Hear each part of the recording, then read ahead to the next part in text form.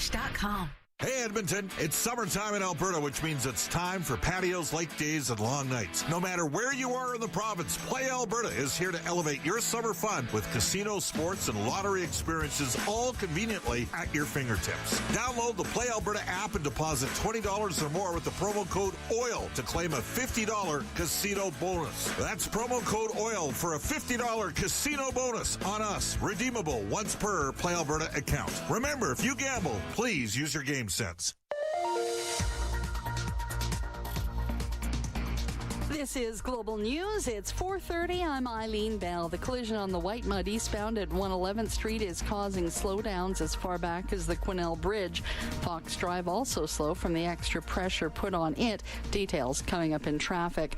G7 leaders have issued a series of joint statements on a variety of topics, but could not reach an agreement on the ongoing war in Ukraine. The leaders did not issue the usual communique outlining shared views, instead shared several statements on individual issues. Canada's Environment Minister says a popular electric vehicle consumer rebate program will be making a comeback. The government launched the rebate in 2019 but had to pause the program this year when it ran out of funding. Traffic now from Global One. Here's Jackson McNulty. Thank you. And starting off with a bit of good news, that collision on 50th Street just after the Yellowhead, as well the stalled vehicle on the Northeast Anthony Henday, both have been wrapped up and cleared. Still got a few other things slowing us down in a pretty major way. There was a collision on the South Anthony Henday eastbound before Calgary Trail, causing delays back towards Rabbit Hill Road. On Rabbit Hill Road, we have a southbound collision on the Southwest Anthony Henday overpass, and the White Mud eastbound remains closed after a collision between 122nd Street and 111th Street. All eastbound traffic is being detoured onto 122nd Street. From there, you can either head north to 51st Ave or down to 34th Ave and continue on your eastbound journey from there. At Specsavers, when you buy 2 pairs from $149, you can get free polarized lenses in your second pair. Offer ends soon. Conditions apply. See specsavers.ca. From the Global One Traffic Center, I'm Jackson McNulty. 880 Chad weather. Clear, but turning to 30% chance of showers this evening, and then 70% chance overnight. Maybe a thunderstorm. The low 12. 70% chance of showers tomorrow morning. Maybe a thunderstorm at any point tomorrow. The high 22. Chance of showers eases up a little afternoon. In Edmonton, it's 24 degrees. I'm Eileen Bell. Your next scheduled news is at 5 on 880 Chad. This report brought to you by Sentinel Storage. Need extra space? Try 4 weeks free. Details at sentinelstorage.ca. Sentinel Storage. They shoot, we store.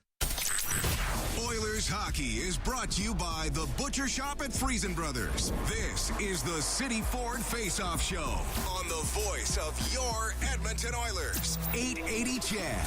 Brent Griffiths back live at Ford Hall, and welcome to the pregame show.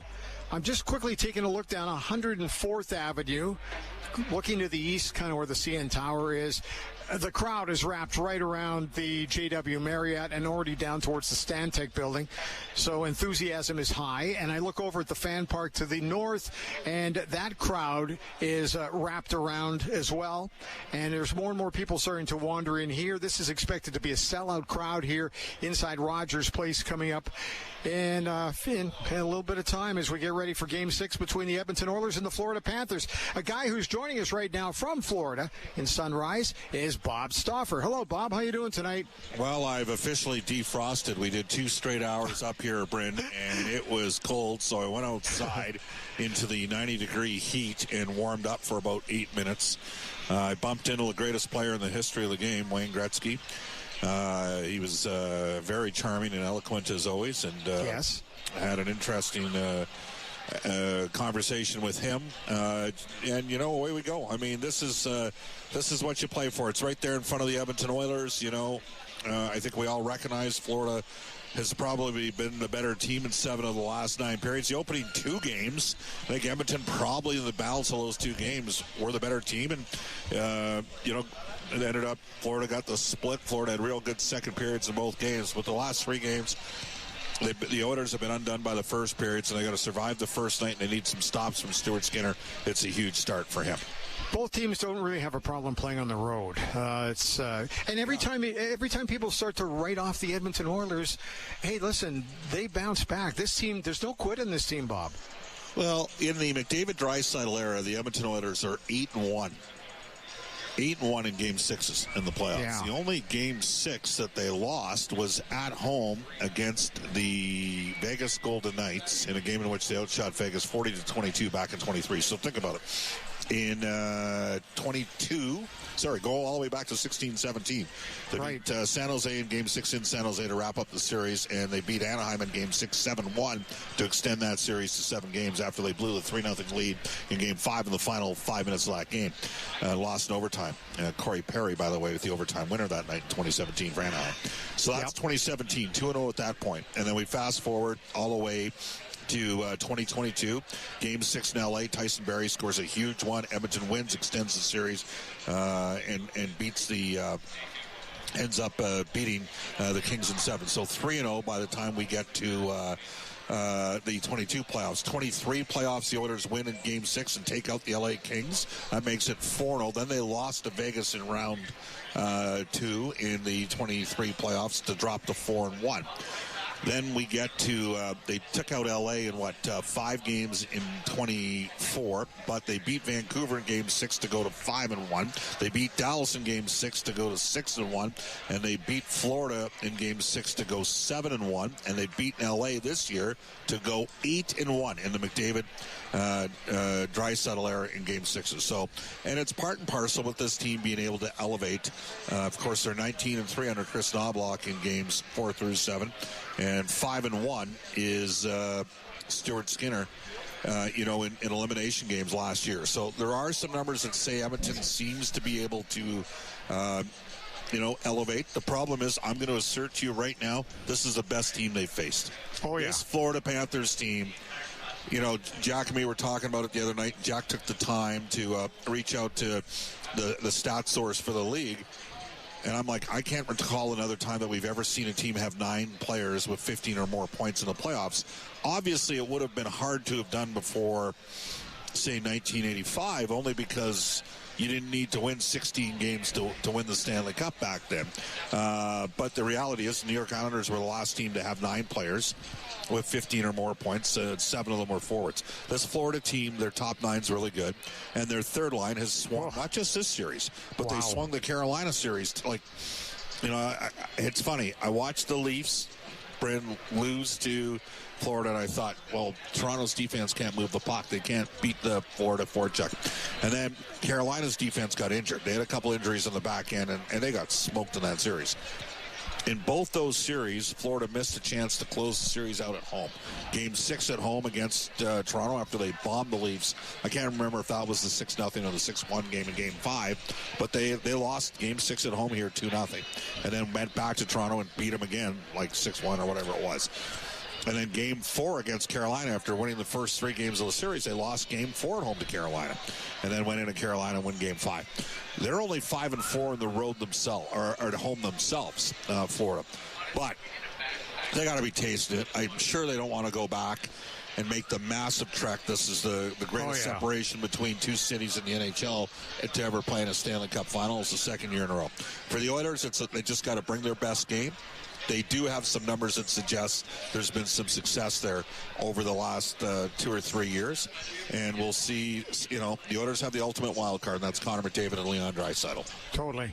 Hey, let's get to some of our features. Like me, obviously we're going to talk to you about Measure of Success, which is brought to you by Modern Measure, Edmonton's leading provider of made-to-measure clothing, located in the heart of Ice District, across the street on the main floor in the Edmonton Tower. You can also check them out online at mdrmmeasure.com.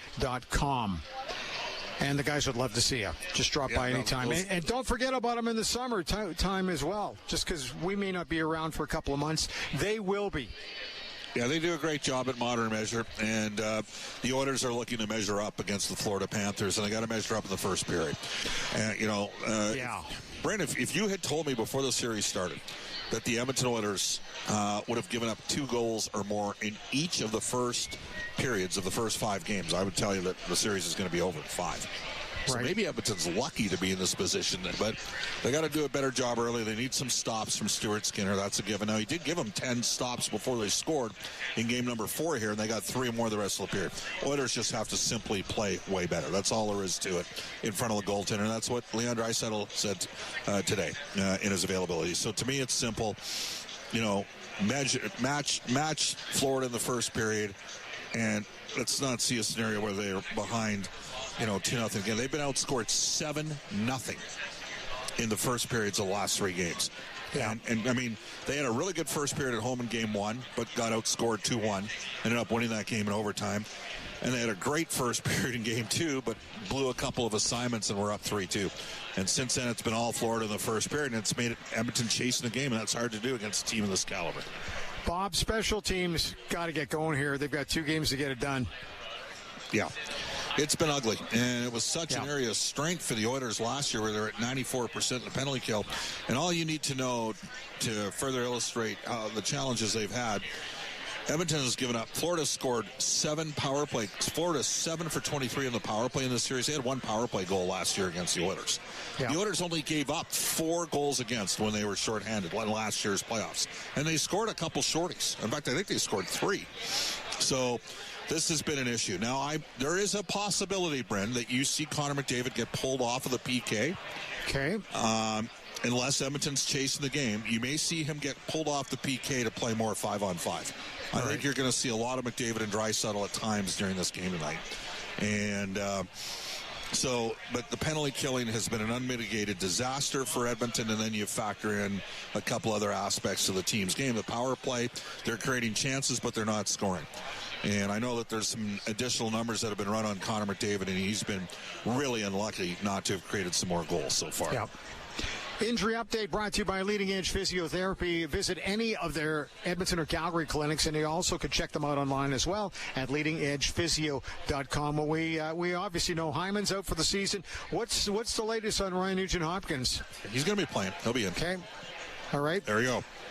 Did not skate, though, this morning, correct? Did not skate. Okay. Max Jones was a placeholder for him. Gotcha. Tonight's top line. Has it got to be the top line, Bob?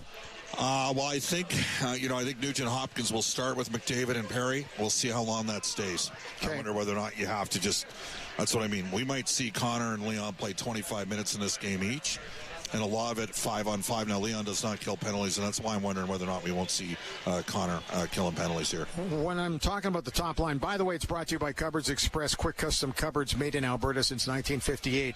Or does the top line have to be whichever line is up against Florida's third line?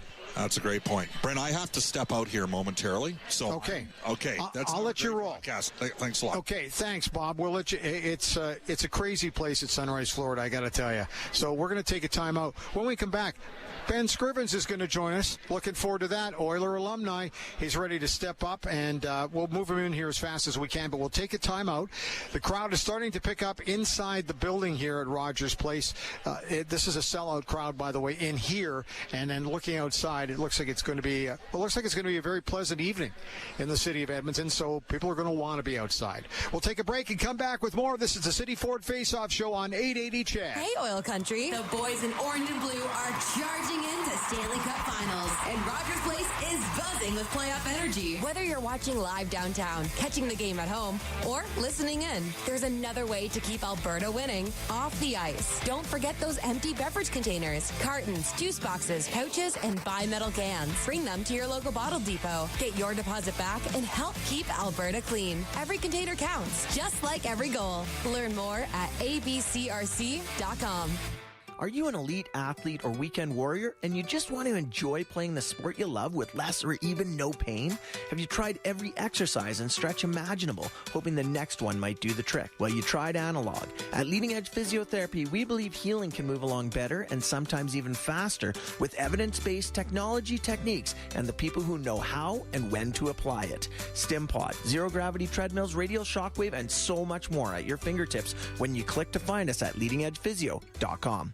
Celebrate 50 years of excellence with Jandel Homes, Alberta's premier modular home retailer. Visit our show homes located in Edmonton and Grand Prairie, as well as an award-winning community in Morinville.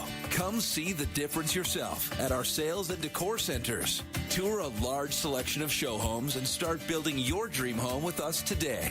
Jandel Homes, celebrating 50 years in business. Visit us online at jandelhomes.com.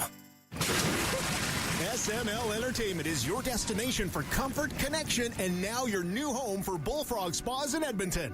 Stop in today and discover powerful hydrotherapy and sleek design with a Bullfrog Spa. Or take your wellness to the next level with a swim spa built for both fitness and fun. SML Entertainment, family-owned, Canadian proud, and fully fun approved. Visit 4142 99th Street or smlhottubs.com today. SML Entertainment, bringing friends and family together since 1956. It's time to upgrade to Claws during the Claws Limited Inventory Sale. Now through June 30th, get 0% financing for 60 months on select Claws Axion tractors or 3.99% financing for 60 months on select Arian tractors. With superior performance, industry-leading support, and unbeatable long-term ROI, it's a deal that's made for more on a tractor that's made for you. Ask your Claws dealer about the Limited Inventory Sale or visit claws.com. That's CLAAS.com.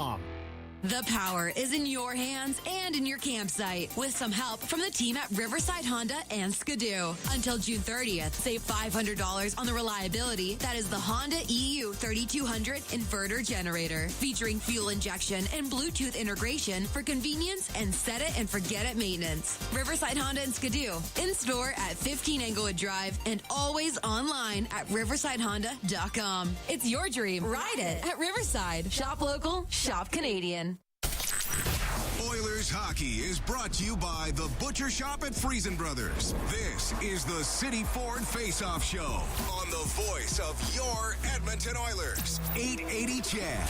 Brent Griffiths back live at Ford Hall on the pregame show. Joining us, Oiler alumni Ben Scrivens. How you doing?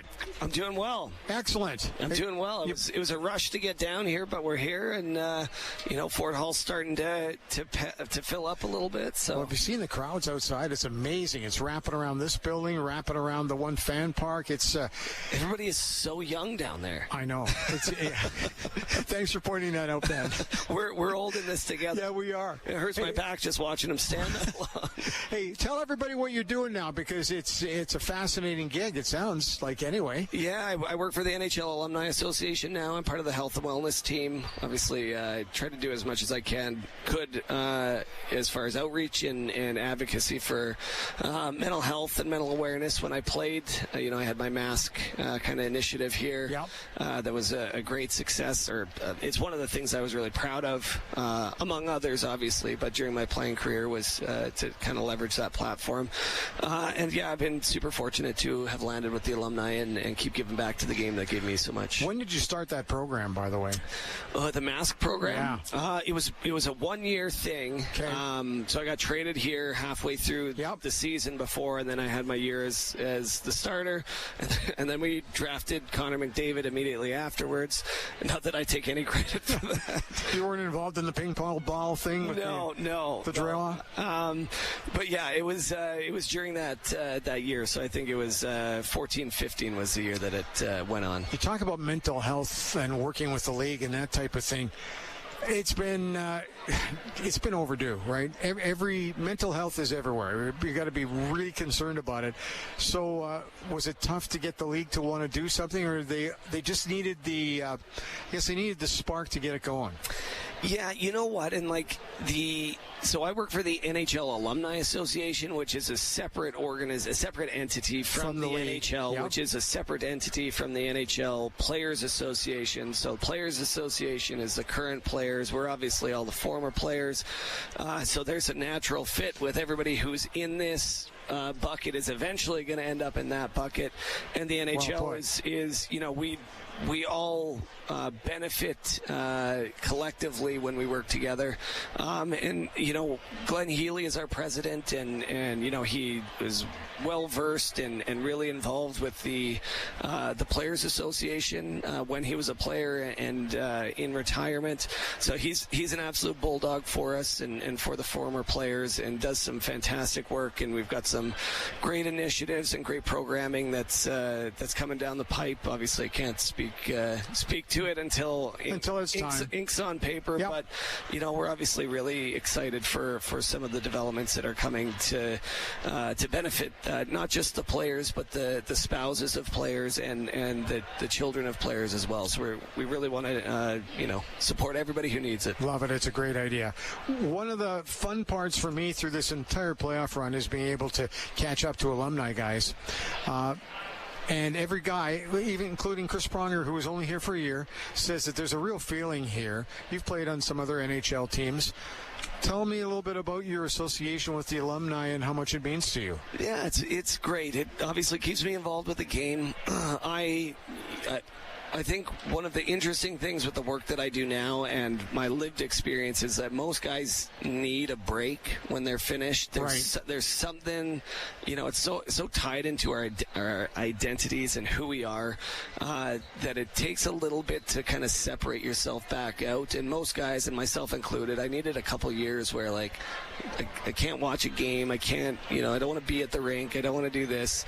Did you think that was a natural thing or did it bother you a little bit? Because after dedicating so much time to playing, just to walk away from it like cold turkey, I wondered how tough that would be. I made the decision to leave when it suited me best. So I played at the Olympics in 2018 and won a bronze medal with Team Canada, and then finished my playoffs in Russia where I was playing that year, and then retired after that. So I wasn't one of the guys that had the tough time of moving on from an injury, right? Because that's overnight your career's done. That's a really challenging thing.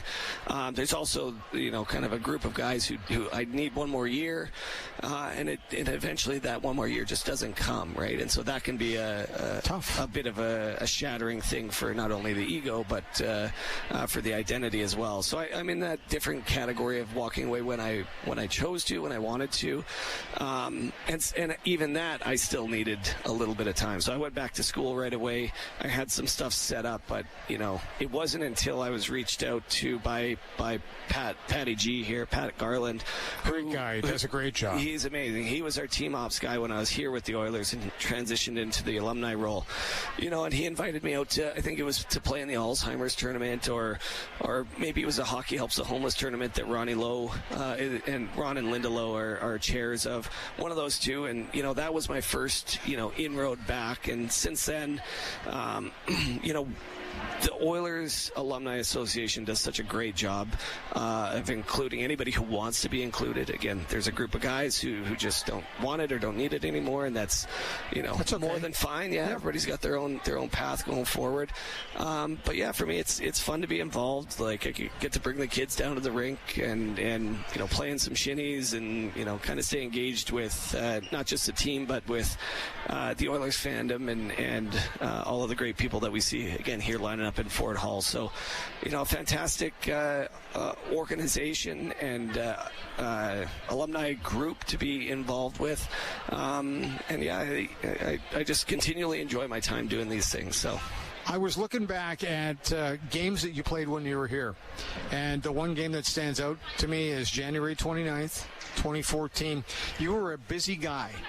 That was the time where you set the NHL record for most saves by a netminder in a regular season game. You only stopped 59 shots against the San Jose Sharks in 60 minutes of regulation time. Oilers pick up the win. You got the shutout 3-0. What do you remember about a game like that? I get asked this question a fair amount. I'm sure you do, but now I got to ask. I got my canned responses. I'll try and give you something new if I can. Okay, sure.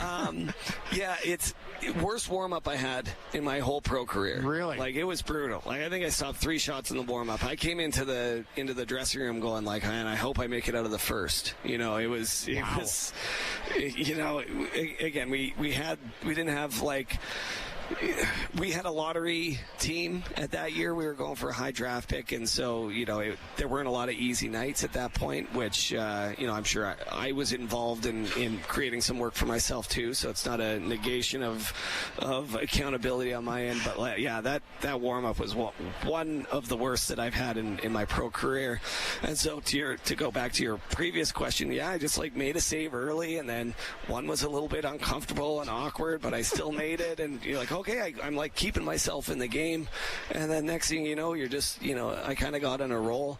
They hit 2 posts in it, I think a crossbar and a post, and there was also a shot that was going in that Nick Schultz blocked. Again, as a goalie, you've seen enough, when you're late on something. There was a pass low to high or off a scramble, and it was going high blocker, and Nick Schultz blocked it, and he's full credit to him. The reason it's still a record, or the reason it was a record night, was because of him. So it's been fantastic, to have had that game. I'm sure glad I have that, because I'm glad you have canned stuff too, because I'm sure to me, remembering and watching that game, I thought to myself, he's never going to sleep tonight. He's just going to be doing, he's just going to be flipping and flopping around. It's just, how quickly could you blow a game like that off, or were you absolutely bagged? You know what? This is a novel one, so I don't know that I've said this before, but one of the hardest things was playing the next game, because now you kind of know that everybody's watching to see, almost like, is he going to do it again? And we played on the road in Boston. I think we lost 3-0, so it was a shutout, but not for us that time. I think Tuukka Rask got it, but that was one of the harder things. Is you now know that there's this audience of people who have heard about this record game that are going to tune in and see, is he going to go back to back? And I played okay. I played, it wasn't a game where I thought I played poorly, but knowing that those eyes were on you just adds a little bit of pressure in a different way. And again, I'm happy with how I performed, so I don't think it dissuaded me. I had to ask, so thank you for that. I've always wanted to ask you about that. Okay, what do you figure tonight? Through the first period, because the first period's been a struggle. You know what? They got to match Florida stride for stride. We were talking off air, and I'm going to steal your point, but feel free to add to it. It's there's 2 teams out there. You're playing the defending Stanley Cup champions in the Florida Panthers, who only got better at the trade deadline, and the additions of Marchand and Seth Jones and some other pieces. They don't have the injury trouble that Edmonton currently has, losing Hyman, a less than 100% Nugent Hopkins. Their backs are against the wall, and they got an uphill climb, but they've just got to try and match Florida stride for stride. See where it goes. And you know what? They've got to win the special teams battle. It's the biggest thing here tonight. Is their power play is one of the best in the league, if not the best, for a reason. And Draisaitl's had his opportunities from that spot, and Bobrovsky has made some 10 bellers, right? They just got to. It's not for lack of trying or lack of execution. They need a little bit of puck luck to go their way tonight. Thanks for your time, man. Thanks, Brent. Great seeing you. Yeah, Ben absolutely. Scrivens joining us here from the Oilers alumni. We're going to take a time out. When we come back, Jack Michaels will be joining us, and we'll continue. We're going live here this afternoon from Ford Hall. This is the City Ford Face-Off Show on 880 CHED. Playoff hockey just isn't complete without some delicious Wilhauk beef jerky. The boys on the ice have worked for months to get to this point. A chance at redemption. The playoffs are here. And for those in oil country, it's cup or bust. When the games get tense, and you know they will, calm those nerves with some Wilhauk beef jerky. Tender, tasty, full of flavor. To be a champion, you gotta eat like a champion. One delicious bite at a time. Wilhauk beef jerky. Some say it's the best. There's nothing like playoff energy. You can see it inside the arena and at the outdoor watch parties. It's electric, and keeping that energy can seem impossible. The experts at Sunview Windows and Doors can help you reduce heat loss up to 30%. Keep more of your energy with help from Sunview Windows and Doors. As a small Edmonton-based business, Sunview specializes in renovation, using only products and materials they'd use in their own homes. See the difference with a free estimate at sunview-windows.com. It's barbecue season at Friesen Brothers. Get all fired up with your local Friesen Brothers Master Butcher. With all the best fresh Alberta meat, our in-store Master Butchers can help you make the perfect choices for your perfect barbecue and cut your steaks just the way you want them. From delicious Alberta beef prime rib to the juiciest burger patties, we have all the best cuts for every occasion. Get all fired up for this year's barbecue season at Friesen Brothers. Hey Edmonton, Shaman here, and I'm CEO at Hope Street Property Management. If you've ever thought about renting out your house, give me a shout because now is a great time. The market's hot and we have hundreds of pre-qualified tenants looking for great rental homes just like yours. Check out hopestreet.ca to learn more or for your free online rental evaluation. Hope Street, helping busy homeowners manage their rentals and become armchair landlords who sleep easy. HopeStreet.ca. Hi, this is Shannon Conlon from Conlon Motorsports. There's nothing like the feeling of being out on a boat on a hot summer day. Whether you're fishing, surfing, skiing, or even barbecuing on a pontoon, at Conlon Motorsports, we've got your boating needs covered. Come and see our large selection of boats, motors, life jackets, and every other accessory that you'll need to get on the water and create new summer memories. Conlon Motorsports, everything you need here to get out there. Visit conlonmotorsports.ca today. When Crystal Glass introduced our residential window line this past year, it was essential to manufacture them locally. Crystal Glass has always been a proudly Canadian company. We employ Canadians, we serve Canadians, and we are Canadians. So you know our windows are designed and built for our climate. And since we've been the clear choice for glass for over 75 years, you can trust our quality and service. Visit one of our over 50 locations across Western Canada or crystalglass.ca. Financing is now available. This is Global News. It's 5 o'clock. I'm Eileen Bell. 24 degrees heading down to 12 tonight and up to 20 tomorrow. We've just got a severe thunderstorm watch put in effect for the Edmonton area.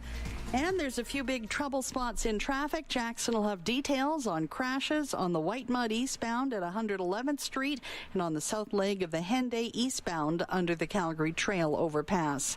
In the news, Canada and India have agreed to designate new high commissioners and restore regular diplomatic services to citizens of both countries following a meeting between Prime Minister Mark Carney and Prime Minister Narendra Modi on the sidelines of the G7 summit in Kananaskis today. Canada expelled 6 Indian diplomats and consular officials last fall, following news that law enforcement had linked agents of the Indian government to a targeted campaign against Canadian citizens. Now, the G7 leaders have wrapped up their summit with a series of statements covering issues ranging from transnational repression and migrant smuggling to AI and quantum computing. Notably, no statement about Russia's ongoing invasion of Ukraine. But as Global's Jamie Dahl tells us, Prime Minister Carney met with Ukraine's president this morning. Host Prime Minister Mark Carney wasting no time offering his support for Ukraine, coming in the form of $2 billion in military aid and more sanctions against Russia. We are providing additional military assistance, drones, helicopters, broader munitions, over $2 billion worth of assistance directly to Ukraine. And thirdly, we are dispersing the next tranche of the loan based on the frozen Russian assets, over $2 billion as well. Zelensky said that he is grateful for Canada, grateful to Canadians. Jamie Dahl, Global News, bound. An Alberta Conservative MP formally quit today to make way for Pierre Poilievre. Damien Kurak has officially resigned after promising that he would vacate his seat in Battle River Crowfoot to allow Poilievre to run in a by-election there. Now that Kurak's resigned, procedure dictates the earliest possible by-election date federally would be in early August. Now, advance polls open today for by-elections in 3 provincial ridings. That election is next Monday, but residents residents in Olds, Didsbury, Three Hills, Edmonton Ellerslie, and Edmonton Strathcona are all going to the polls to elect new MLAs, and the advance polls open today. They'll be open each day from now until Saturday. Real estate company Rohit Groups unveiled the second phase of its residential rental community as part of the Stadium Yards project today. Rohit Group's Russell Dock says they want to appeal to people who want to live a downtown lifestyle without a high-rise budget. So the idea is that people could have that quality of life, have that transit-oriented link to downtown, but they've got the River Valley steps away. The goal is to bring new housing opportunities and revitalize the area near Commonwealth Stadium to make the neighborhood more transit-oriented. Alberta's putting $1.2 million into helping veterans and public safety workers transition to civilian life. The money will support the Prospect Human Services Forces at Work program. It helps former military and first responders find meaningful jobs after service. The province says it's a way to give back to those who've dedicated their careers to protecting us at home and abroad. Checking traffic now from Global One, here's Jackson McNulty. Thank you, and we got a few big ones to worry about. Right now there's a collision on the South Anthony Henday eastbound underneath the Calgary Trail overpass. Traffic is down to one lane. You will have to move to the left eventually, but plan for some pretty heavy delays back past Rabbit Hill Road. We also have a collision on the White Mud that has the eastbound lane shut down between 122nd and 111th Street. Eastbound traffic being detoured onto 122nd Street, but right now backed up towards the Quinnell Bridge. As well, watch out for a collision on 113th Street northbound sitting in the left-hand turning lane before Belgravia Road. At Specsavers, when you buy two pairs from $149, you can get free polarized lenses in your second pair. Offer ends soon. Conditions apply. See specsavers.ca. From Global One, I'm Jackson McNulty. 880 Chad weather. We have a severe thunderstorm watch in effect for the Edmonton area now. 30% chance of showers this evening, turning to 70% overnight. And again, chance of a thunderstorm. Tonight's low 12. 70% chance of showers tomorrow. Maybe a thunderstorm. The high 22. Chance of showers eases up to 30% afternoon. Then showers expected Thursday, the high 17. Sunny Friday, the high 21. Mixed skies for your weekend. 18 Saturday, 17 Sunday. In Edmonton, it's 24. I'm Eileen Bell. Next news, 5:30 on 880 Chad. Oilers hockey is brought to you by the Butcher Shop at Friesen Brothers. This is the City Ford Face-Off Show on the voice of your Edmonton Oilers. 880 Chad.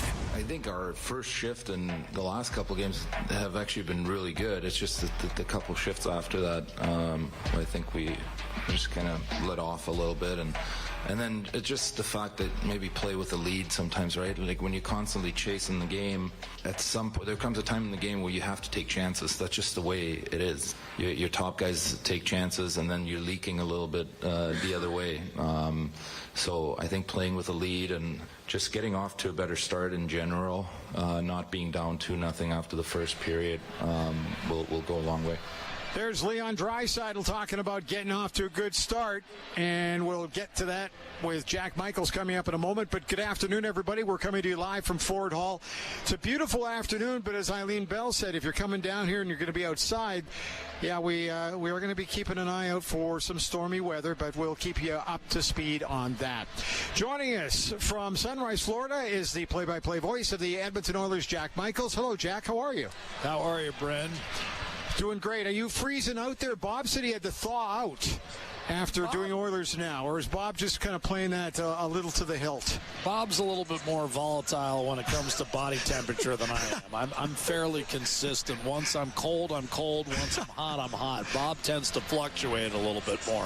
I think in Bob's case, it depends on how much of that gasoline is running through his system, whether it's Red Bull or any of the other fluids he gets in there. I don't know what he's got going on, but yeah, I know. You know, depending on the chemical composition, I think that's why Bob fluctuates more than I do. One thing's for sure, he's never down a quart. That's for sure. That's true. Hey, let's take a look at this one tonight. Everybody's talking about got to get off to a good start. Is too much being said of that, or I guess you just got to look at the numbers and you can see the Oilers. That first period has been a bit of a struggle.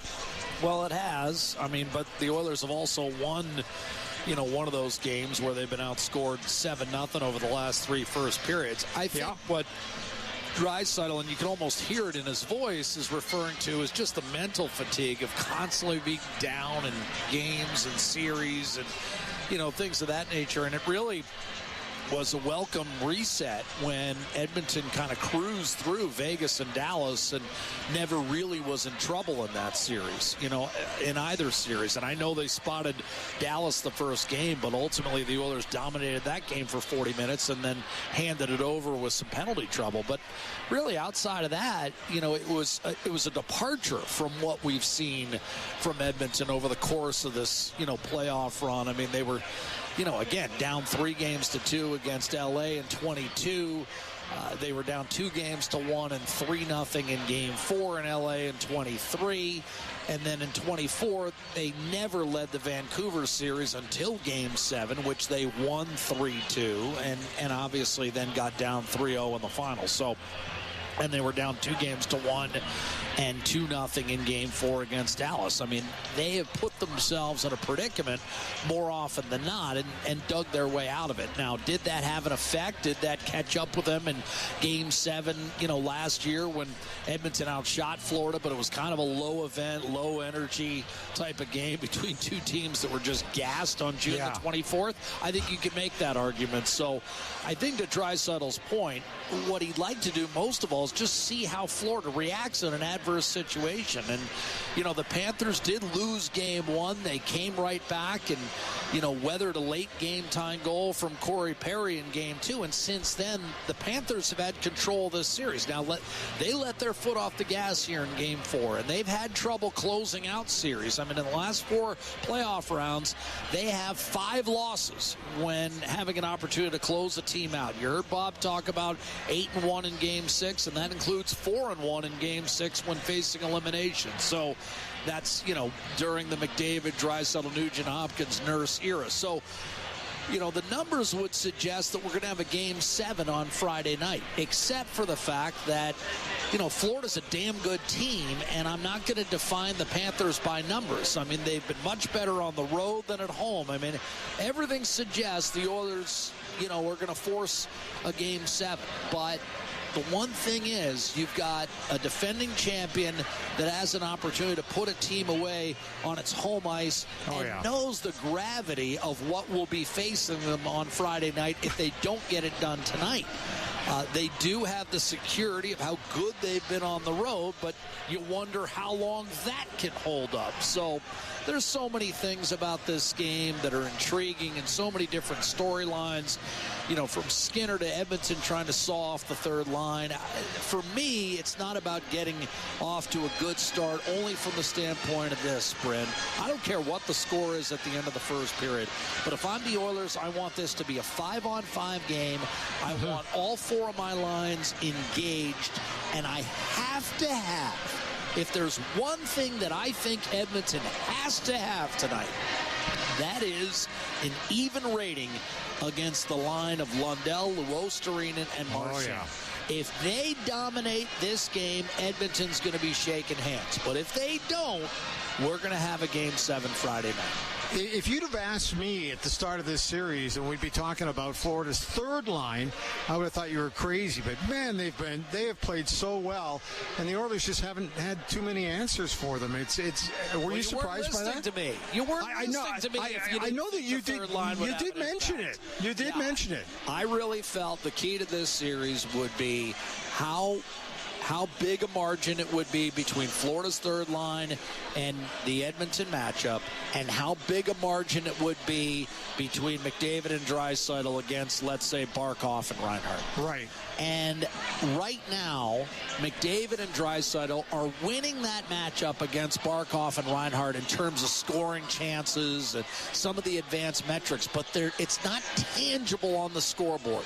They're not taking them to the woodshed on the scoreboard the way that Florida's line of Marchand, Lundell, and Luostarinen are doing to Edmonton on the scoreboard. And that's ultimately all that matters. And I respect the, 5-on-5 chances against and all that, because McDavid and Draisaitl's numbers remain very solid head-to-head against even Barkov in that situation. If Barkov doesn't have a goal in this series, and McDavid has a goal, and Draisaitl has 2 overtime winners. But you know what? they still need a bigger margin than that to close out this series. And I'm talking about Edmonton. McDavid and Draisaitl need to stretch their margin, and then at the same time, the Oilers need to find a way to shrink the margin down to basically a saw-off when it comes to Florida's third line. For me, that's the biggest key in the next 120 minutes we're about to witness. Hey, also we have Draisaitl with Kapanen on one side. We've got Evander Kane on the other, and Evander really needs to step up a little bit here. I'm going to watch the second line very carefully tonight. I'm guessing you will be as well. I'm not sure you're going to see that line for that long. No, I mean, again, part of it is you've got 2 days in between games. So what did McDavid play? 26 minutes the other night. Draisaitl was somewhere right around there. And you're going to see those numbers again tonight, if not a little bit more. I mean, I would not be surprised if McDavid and Draisaitl play close to half the hockey game tonight, because you know what? Game 7 isn't until Friday night. So you've got time. And I think Draisaitl is going to get a look early with McDavid, a sniff early, because again, Edmonton has to change the narrative of, Florida's led for 200 minutes in this series, and I think Edmonton's led for roughly 34. Not enough. It's just that uphill climb is just draining.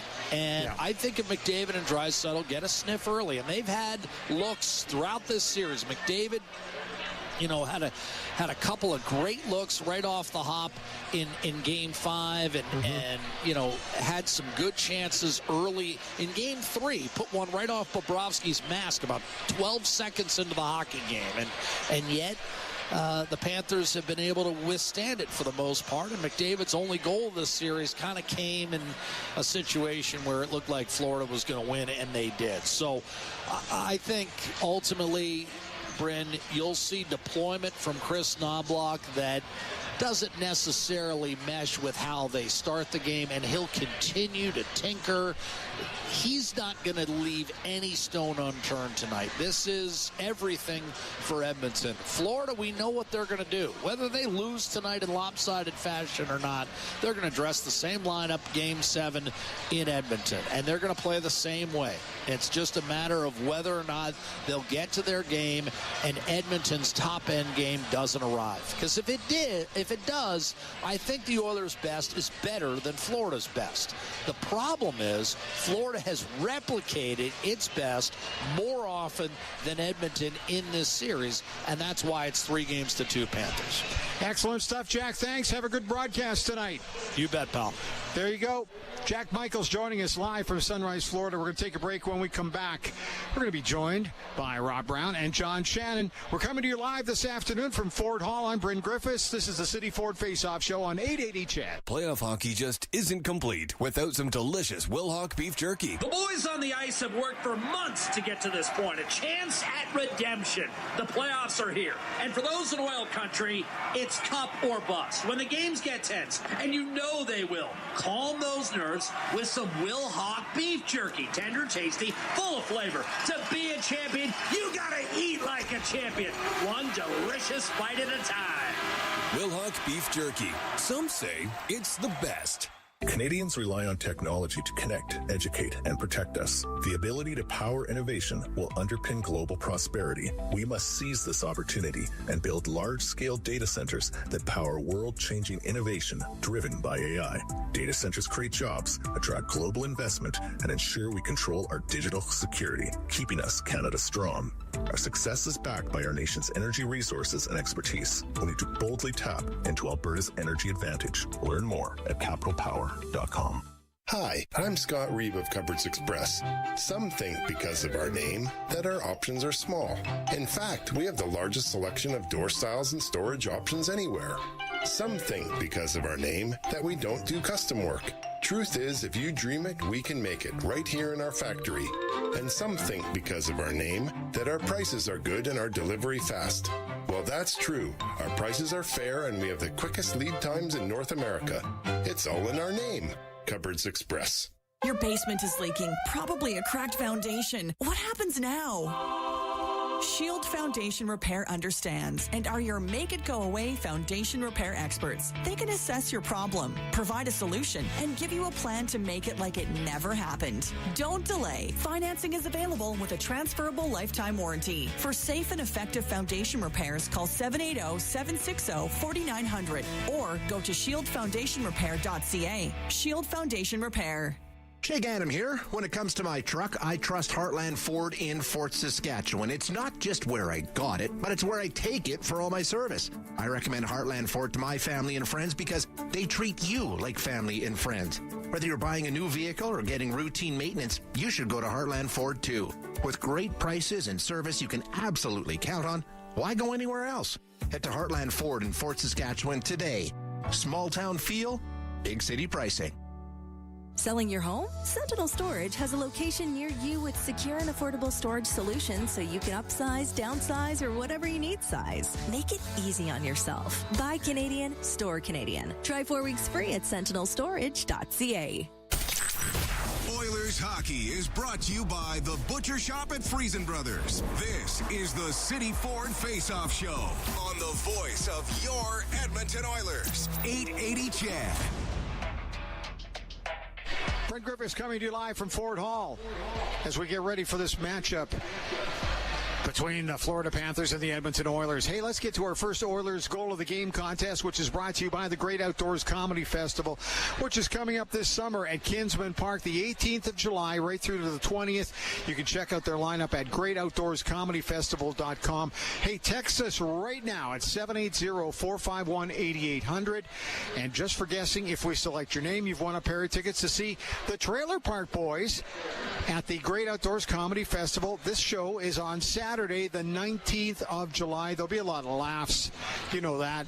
And like I said, take a look at their lineup, too. It's fantastic. Now, if you get through and we select your name and you guess correctly as to who will score that first Oilers goal, will qualify to have your seats upgraded to the VIP section. So once again, 780-451-8800. Joining us is Rob Brown, our NHL insider. Brownie, how you doing tonight? Oh, I'm doing very good, Brent. How are you? Fine, thank you. It's I feel there's I'm trying to sum it up beautifully from down here in Fort Hall, and it's tough. The crowd is enthusiastic, but you could just feel that there's a higher level of tension here tonight than there was the last game, and for good reason, right? Well, there's a nervousness. This is the first time the Oilers have faced elimination. I think there was a huge optimism. 3-4 days ago, Oilers coming home, Game 5 on home ice, can set themselves up for a Stanley Cup, and things didn't go their way. Now there's that fear that so close again. So yeah, it's we will see about 3.5 hours from now what the mood in the city is like. But yeah, I think there's an apprehension right now that maybe something slipped by a few nights ago on home ice. Everybody's got a different take on the first period. I figure if they get through the first period and it's 0-0, I'd take it if I was the Oilers. But what do you figure is going to happen here in the opening 20? Well, I think you're going to see the best from both teams. The Oilers, desperate. They certainly know they need to be better in the first period, and as the game moves on as well, because they know a loss and the season is over. The Florida Panthers, they don't want to go to Game 7 in Edmonton. They want it done here on home ice, so they're going to have a desperation as well. You will see two teams that will be playing aggressive, that will be throwing caution to the wind, but also two teams that will need saves. And I think that's the biggest thing that we will look forward to in the first 10 minutes, 12 minutes of this game. Which team is getting the saves in this hockey game? Because we know both goaltenders, when they start well, they seem to get better as the game moves on. Hey, speaking of Stuart Skinner, he had a comment that I thought was kind of interesting, and that is bouncing back from game number 4. But he had a thought or two on that, and we'll let Stu break that one down for us.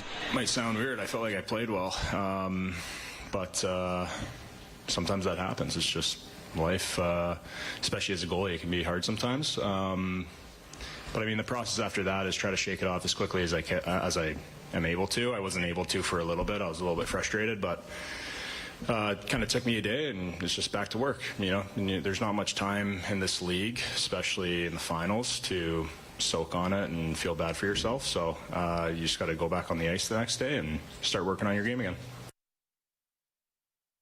hardly a surprise that that's how Stuart Skinner would look at it, because he's about as level-headed and as calm as any netminder. John Shannon's joining us, our NHL insider as well. John, your thoughts on this one tonight? What do you figure? This is it's a tense crowd here, but they're very enthusiastic.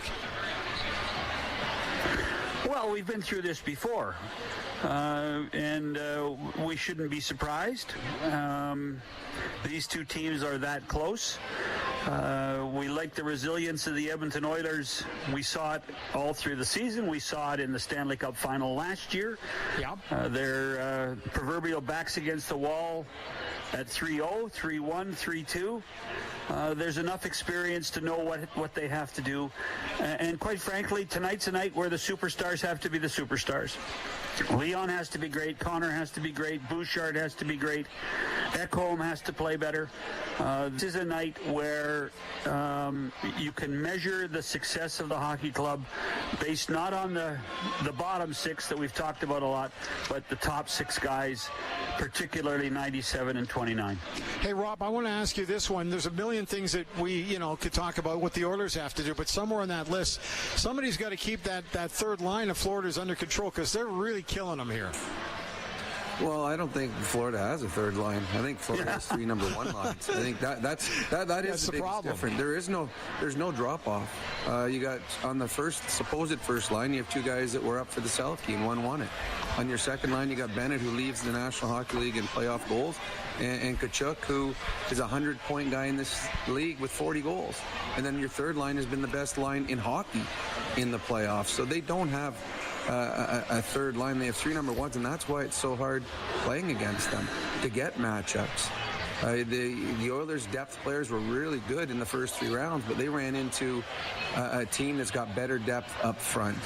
And I agree with John with the fact that the one advantage that the Oilers have over the Florida Panthers, because the Floaters have better depth up front. I think the Florida Panthers' defense is probably stronger as a whole if you look at all six compared to the six the Oilers have. And the Florida Panthers are certainly stronger in net with Bobrovsky. But what Florida doesn't have is Connor and Leon, the two great equalizers.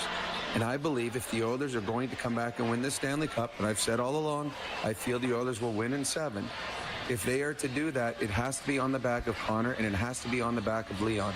They need greatness in these next two games, perfectly capable of bringing it, but they need that. If this Oiler team is to win a Stanley Cup, it will be because Connor and Leon played like Connor and Leon are capable of playing in Game 6 and in Game 7.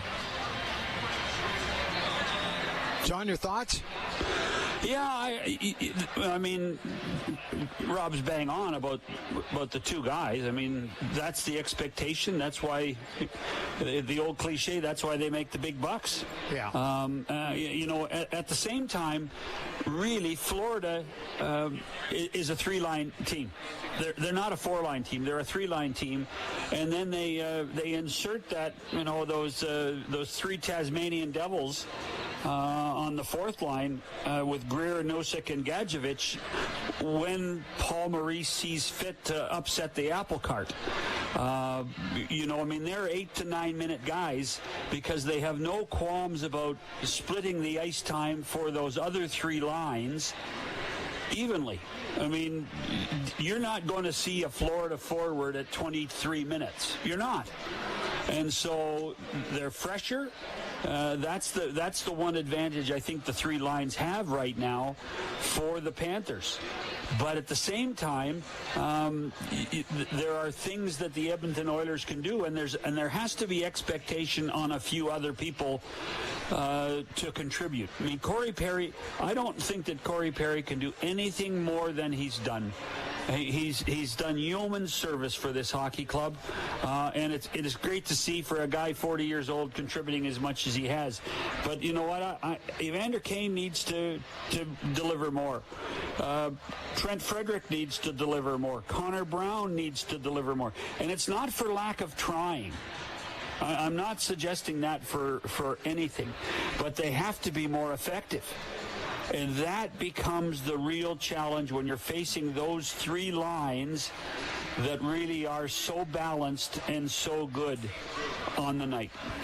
Guys, we're going to take a break. We'll come back. We'll break for a news update with Eileen Bell, and then back with the guys. And there's some other things going on around the NHL, too, that I'd like to get to. So we'll do that when we return. We're coming to you live from Ford Hall this afternoon.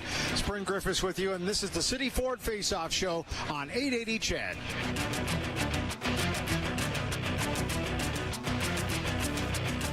Hey Edmonton, it's summertime in Alberta, which means it's time for patios, lake days, and long nights. No matter where you are in the province, Play Alberta is here to elevate your summer fun with casino, sports, and lottery experiences, all conveniently at your fingertips. Download the Play Alberta app and deposit $20 or more with the promo code OIL to claim a $50 casino bonus. That's promo code OIL for a $50 casino bonus on us, redeemable once per Play Alberta account. Remember, if you gamble, please use your game sense. For 30 years, White Eagle Homes have been building award-winning quality homes you can count on. Now, come experience their new show home in West Point of Windermere, complete with a luxury spa, beautifully designed entertainment spaces, an elevator, and incredible views of the ravine from the third-story rooftop patio. Take in the almost 6,500 square feet over 4 levels of your potential new home today. Visit whiteeaglehomes.ca or call 780-497-8998 to book your appointment today.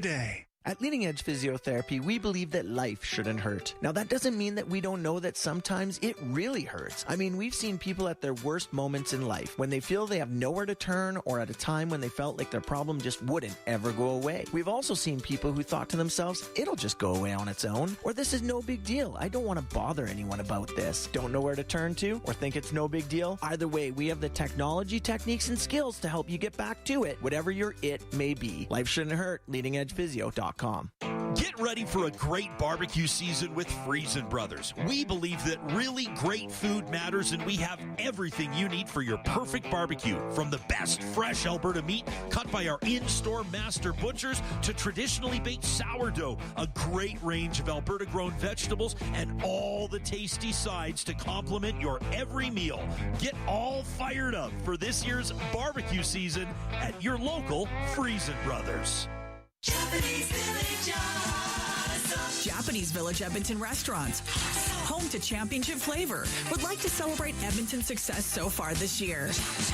Thank you for bringing the excitement, and everyone on the Japanese Village team are proudly cheering you on as you attempt to bring hockey's biggest prize home to Edmonton. We want to see you have a good time. Japanese Village.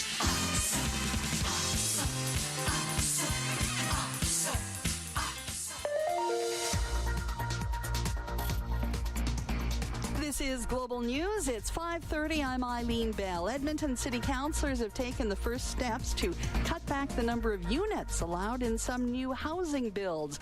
It's a response to complaints over large new developments in mature neighborhoods.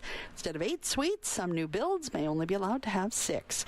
The G7 summit's wrapped up. Leaders have issued a series of joint statements, but could not reach an agreement on the ongoing war in Ukraine. A senior Canadian government officer says the U.S. was looking for weaker language on Ukraine than what the other G7 members had proposed. U.S. President Donald Trump's expected to sign an executive order this week to extend a deadline for TikTok's Chinese owner to sell the popular video sharing app. The extension will last for 90 days.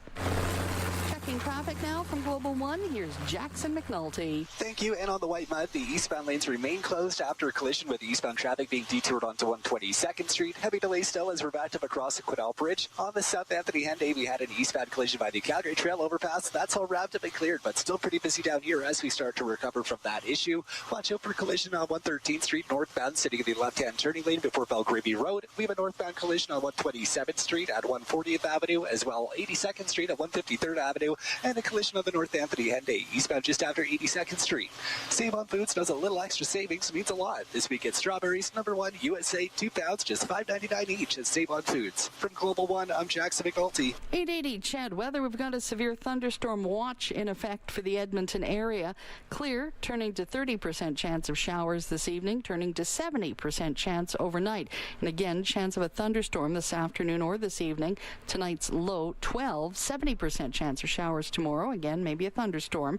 The high 22. In Edmonton, it's 24. I'm Eileen Bell. Next news during first intermission on 880 CHED. Keep your team jersey and rally towel close by and help bring the championship home. For all your other treasures, store them with Sentinel Storage. Store Canadian. Try 4 weeks free at sentinelstorage.ca. Proud partner of the Edmonton Oilers. Oilers hockey is brought to you by the Butcher Shop at Friesen Brothers. This is the City Ford Face-Off Show on the voice of your Edmonton Oilers. 880 CHED. You just know the players have some confidence, and you see the body language or whatever it is. Yeah, it wouldn't be a point blank on, hey, who do you think our stars should be tomorrow night? Because you're putting players on a difficult position, and so it's not that direct. The more of the conversations obviously is with the coaching staff, the general manager. Those are the ones who are really giving them a lot of the impact, but you know just overall how everyone feels. There's Chris Knobloch, head coach of the Edmonton Oilers, talking about, maybe how do the players feel about the goaltending change? Well, they've seen it plenty this year in Edmonton. Joining us is Rob Brown and John Shannon. Guys, your thoughts on the goaltending change? I got to tell you before you get going, I did read something, and it said that if you don't know who the number one goaltender is on the Edmonton Oilers, and maybe they don't really have one, and I disagree with that. I think Stuart Skinner has had a number one goaltender season, but Calvin Pickard has been unbelievable as the backup, and maybe I guess that's why the waters are a little muddy, but not for me. Your thoughts? Well, it wasn't muddy. We talked about it after the last game that it was going to be Stuart Skinner. There was no question in our mind. Stuart Skinner's been on this stage before. He's faced elimination games before and has been excellent in those games. He's played elimination games in Florida. With the Stanley Cup in the house. So this is nothing new to Stuart Skinner. He's been through it before, and he was fantastic in the last 4 games of the series last year. He won 3 of them. The one that he lost, he was really good in that game as well. So this was a no-brainer. Stuart Skinner was going to be the goalie of record tonight, and I think the Edmonton Oilers players, because of what they saw him go through last year and how well he played, have full confidence that he can get it done again. Yeah, you know what, guys? I think the key thing in all of this is the people that were saying, well, who's the number one goalie, quite frankly, haven't watched the Edmonton Oilers enough this year. Yeah. And understand the roles that each of them play, and understand the role that Calvin Pickard plays. And you know what? When Pickard went in for his 6 consecutive victories, it was at a time when there was some urgency. But that didn't change the long-term planning of this organization, that Stuart Skinner was the guy of the present and the guy of the future. So to me, like the two of you, after the game on Saturday night, to me there was no question it was going to be Stuart Skinner. And when you look at the numbers that he puts up in these games 4-6, pretty spectacular. Save percentage well over .920. I think he's 5-1 in those games. He can't afford to be the one tonight, but he's got a really good record, and he plays like a lot of guys on this team. He really plays well when his back's against the wall, and I don't think there'll be any reason to think anything different than that. I'm sure that was part of Chris Knobloch's thinking when he and his group decided that Stuart would be the starter. A lot of people are watching the power play tonight. A lot of people are watching the PK today. Brownie, what are you watching? Oh, I think everything. But I said earlier, it starts and ends with Connor and Leon. Okay. They're the 2 best players in the world, and for the Edmonton Oilers, that is their advantage over the Florida Panthers. The Florida Panthers don't have a Connor, they don't have a Leon. And if Connor and Leon can play like they're capable of and have one of those nights, then we will be seeing a Game 7 here in a few nights' time in Edmonton. But they need a big night from Connor and Leon, and to me, that starts right from the first shift.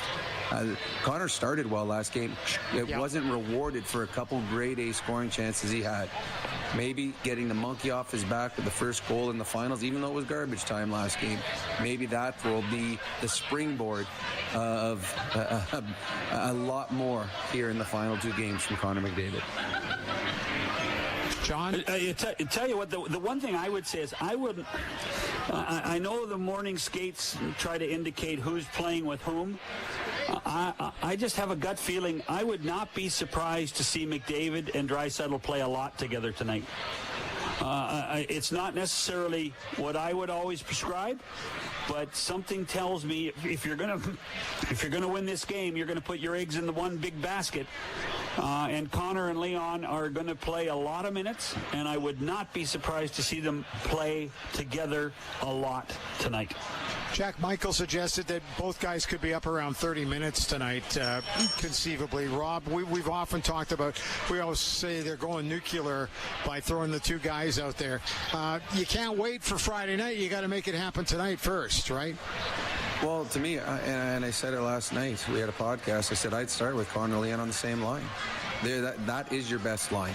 And the one thing that the Oilers have not been very good of as of late is starting games. They've been outscored 7-0 in their last 3 games. So why wait to be behind in the game before you put Connor and Leon together? Put them together right from the beginning and force the Florida Panthers to try and stop them. You want to have a better start? Well, what better start could you have than having the two best players playing in a must-win hockey game together? So I agree with John where you'll see them together a lot, but to me, that's my starting lineup. I'm having Connor and Leon out there in the starting lineup and starting them. It's like you got a pair of aces. Let's lead a pair of aces here tonight. And the other part of that is the extra day off. Take advantage of it. You know, take advantage of Saturday to Tuesday.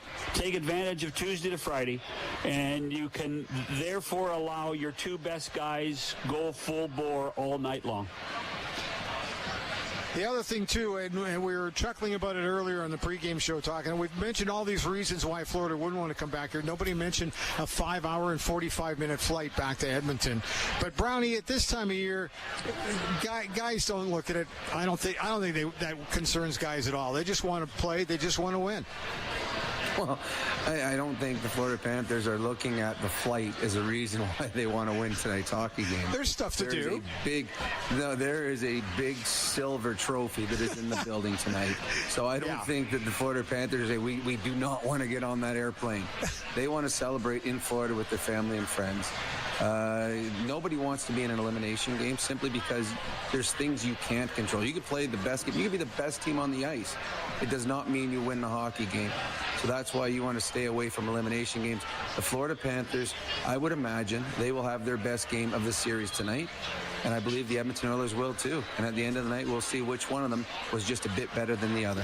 And this is where experience does come through. I do think that both teams, having been through so much of it, well, for Florida, the last 2 seasons, because, they got nervous.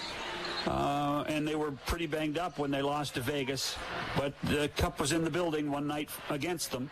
And a similar situation last year, Cup was in the building 4 consecutive nights for them, and they only closed it out on the 4th night. And I think that similarly won't faze the Edmonton Oilers. They faced this in their own arena in Game 4 last year, and so they've been through it. This is where we look back at the Edmonton Oilers and we see those comments that the guys made in the first 3 rounds when they were playing in control, completely in control, and I fully expect this is a team that will play completely in control tonight, Bryn. This is one of those nights where experience and what they've been through the last year and a half will really play an important role in that. Focus is what it's all about, absolutely. Hey, guys, just before we wrap up, and you guys have really broken down tonight's game well, but I just wanted to touch on the fact that some of the teams made their announcements of their first 6 players for the Olympics coming up on Monday. Canada was one of those, the U.S., Sweden, Finland, Czechia, along with Switzerland, Germany, Slovakia, Denmark, Latvia, and France, and Italy, all announcing.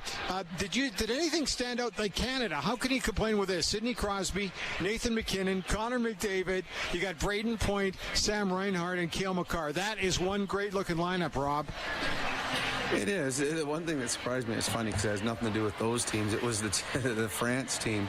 They listed their top 6 players. These are the automatics, and one of them plays in the East Coast Hockey League. And I'm like, oh, okay, well, there's one team we can count out of not getting a medal. It was kind of funny that of all the superstars they're listing, in every team, the U.S., Sweden, they all have these superstars listed, and then you see this kid from the East Coast League that was in that list as well. It was fun seeing the top 6, just showing how good they are. And then teams like Switzerland, all of a sudden they've got 6. You're like, oh my, there's 6 fantastic players. You look at the Germans. Yeah. Wow, holy smokes. And I think, John, that's what makes the 4 Nations and now the Olympics so incredible to watch, is how around the world now, every team is way deeper. Every team has superstars. All these countries, they haven't caught Canada, but they certainly, because of Canadian coaching, playing in the Canadian leagues, more international hockey, they've become better, and I think that's better for hockey in general. All you have to do is look at some of those, and it's hard to call them second tier, but those second tier countries like Switzerland, like Germany, like Denmark. Even most of them are filled with NHL players, which in previous Olympics wasn't necessarily the case. Although, if I'm Switzerland, the news today that came out the day after the announcement of the team that Roman Josi, has an irregular heartbeat, would probably put a concern, I guess, not only for Switzerland, but for the Nashville Predators. And hopefully over the summertime with some medication and some rehabilitation, that problem will dissipate for Josi, who's obviously one of the best players in the world. So from that perspective, the one thing, Bryn, about the announcement of all 12 teams for the Olympic tournament, I want to know why it happened now. I mean, we should be hyping the Stanley Cup final. We should be hyping the Oilers and the Panthers. And this announcement should have come next Monday, when we know there isn't a hockey game, and the focus is now turned to the draft and free agency. And on an off day before all that hype starts, we could have talked about the 12 teams with a lot more notice. I got sucked into it. I could say, how did that happen, John? Is this an International Ice Hockey Federation or the Olympic Committee or what? Because the timing really is weird. The Olympic Committee, let's face it, the Olympic Committee are at a 50,000-foot level. This is an agreement between the NHL and the Federation. And why they picked Monday is beyond me. It should have been next week. The only thing I could suggest is that there's a certain time situation and days before the Olympics that it occurred. But to me, it was a mistake. Not only did it take away a little bit from the final, but it didn't give enough notice to the actual lists of the 12 teams. So it was a lose-lose situation as opposed to a win-win. Totally agree. Hey, guys, let's settle in. Let's get ready for this one tonight. Game 6 between these two teams. John, hope to talk to you on Friday. We'll be talking Friday. We'll be talking Friday, Bryn. Okay, perfect. Brownie, we'll talk to you in the first intermission. Looking forward to that. Okay? So, it's starting to fill up here, obviously, at Ford Hall. More and more people are pouring in. They've sold every ticket in the building, except for the low areas where you can't see the big screen. But it's going to be a great atmosphere here coming up shortly. We're pumped up about it. Game 6, Panthers, Oilers. The cup is in Sunrise, Florida. Oilers just don't want to see it handed out yet, so stay tuned.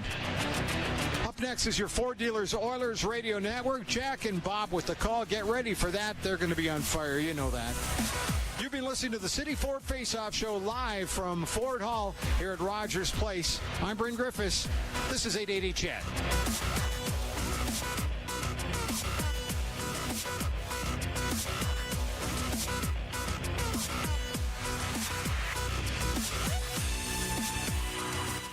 Cairn Transportation Systems is hiring. One of Canada's best managed companies and top fleet employers, Cairn Transportation is looking for Class 1 professional drivers based in Alberta for short and long haul work.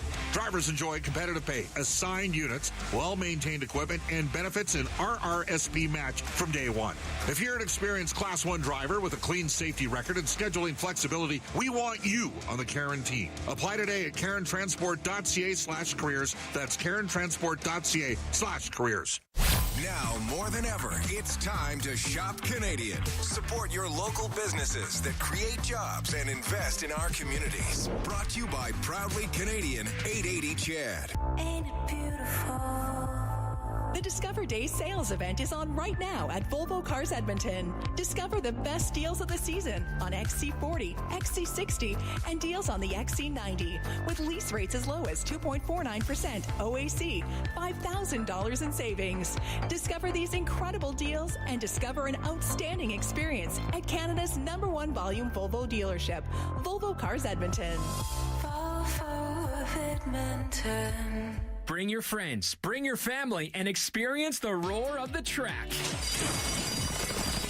Head to Century Mile Racetrack and Casino for some of the finest live thoroughbred racing in Western Canada.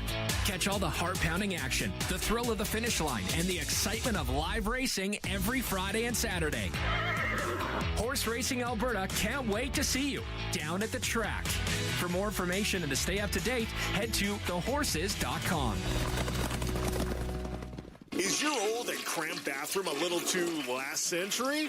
It may be time to get started on that renovation that you've always wanted. With DryTech Interiors, they'll transform your bathroom into something truly beautiful. As your residential renovation professionals, DryTech makes sure to deliver outstanding results no matter the project. They'll even make it super easy, managing the design, permits, and construction. Get started on your renovation today and request a quote at drytechinteriors.com. DryTech Interiors, transforming your space for lasting memories. Hi, this is Shannon Conlon from Conlon Motorsports. Whether you're tearing up the trails, cruising through the city, or heading out on the water, we've got you covered. From motorcycles to marine, ATVs to RVs, our expert team is here to match you with a quality product from the best manufacturers in the business. Because life's too short to miss out on another summer of enjoying all that Alberta has to offer.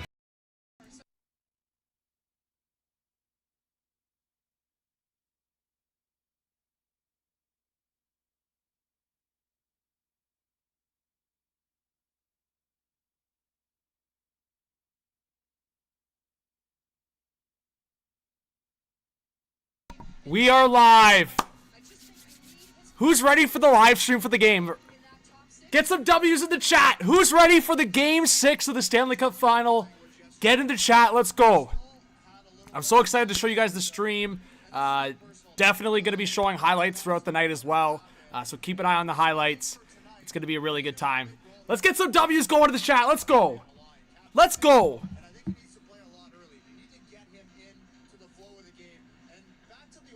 Let's spam some W's up in here. Let's go.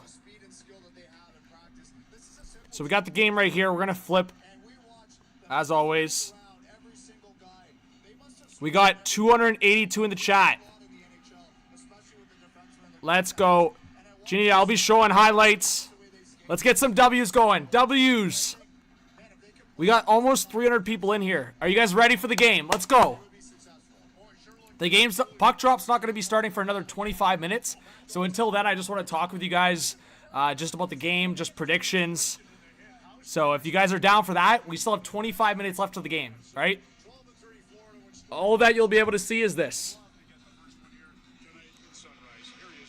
Little warm-up action. So Vander Kane's getting an interview right now.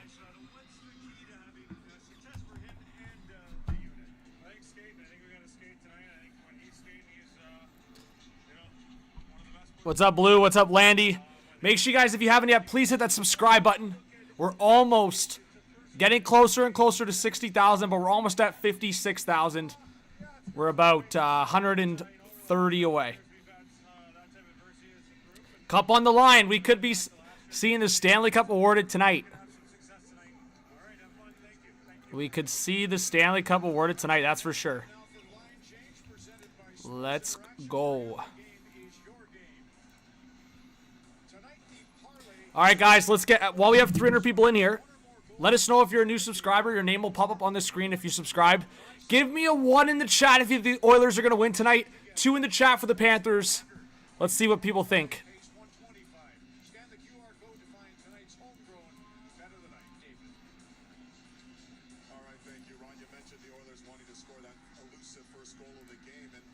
I'll put the poll in the chat as well.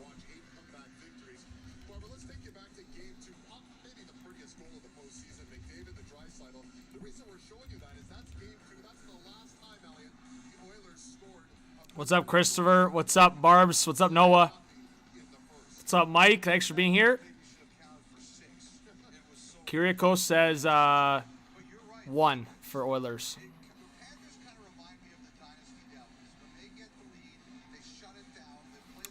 Kevin's in here. Sammy, thanks for being here, guys. Appreciate it. So I'll show you guys what I mean by the live highlights so you guys can have an idea what to expect for the stream tonight.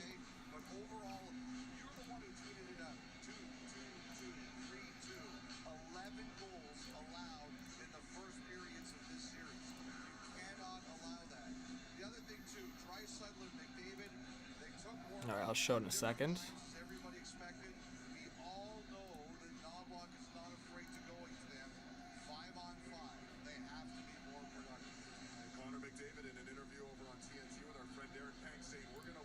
There we go.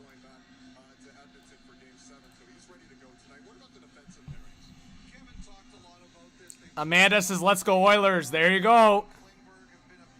It's going to be a good one, guys.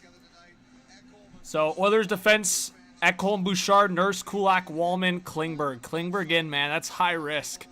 I guess they're just trying to get the scoring going early and often. But this is what the highlight will look like, guys.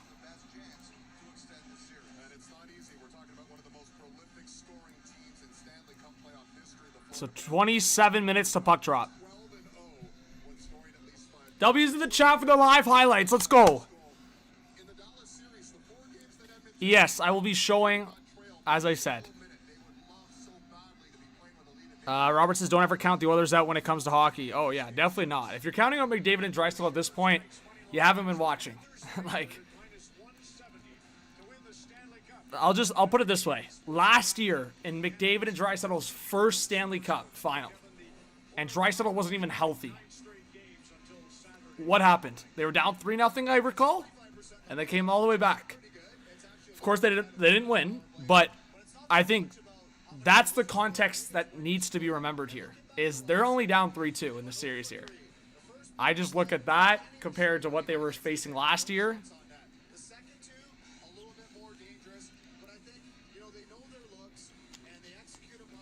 Ben, what do you mean, what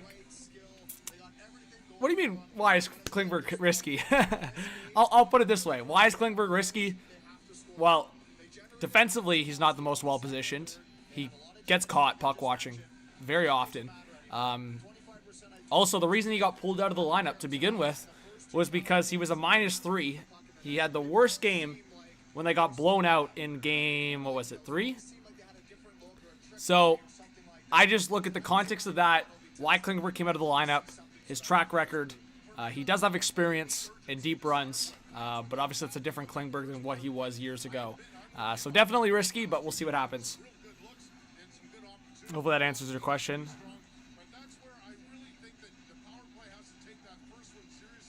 Christopher says Oilers 4-3 in overtime. All right, get your goal score predictions in the chat, guys. Who do you think is going to score the first goal or a big goal tonight? Get your picks in the chat. Who do you think is going to be the ultimate difference maker in terms of the goal scoring? Let's see. Renee says Panthers will put it away. Thank you to the people subscribing. Appreciate it.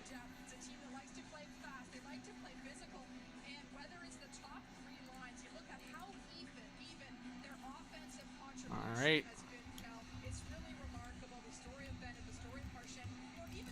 Let's go. We got 300 in the chat. Let's go. Let's go. We're getting fired up.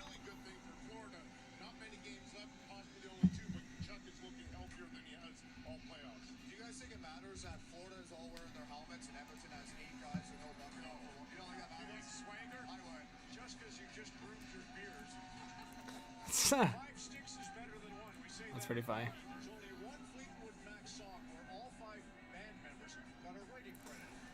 All right. This is going to be crazy.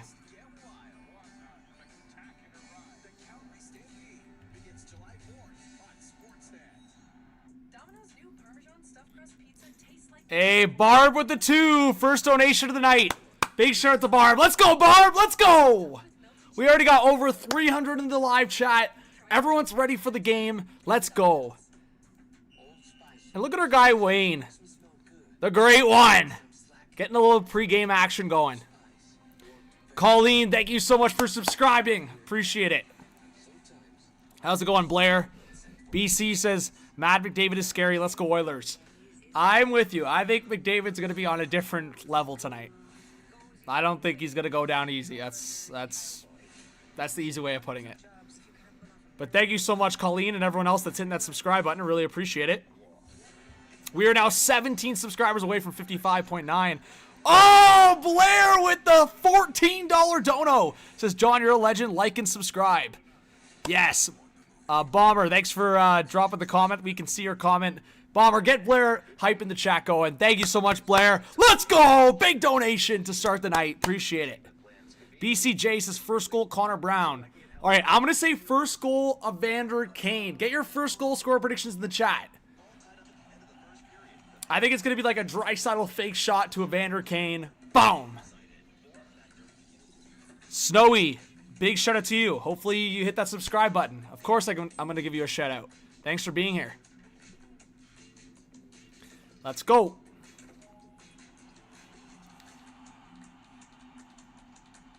Yes, Bomber. This is, as you can see with the jerseys, I got all the jerseys across the National Hockey League. You can see a bunch of the different colors here. So, yeah, Canadian and American. And to answer your question, yes, you'll be getting the audio throughout the whole time. You'll be getting live highlights on this stream throughout the game, which you wouldn't be able to get anywhere else. So just keep that in mind. You're going to be getting, like, anytime there's a big goal, massive hit, any big moment in the game that you guys want to see, I'll be rolling the live highlights throughout the game.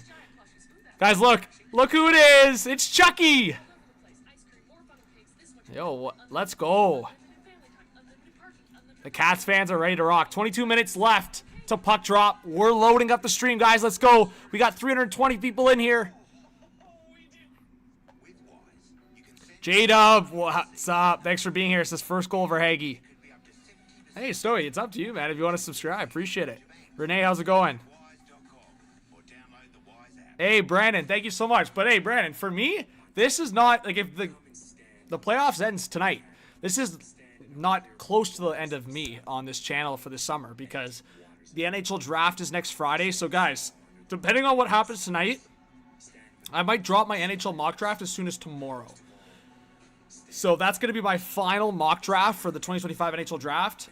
And, guys, this year, because I've been doing a little bit more scouting the last few weeks, I'm going to be dropping my top 2 rounds. So not just the first round and second round. I can't promise everyone. So I got some advice from a few people in the industry just on where guys should be selected potentially. Then I went with some hot takes because it is hot take hockey. I'm going to be doing the top 2 rounds. So top 64 selections in the 2025 NHL draft for a mock draft. So I hope you guys watch that video when I post it. That's going to be exciting. And then, of course, yeah, free agency. Usually on this channel, the free agent frenzy stream is the biggest stream on the channel. Here we go. The pregame. Everyone get fired up for the pregame.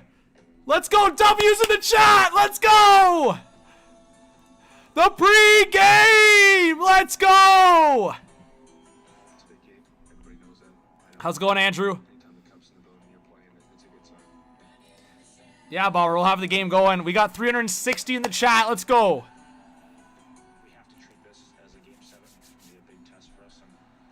Here we go! Yes! Woohoo! Woo! We got 400 in the live stream. Here we go.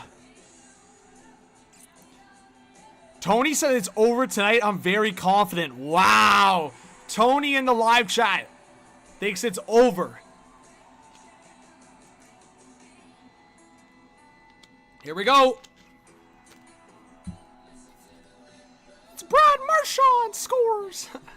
Man, that Marchand goal is going to be like one of the craziest. And that Chris Cuthbert goal. What's up, Impress? Alfred.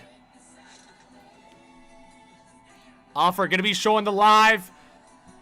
Under 20 minutes to go to puck drop. The cup is in the house. Nahid, what's going on? Hart says Oilers. Mine says Panthers. Wow. So I'm reading the live chat, guys. A lot of people in the live chat right now. We got 430 people in here. Pamela says hello. Thanks for being here, guys. And people, keep it in that subscribe button. Make yourselves known. Don't be shy in the chat. Appreciate you being here. We just had another 5 people subscribe, so thank you so much. This is going to be good. I have a good feeling this is going to be good.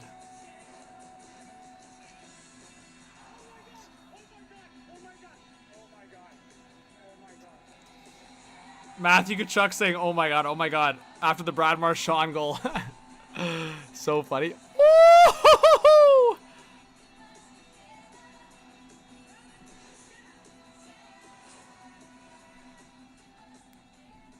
This is going to be good. All right.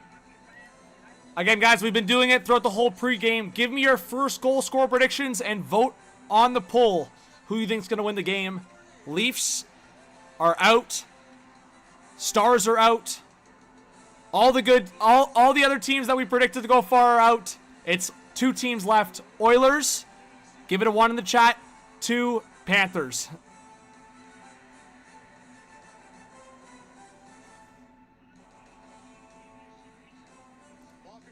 And then maybe after tonight, it's just 1 team left. It's possible.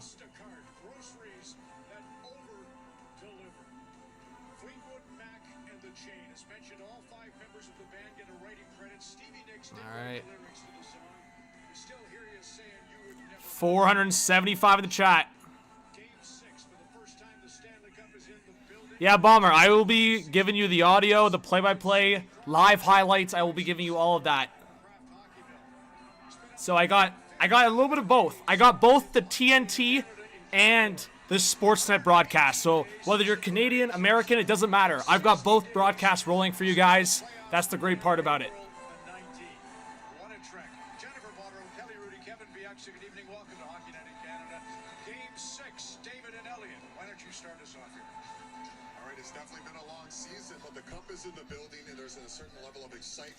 And chat, can we spam 500? We have 500 people in the live chat.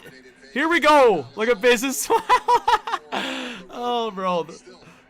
Biz is up to no good.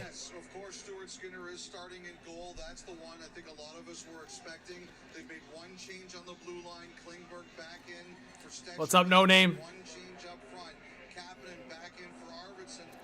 Blair, you don't have to hide that comment. Just be careful on hiding comments, Blair.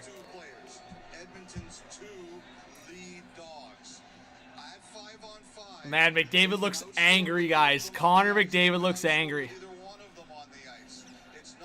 And then the Rat, he's like chilling. He's just having a little drink. But look at McDavid. He looks angry. Oh my God. McDavid needs business. And there's Stuart Skinner. And there's Sergei Bobrovsky. Wow.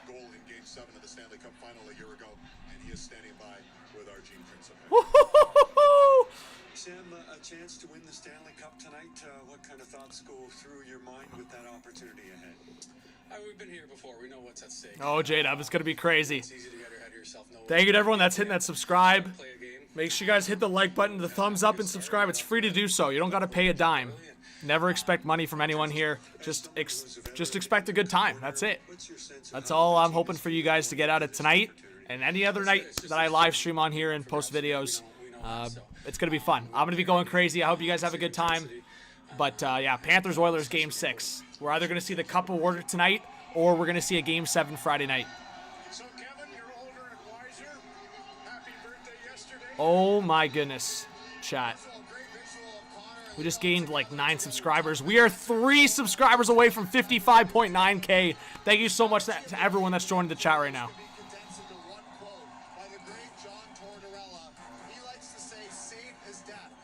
No Name says no Hyman, no Cup. Well, I'm repping the Bulldogs right now. Got to ride with my guy Hyman. I know he's not playing right now, but I know he's rooting for his boys. Here we go. Hey, Bacon. Good to see Bacon in the chat. Michael says the Great Wall of Bob is due to take over tonight. Michael Voss, we'll see. Thanks for being here. Welcome if you're a new subscriber.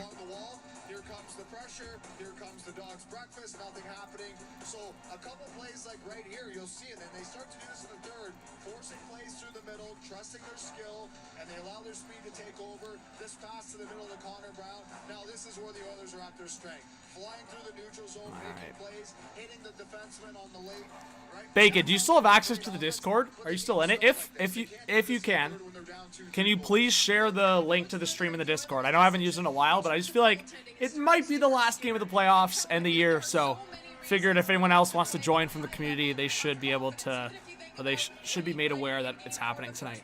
Cliff, what's going on? Thanks for being here. Blair with a $7 dono! Says John, what do the Oilers need to do better? All right. Well, goaltending is the gimme, right? You need a consistent goaltending performance. But I don't even think, like, you go back to when Stuart Skinner got pulled in Game 4.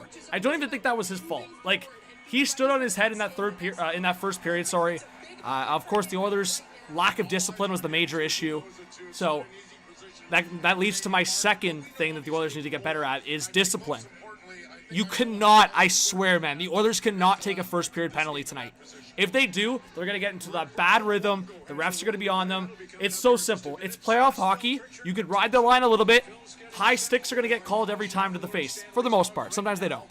But my point is, stay out of the box, especially in that first period. You want to play 5-on-5 hockey tonight for the Oilers. And third, it's such a cliche. I understand I could be like, well, the depth needs to step up for the Oilers. They need more from their depth. Let's just call it how it is. Connor McDavid and Leon Draisaitl need to have the night of their life tonight. Win. Friday. Win. That's the answer. Hopefully that helps, Blair. Thanks for being here. And we know what happened last year. McDavid, after getting eliminated, losing in Game 7 of the Stanley Cup Final. He does not want to experience that again. But he could tonight. And oh my, chat. Oh my. We are at 55.9. We're almost at 56,000. Thank you so much, guys. W's in the chat. Let's go. On our way to 60,000 subscribers. Thank you, guys. Not many hockey channels out there. Oh, you don't, Bacon? Damn. Well, you can just post the link, no? I guess you can't add everyone, but I guess you can just post the link, maybe. Pot says, Perry's been the dude. No Name says, Eckel needs to dangle more. I don't know about that. Just keep it simple. Nita says, let's go Oilers. Cliff says, let's go. Empress, can you give me a shout out? Yes, big shout out. Yeah, thanks, Bacon. Appreciate you. We got 600 in the live chat. Hey, Blair. Yeah, that intro was hype. Let's go. Najee. Najee's back in the chat. Big shout out to Najee. Says the Oilers need to save hockey. Christopher says, Ekholm, the dirty dangle.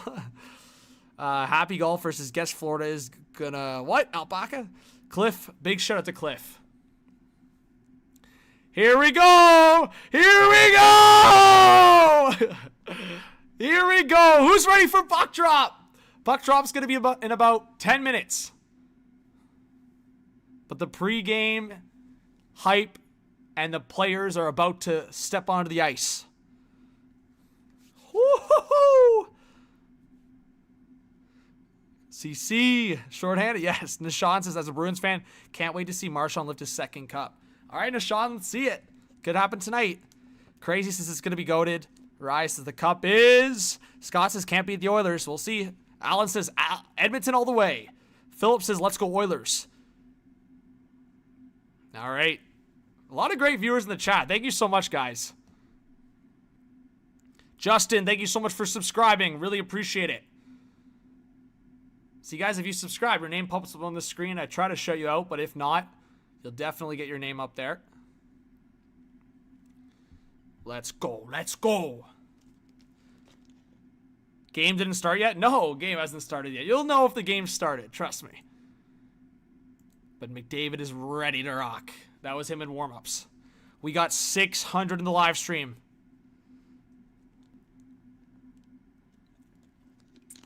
Let's go. Stuart Skinner is starting for Edmonton. That is correct. Anna says, let's go Oilers.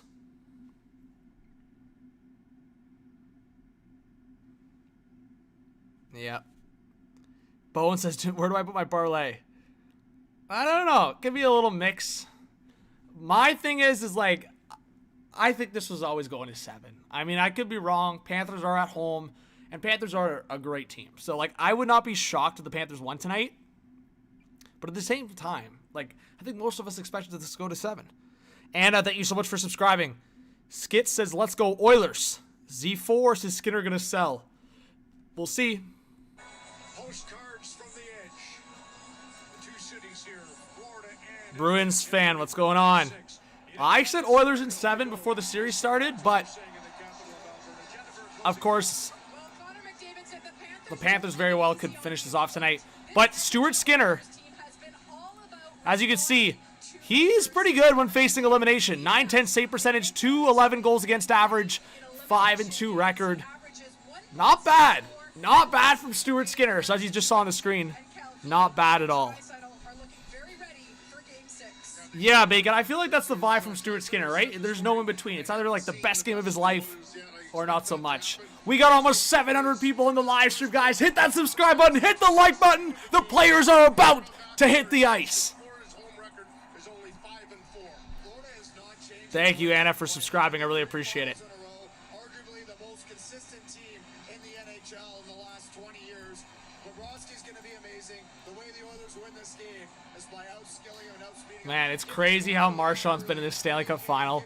Like, I want to throw a vote in the chat right now, guys. I know Bennett's got the 15 goals, but put it in the chat. If the Panthers were to finish it tonight, who is your Conn Smythe winner for the Florida Panthers? I don't think it's like last year. Like, if the Panthers win here tonight, it's Connor McDavid's not winning Conn Smythe. I know he won it last year. The Oilers were also down 3-0, and McDavid willed his team back into the fight. Put it in the chat. If the Panthers finish it tonight, to me, the top 3 picks are pretty simple. It's either Sam Bennett, Brad Marchand, or Sergei Bobrovsky. Get your picks in the chat. Who you think the Conn Smythe winner will be if the Panthers do, in fact, finish it tonight. Doggy, thanks for subscribing. Appreciate you. We got 750 in the live stream. Oh, you guys are nuts. I really appreciate all the support. Hey, it's great when a good hockey channel is supported well, so thank you guys for being here. It's always nice to get back on the live. Island says Marshy is the winner for sure if Florida wins, or Sam. Haliko, thanks for being here. Z4 says Brad, not gonna lie. Wedge says Marchand. Ben says Marshy. Davida says Marshy. Darren says Marshy will win Conn Smythe. You have to remember, though, the Conn Smythe is the playoff MVP, not just the Stanley Cup final. It's the playoff MVP. That's why I think it still might be Sam Bennett. But Marshy's been so good in the Cup final, so it's kind of like... I will say, though, if you go look back at Sam Bennett earlier on in the playoffs and what he's done in the whole sample size, like 15 goals in a playoff run is ridiculous. It's insanity. But what Marchand's done in the Cup final, like, it's not like he was bad earlier on in the playoffs. I would say some games he was quiet, but when it matters, oh my God, Marchand's been unreal. Yeah, guy, Marchand's been clutch. That's what I'm saying. When it matters, Marchand's been the guy. I would just say that's the difference on, like, probably when the people are voting is, like, Bennett on the sample size side of things. He's been consistently great for the Cats and just all over the goal scoring sheet, right? But, like, Marchand is stepping up when it matters, and that might be the clutch factor and the difference on why he could win Conn Smythe if they win tonight.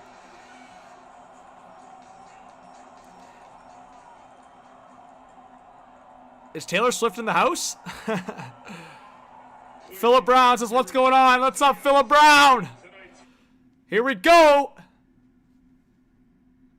We're about 4 minutes to puck drop. We are 4 minutes to puck drop. Joshua, thanks for being here. We got almost 800 people in the live. Let's go. All right.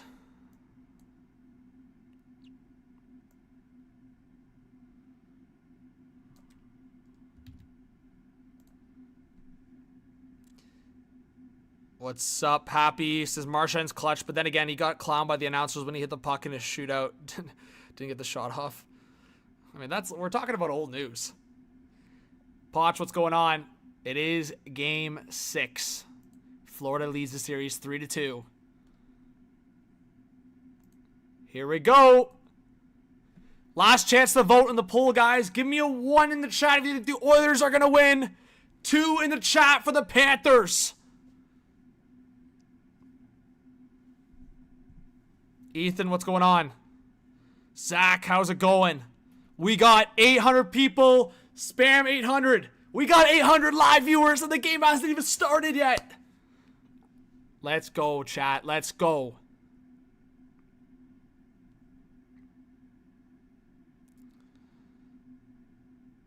Charles, Trisha. I see a lot of 1s, but I also see some 2s in there.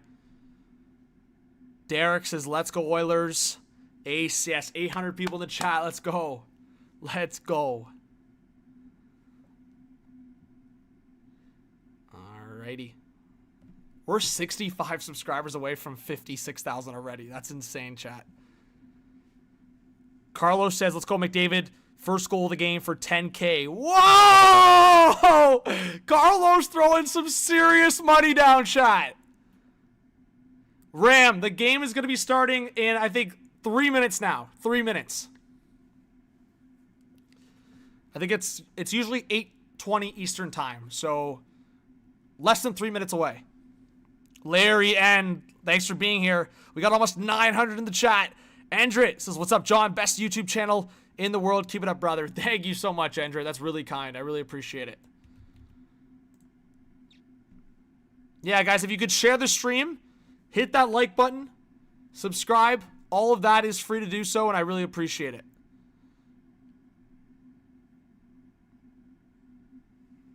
All right. 2 minutes to puck drop. 2 minutes to puck drop.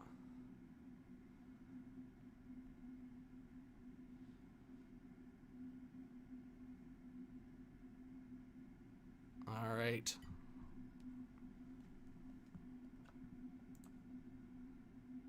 We've already had over 8,000 people join the stream tonight. You guys are amazing. Thank you so much, Jazz. I really appreciate the kind words. 8 taps is high from Edmonton. And yeah, guys, as we're about to jump into puck drop here, less than 2 minutes to puck drop, let us know where you're watching from tonight. You could give your hometown a shout, the state, province, country. Let us know where you're watching from. But if you want to give your hometown a shout, now is the time. We got 850 people in the live.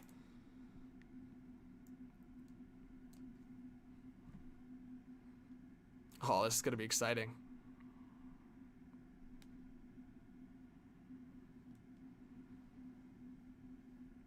Destroy from Orlando. Here we go. Nightwolf from Edmonton. Larry from Victoria, BC. Shan from Calgary, Alberta.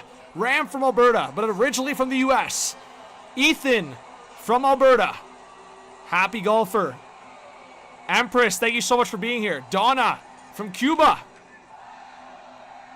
Oh, Roberto Luongo's hitting the drum. Roberto Luongo is hitting the drum.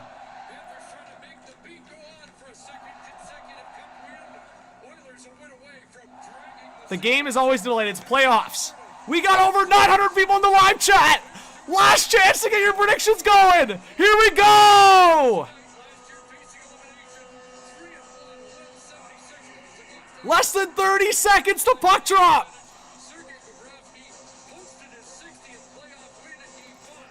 McDavid's ready. Woo-hoo-hoo! Look at Luongo. Look at Luongo. He's ready. Let's go. Get hype in the chat. And here we go. Woo-hoo-hoo! We're underway. And already a whistle. So as I said, guys, the audio is going to be up. We're going to be showing live highlights. Nicholas, thanks for subscribing. We'll be showing the live highlights as things happen. You guys, I promise you, you're not going to be getting this anywhere else. So as things happen, you're getting the highlights every single time. What's going on? Doug, thanks you so much for being here. Thanks for hitting that subscribe button. And another another whistle and icing this time. John, thanks for subscribing. Hype, hype, hype. Let's go. Keep the energy up. Keep the energy up. Let's go. But that third line is what the Oilers are going to have to focus on. Donnie, thanks for subscribing. The Oilers are going to have to shut down that line of Marchand, Luosterainen, and Lundell.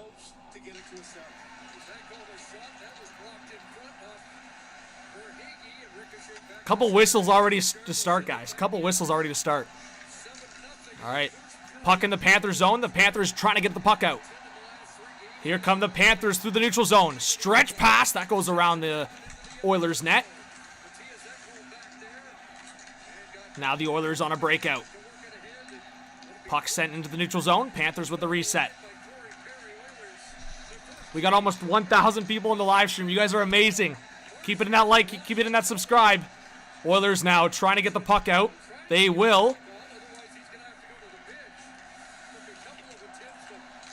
Oh, Seth Jones fell. Good physical play from Leon Draisaitl.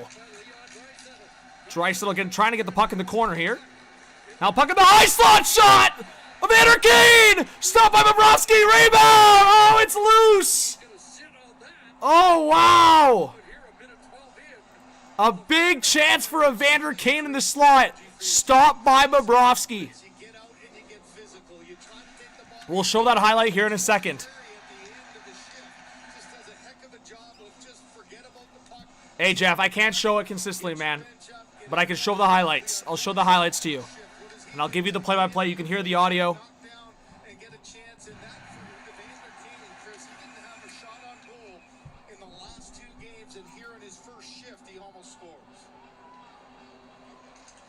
Marianne, thanks for being here. Like I said, I can't show it consistently or else I'd get in the channel would get shut down. I'm going to show you that Evander Kane chance. The Evander Kane chance, there you go. Look, it was loose. Oh, Bobrovsky fell back. So that was the Evander Kane chance. Now the Oilers trying to get another opportunity here in the offensive zone. See what I mean by the live highlights?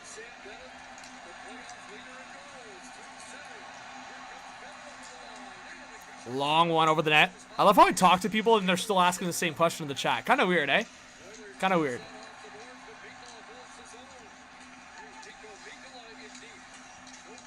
Mikkola out of the corner. Thanks, Mary. Thanks, Lavo. Yeah, that's what I can do. If you guys... I can show the game and get banned instantly like that. That's how it would work. But I'm showing live highlights, giving you guys the play-by-play. That's how it's going to go. So we're 2 minutes into the game so far. No goals to show for. Oilers keeping it in the Panther zone here. They've been good on the pressure so far. A long shot missed on the short side, just past Bobrovsky. Puck stays out. Now another chance here for the Oilers. Back to the blue line. Jake Wallman across to Klingberg. And he missed on the short side again. Oilers keeping the pressure, though. Oh, a long one. Deflected. Bobrovsky is getting tested early here. What's up, Josh? Oh, another short side chance. That was Jeff Skinner this time. Puck again. Jeff Skinner! Stopped by Bobrovsky! And he holds on. And Skinner got a little late jab at Bobrovsky there. And there's a scrum. Shots are now 3-0 for Edmonton.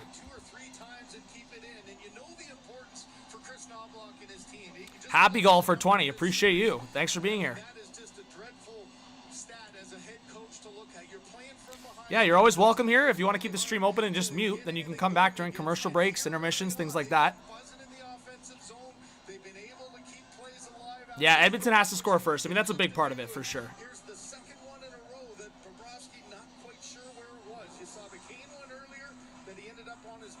But Jeff Skinner, a lot of controversy around if he should have been in the lineup, but he is, and he's getting some chances early. Here was the Jeff Skinner chance, and then you'll see late, he gets a little jab on Bob there, and they didn't like that. They did not like that at all. All right, now under 17 to go in the first period. Still no score, but shots 4-0 for Edmonton. 800 people in the chat.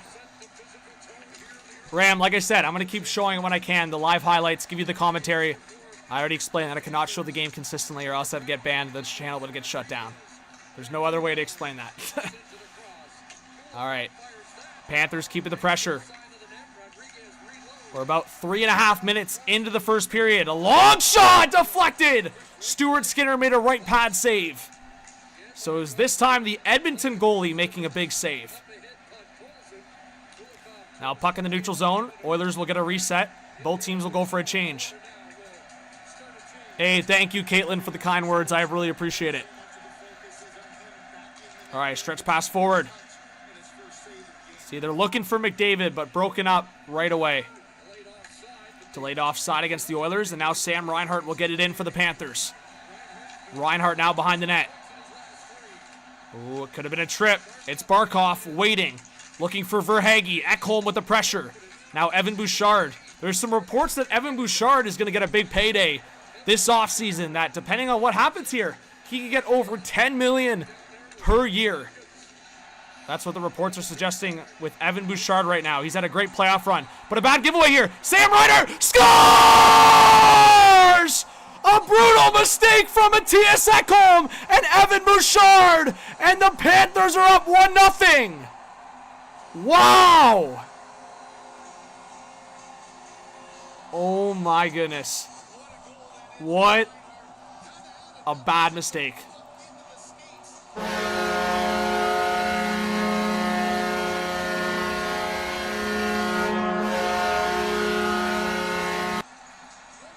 All right, let's show the highlight here in a second, guys.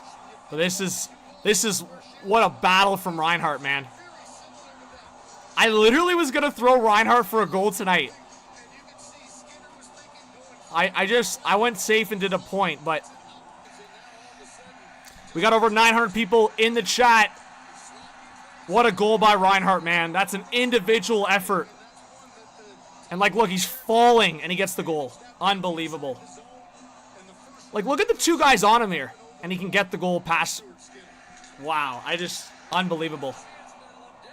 And the Panthers almost score again right off the faceoff. W's to the highlights. W's to the highlights. Hit that subscribe button if you guys are new to the channel. And smash that like button. Ian, thanks for being here. Random stuff, what's up? Jody, thanks for being here. Reddy, thanks for being here. Fauzius is the final countdown. Hey, lots of time left. You know the Oilers are not going to go down easy, that's for sure.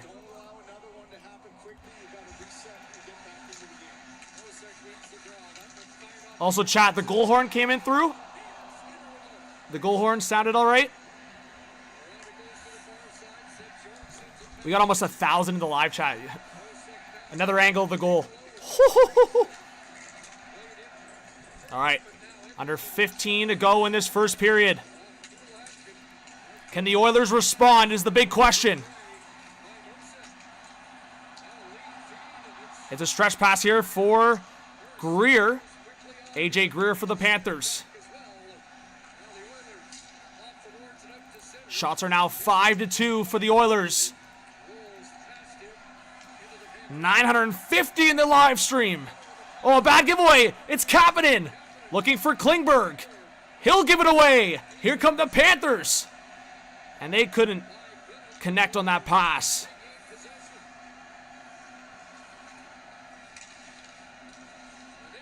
Thanks to everyone that's hitting that subscribe button. We are now 25 away from 56,000. 25 people to subscribe, and we get to 56,000 is unreal. Thank you, chat. All right. Jake Wallman now for the Oilers. He'll dump the puck in.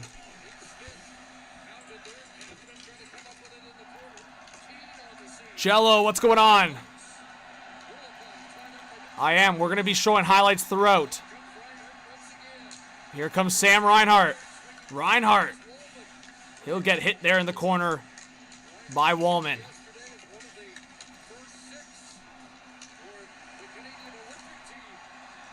Now Verhaeghe looking for Barkov in front. Verhaeghe back to the blue line. Ekblad! That's blocked. And the Oilers will get it out. Here comes Barkov. for Verhaeghe. His shot goes wide. G-Money, thanks for subscribing. Oh, McDavid and a stretch. Bobrovsky will come out of the net to play it. Oh. Bobrovsky, that's risky. Thanks to everyone that's subscribing. You guys are amazing. And puck sent down. That's going to be icing against the Panthers. Pyramid, thanks for subscribing.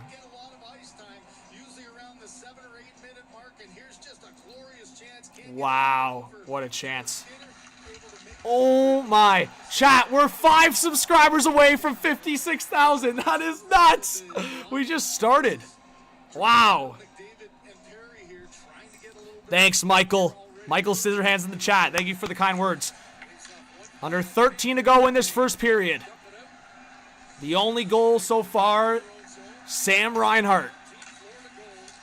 So if you had Sam Reinhart first goal scored tonight, good on you. And towards the net, Bobrovsky will make the save.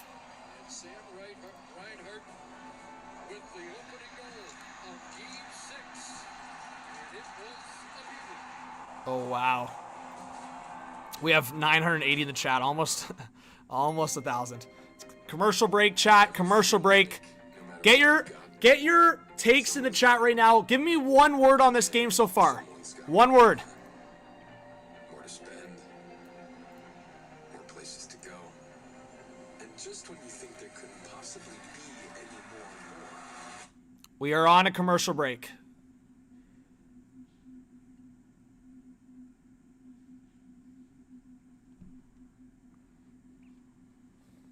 Ian says electric. Family Vlog says revenge. Faye says Florida. Lava says momentum. Oh, that's a good word. That is a good word for sure. Yo, chat! We are 1 subscriber away from 56,000. Who's going to be the clutch viewer? Who's going to be the clutch viewer to get us over the top? Bones says put 100 on the Oilers. I feel like the vibe is to put money on the Oilers to come back, no? They were already underdogs going in this game.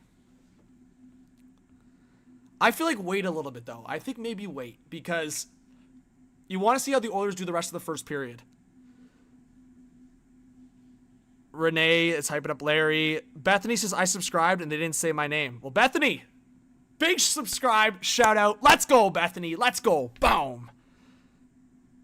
Oh! Yo, Streamlabs bot is spamming. Yo. Luis Santos, It's Dark, Justin Tesla, Philip Alexander, FaZe, Natalia Ryan, Glev, Den, Illuminati, thanks for subscribing. Yo, Streamlabs bot is going crazy. And we got 56,000. Hey, everyone get 56K hype in the chat. I really appreciate you guys. You guys are awesome. Let's go. Jello, thank you so much. That's unreal. Appreciate you guys. Hey, another milestone. That's awesome. Rihan says, you're my comfort creator. Thank you for being you. Oh, Rihan, that's super kind. I appreciate it. All right, we're back from commercial break here, chat. We are back from commercial break. Just over 12 minutes left in the first period. Shots are 6-5 for Edmonton. Let's see if the Oilers can have a response here.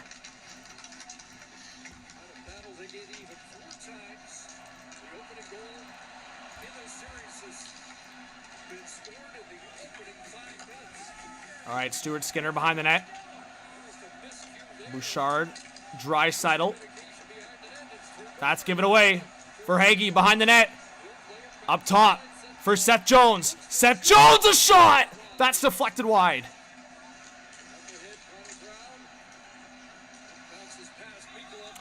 Lost Chapter. Lulu, Boris, May, FC, thanks for subscribing. Rick says, hi, Daddy. What's up, Ricky? What's up, Sage? What's up, Timothy? All right, back in the Oilers zone here. Just over 11 now in the first period.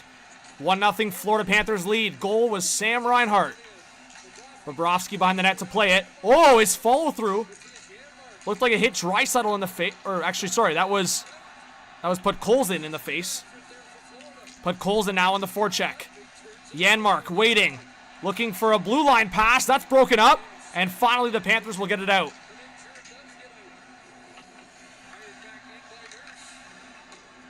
Bethany, big shout out to you. Thanks for being here. Jasmine West, shout out to you. It's going to be an icing against the Panthers with just under 11 minutes to go in this first period. Derek says, let's go Panthers. Hey, Ian, appreciate you big time. Patricia, what's going on? Michael, 100,000 subs would be unreal. That was a high stick. That wasn't a follow through. Wow. That should have been a penalty against Kulikov.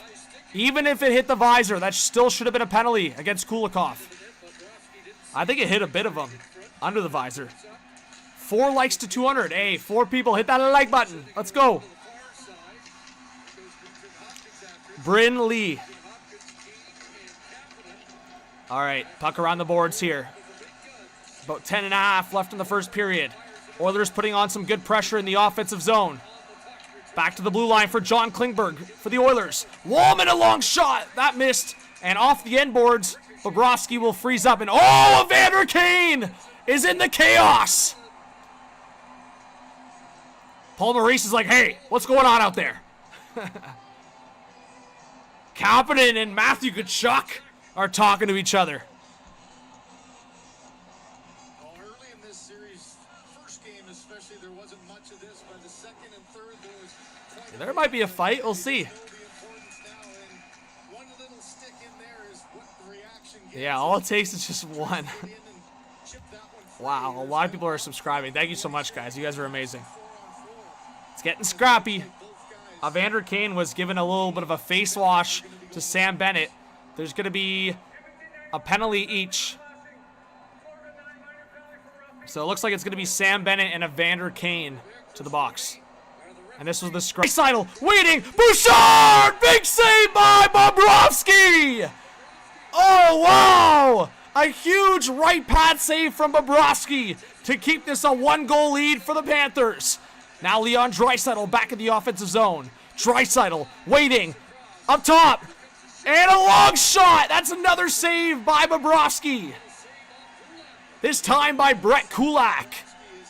And we got 1K in the chat. We got 1,000 live viewers. Thank you to everyone for being here. Kat Daniels, thank you so much for subscribing. Oh, Marchand gets knocked down mid-ice. It was Kulak that took him down. Wow. I'll show the live highlight of that chance from Bouchard in a second here. So it was a good cycle play. And then it was Draisaitl to Bouchard, stopped by Bobrovsky. Here comes Connor Brown into the offensive zone. Brown waiting. That stopped up. And now the Panthers will get it into the neutral zone. Justin says, you're on the case, Bobrovsky. There you go. Here come the Oilers back in the offensive zone. It's Klingberg. He loses the puck. And it'll be Evan Rodriguez that collects it. Calms things down for the Panthers. Shots are now 8-5 for the Oilers. But it's still a 1-goal lead for the Panthers. Well, that's given away. Jeff Skinner's had a good start to the game. 2 Skinners on the Oilers. And I would say it's Jeff who's playing well so far. It's going to be an icing against the Florida Panthers. Offensive face-off coming up for the Oilers. Thanks, J-Dub. What's going on, Blended? Good to see you in the chat. Anthony. Appreciate you. Thank you to the 10 people that just subscribed. You guys are amazing. We're well on our way to 56.1 now. Appreciate you guys. All right. Panthers, for a second, got possession off the faceoff, but it goes right back to the Oilers. Now the Oilers will try to get an opportunity here in the offensive zone. Corey Perry in the battle behind the net. Now it's Draisaitl back to the blue line for Bouchard. So it's Draisaitl, McDavid, and Corey Perry out there. Perry trying to get the puck there from Bouchard. Now it's McDavid. He loses the puck to Sam Bennett, and the Panthers will get it out.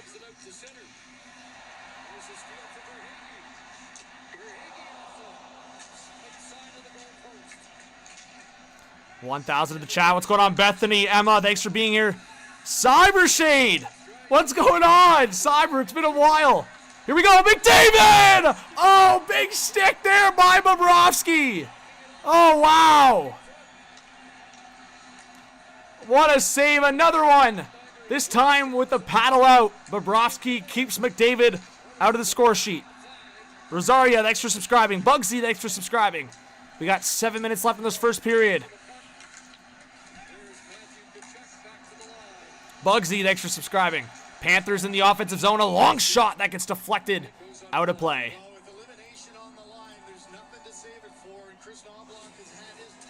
How can you say McDavid's bad? Come on.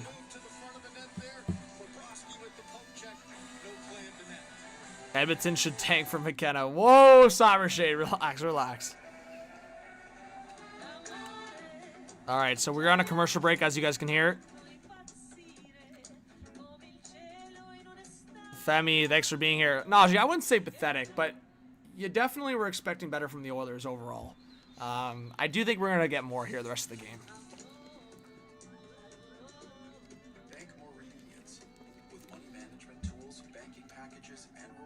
Brinley, big shout out to you.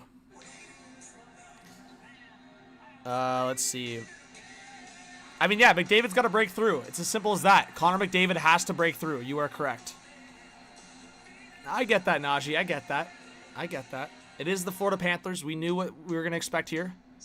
But this was the play that Bobrovsky made to keep McDavid away from the front of the net. Remington thinks Corey Perry's going to score the first goal for the Oilers here, coming up. We'll see. Jacqueline, how's it going? Yeah, I don't know if you're asking someone in the chat. That's a great idea. Everyone, where are you watching from? Let us know in the chat where you're watching from. You can give your hometown a shout. I want to read all of them. Let us know if you want to give your city, state, province, country a shout. It's always cool to see where everyone's watching from. Maria, thanks for being here. Reese. Bethany from Calgary. Or from Canada, sorry. Patricia from Calgary. Darkness, St. Louis. Remington from Nova Scotia. Justin from Steel City. Keen from BC. Donnie from Sweden. Susie from Vancouver. Nicole from Sudbury. Thank you. We're back from commercial break. Panthers in the offensive zone. Under 7 to go in the first period. Panthers with the 1-0 lead. Thanks to Sam Reinhart. An individual effort from Sam Reinhart after beating both Bouchard and Ekholm to the puck. Big shout out to Timothy. Thanks for being here. I hope that's a compliment. Shout out to Timothy. Thanks for subscribing. Pamela from Florida. Illuminati. Regina. James AC Armstrong. Thanks for subscribing. Puck back into the Panthers zone. Marchand gets it up for Florida. But just to the blue line. Now it does exit the zone. 6:10 left in the first period. Shots are 8-5 for Edmonton. It's a restart here now for Nate Schmidt, defenseman of the Florida Panthers. He'll get it out from behind the net, up the right side. That's given away to Jake Wallman. And now the Oilers will send it back into the zone. Panthers now looking for an outlet. That's a giveaway. Here come the Oilers. It's Nugent Hopkins across! And Kasperi Kapanen's shot was blocked. Oilers putting some good pressure on. Back to Kapanen. Kapanen to Nugent Hopkins! Stopped by Bobrovsky! And it trickles into the corner. Now Anton Lundell for the Panthers will get it to Marchand and out into the neutral zone. 5.5 left of the first period. Shots are up to 9 now for Edmonton. Jake Wallman will settle things up as both teams go for a change.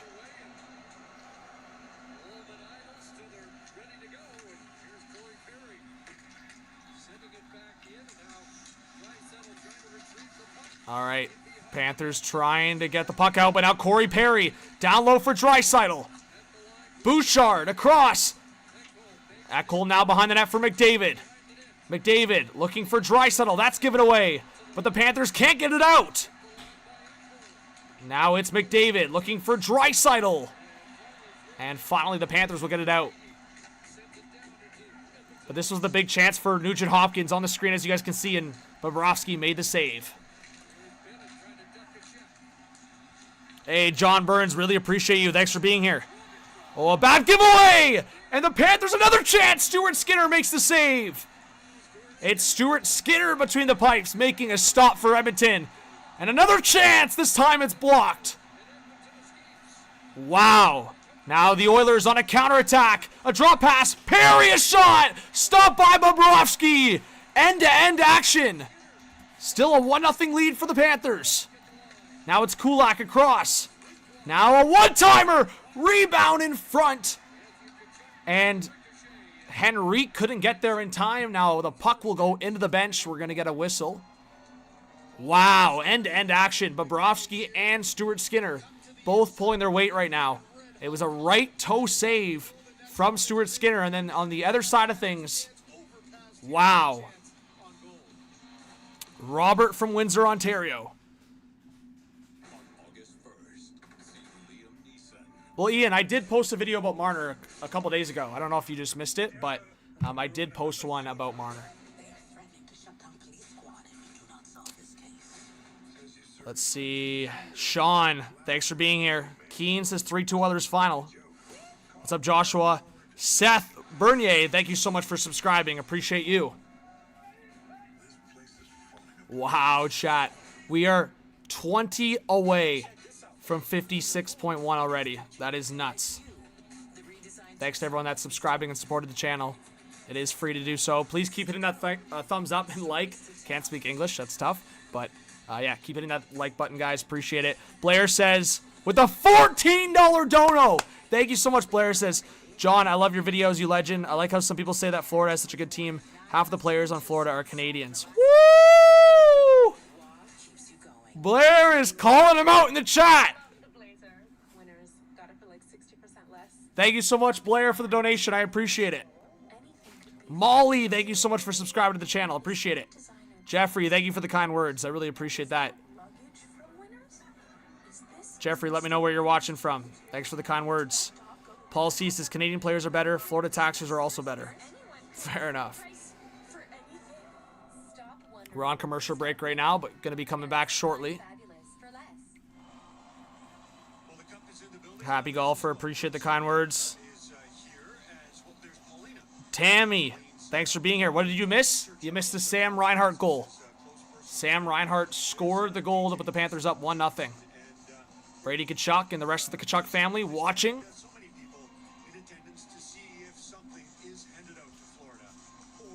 Florida.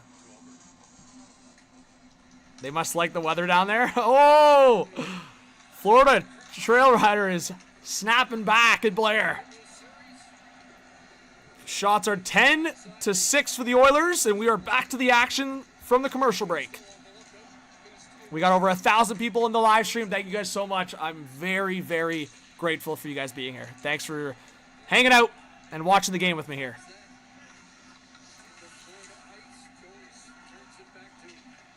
All right. 3.5 left in the first period.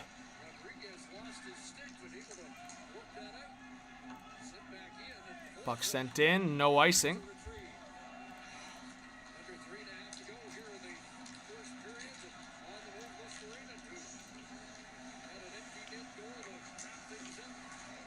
Oh, bad giveaway. Marchand across! See, these are the giveaways that are going to cost the Oilers, chat. See, this was the chance. Look. Oh, Ekholm probably saved a goal there. Ekholm probably saved a goal there.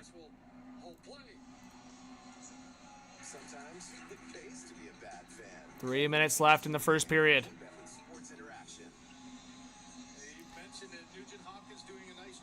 Dickie Adogi, Jacqueline, thanks for being here. Any celebrities? Yeah, there's a lot of celebrities. Some PGA guys. Some other NHL players in the building. Chucky's in the building. Saw him earlier. But yeah, mostly a lot of alum and a lot of former NHL players in the building as well. Oh my God, Greer coming through. Oh, another save by Stuart Skinner. And another chance missed wide. Oh, the Panthers almost go up 2-0 here in this first period. Chaz says hello from Nunavut. Scott says the west coast of Florida 80 miles south of Tampa. Thank you, Scott, for being here. Sadie, thanks for being here. All right, 2:30 left in the first period. Oilers putting on some pressure, seeing if they can tie the game before the end of this first period.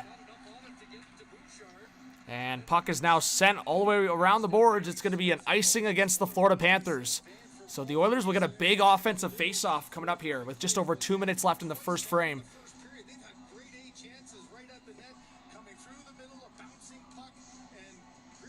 Thanks for being here, Josh.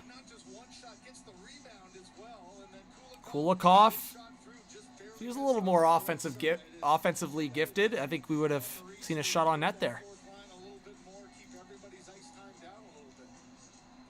So Nuge got it off the face-off. Kapanen back to the blue line.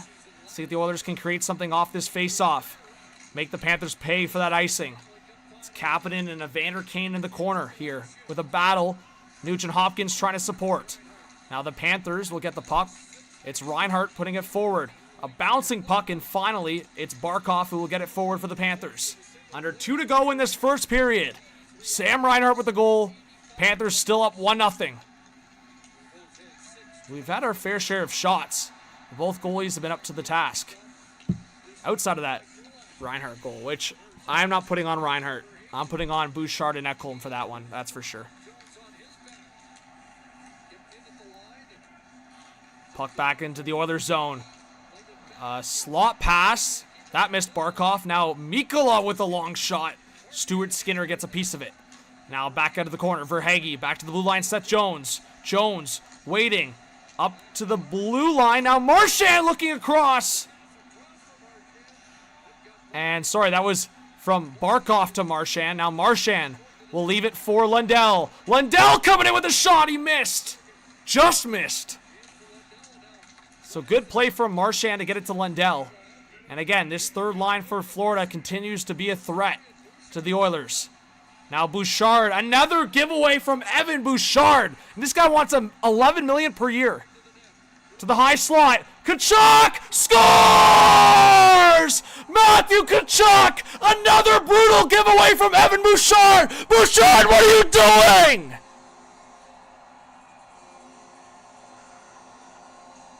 Wow. Evan Bouchard disaster class here in Game 6.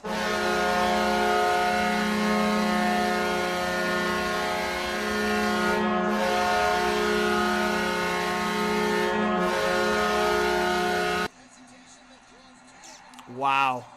Wow. We're going to show the highlight here in a second, guys. But another late first period goal that's going to prove to be costly. So this was the Lundell chance. As you can see, he just missed.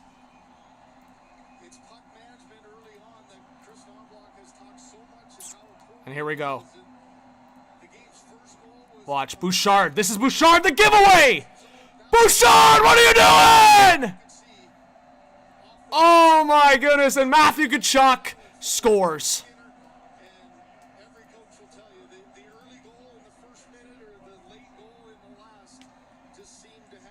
Thanks, Brandon Taylor, for subscribing. Who saw that Evan Bouchard giveaway? I showed you guys. I showed you. Oh my God, Bouchard, bro. You can't be serious.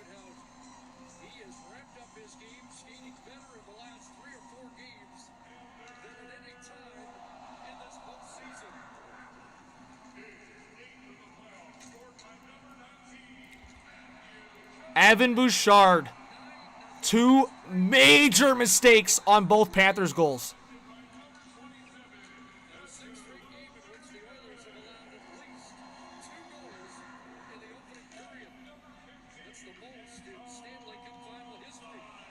Unbelievable.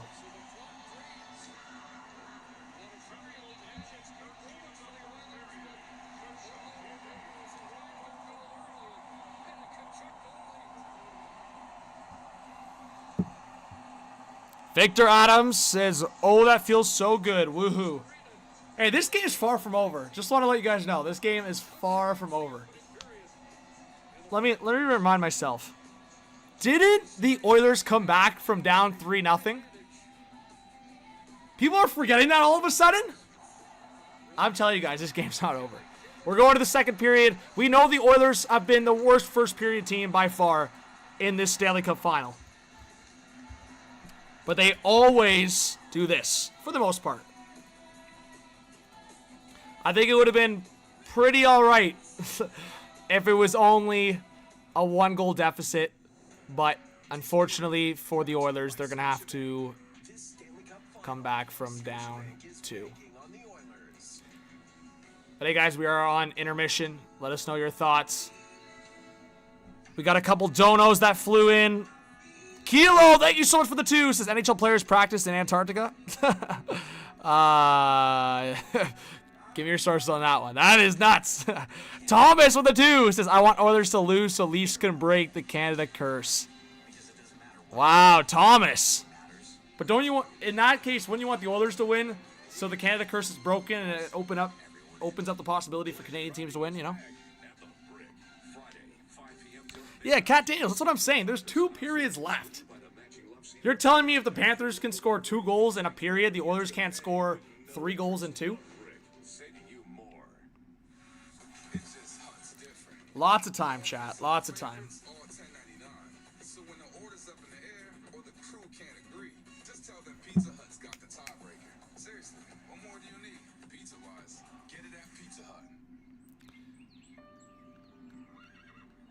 Let's go. Definitely ain't over.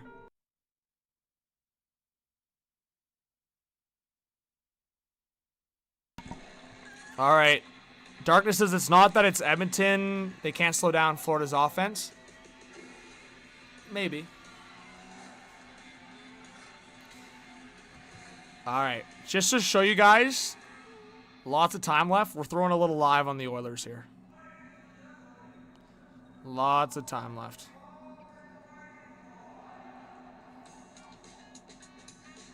They don't even have the Oilers live money line because they're trying to figure it out. That's hilarious. That is nuts. They don't even have it available yet.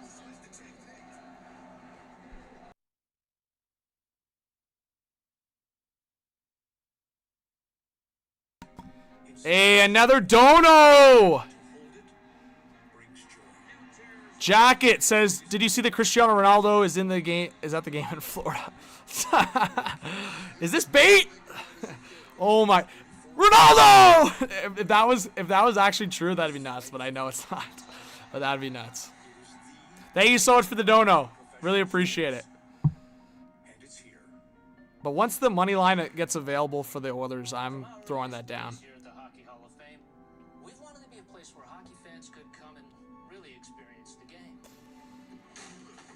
Let's see. Some would say we were interactive before interactive was interactive. Jim says jacket. Fair enough. Ram, I know you gotta tell your fellow Oilers fans, stop losing hope. Tyler, what's going on? Thanks to everyone being here. We still got over 900 people in the chat. Thank you so much for everyone sticking around. Let's get 2,000 people in here now. CL says it's over after the first period. X. Well, I had Oilers in 7, so I'm hoping that, like, at least we get Game 7, but we'll see. Robert says don't ever count out the Oilers. We'll see. It is 2-0 though. The Oilers have quite the uphill climb. RJF. Wow, it has been a long time. Thank you so much for the dono. It says long time, homie. Thank you so much, RJF. Appreciate you being here. And we are showing live content here. I can't show it consistently, but we're kind of in and out with the highlights. So if you want to stick around, hope you hit that subscribe. At least give it a chance going into the second period. Then you can see it.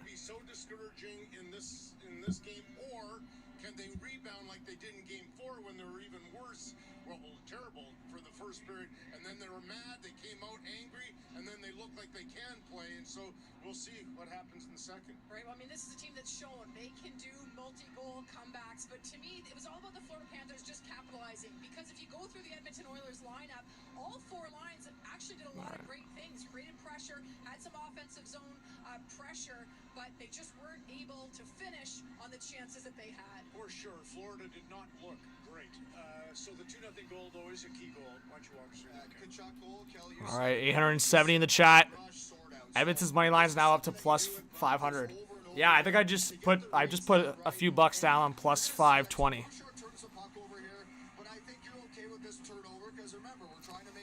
And Rowan, thanks for being here. Hit that subscribe, hit that like. It's free to do so. How many likes? Guys, we got to get 300 likes. I'll keep this in mind for you guys. We have 850 people in the chat. All you got to do, if you got a Google account or YouTube account, all you got to do is hit that thumbs up. It means more people join the hockey channel. So I hope you guys can hit that thumbs up. Jacket says, yeah, I do not want Draisaitl on my Leafs. No way. Whoa! Jacket, thank you so much for the dono. Appreciate it. Scott, are you gonna throw some money down on Oilers money line to come back? And Rowan, everyone, spam Ann in the chat. What a legend! Thank you so much for subscribing. Well, Brad, that's what I'm saying. They're only down by 2.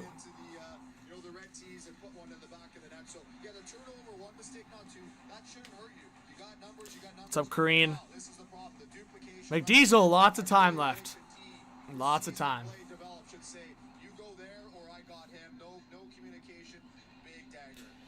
Hey, chat, it's a sign. It is a sign. Because Ann just subscribed, we are at 56,097 subscribers. It's a sign. Scott, it should be below where you're watching. So it depends where you're watching. If you're watching on your iPad or phone or whatever, it's just below the screen where you're watching. It should be like a subscribe button and a notification bell so you get notified when I post or go live. Man, I can't believe Bouchard, bro. The 2 giveaways. Anyways, beyond that, if you're on like a TV or something, then you would just have to click down on the menu and search up Hot Take Hockey. So thank you so much for subscribing. We're 20 likes away. Biz is chatting it up.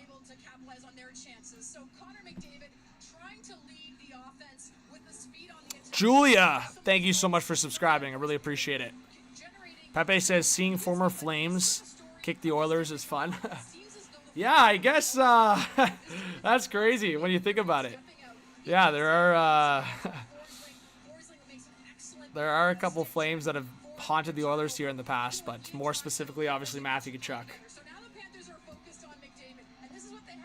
I'm trying to think who else has played for the Flames on the Panthers. I know AJ Greer's played on the Flames. I'm trying to think. Is there anyone else? Tkachuk and Greer. And Bennett, obviously. Sam Bennett, but he hasn't scored. So Bennett, Tkachuk, Greer. Anyone else? Those are the 3 main ones that I can think of. Bennett, Tkachuk, and Greer. So, anyways, yeah. 3 former Calgary Flames.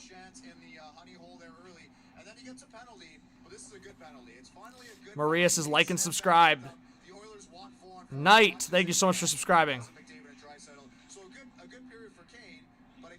John Burns with the 3 says, I don't want a Sabres Cup, no Oilers.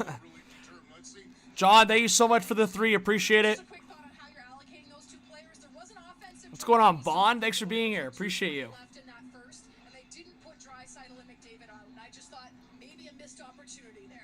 Right, okay. David and Elliot want to get to you.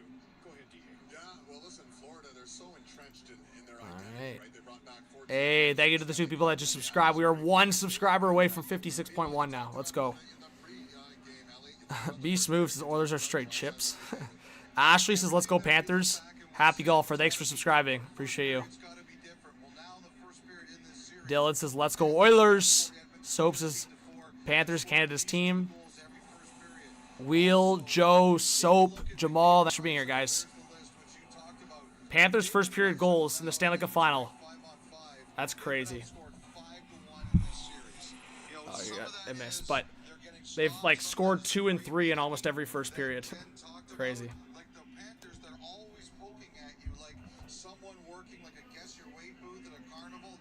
Thank you to the over 800 people in the chat. You guys are awesome. Wayne's putting in his 2 cents. You cannot win the Stanley Cup unless you can check. Nobody in this league checks like these Panthers. We're witnessing some dominating. Yeah, I mean, not necessarily his guy to cover, but McDavid was puck watching a little bit. Lost track of the trailer, which was Matthew Tkachuk. And yeah, it looks like Friedman got a haircut there. Not the case tonight. They were tremendous hitting, taking the game to Florida. There's a sign at the end of the period. Nurse comes out. I just thought it was a good moment with Stuart Skinner. Huge challenge for Skinner. Pepe says your play-by-play is pretty good. Love the energy. I appreciate that. Big time. Thank you. Yeah, a little rusty sometimes because I don't do it as much as I used to, but try to post videos and live stream as much as I can. So, for example, big days that I'm going to be live streaming for coming up.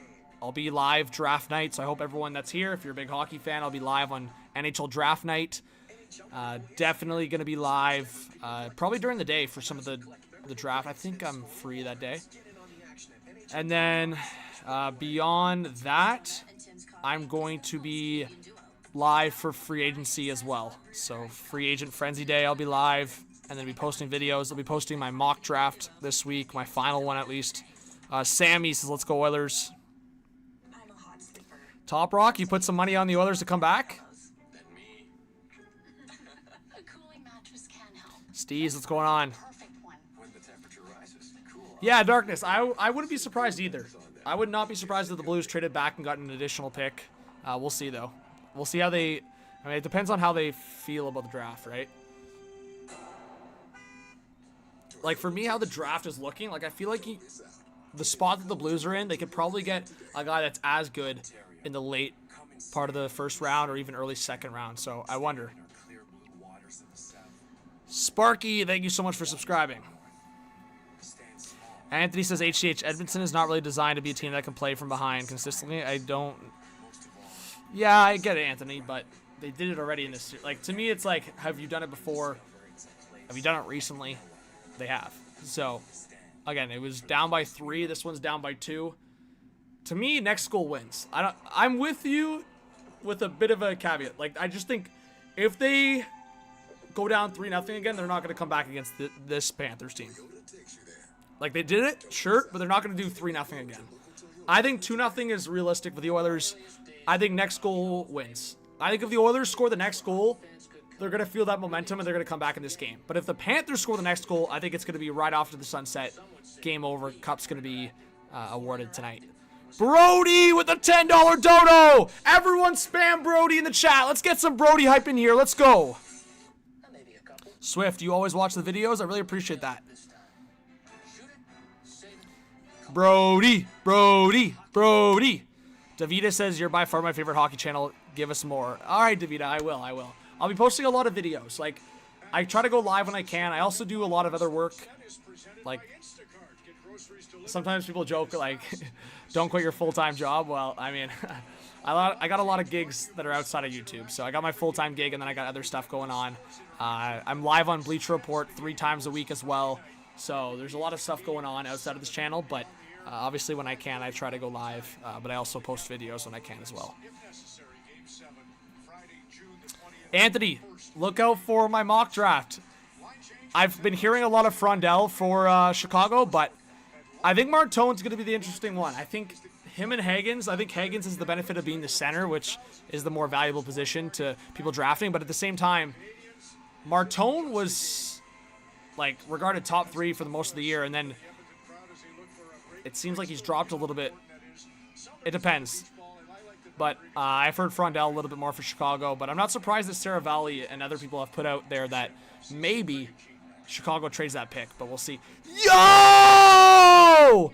Brody with the 50 bomb! Says, you are very nice. Brody, thank you so much for being a new subscriber and for the 50 bomb. Brody, Brody, Brody, let's go! Should I get a beer now? Or maybe a little beer for Brody.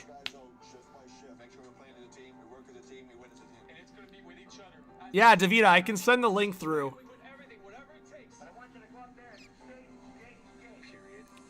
But I will give it a shout, guys, if you want.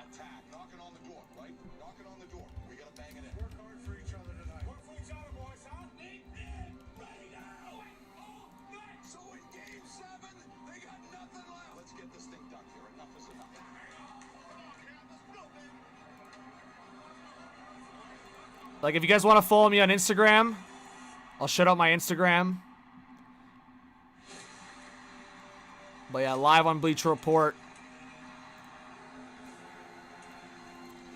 But then also, and this is where I usually tweet out when I'm live.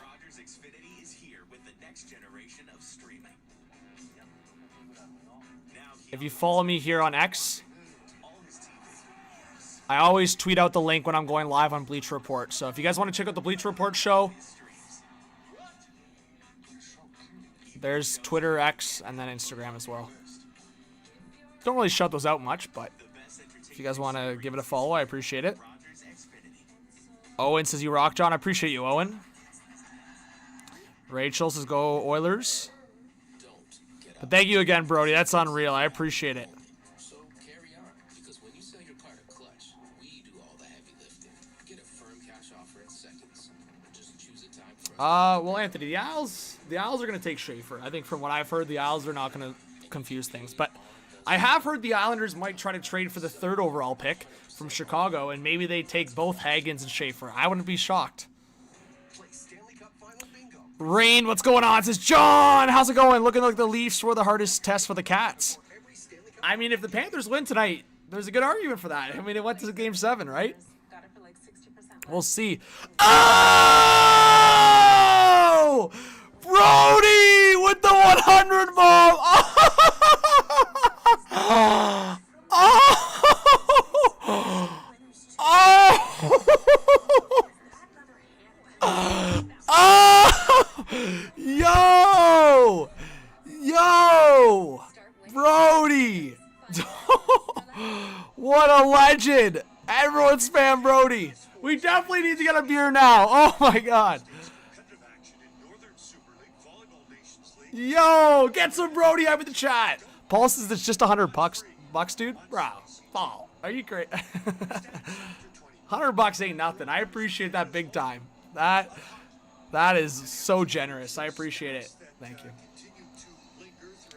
All right, cheers in the chat. Cheers. And I know, even though they're out, we'll use the Dallas Star. Hey, by the way, guys, I got to give a shout. I know the Oilers knocked them out, but American Airlines Center and the Dallas Stars fans are one of the better atmospheres in the playoffs, in my opinion. That's a hot take maybe from some people, but I went to a playoff game. I went to the game against the Jets. I believe it was Game 4, and the Stars atmosphere was unreal. I got this little souvenir cup, so even though I know we're watching a Panthers-Oilers game, I'll drink out of this cup. Shout out to Brody.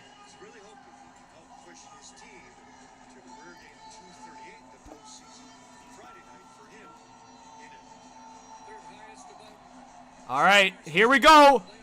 Melvin, thank you so much for subscribing.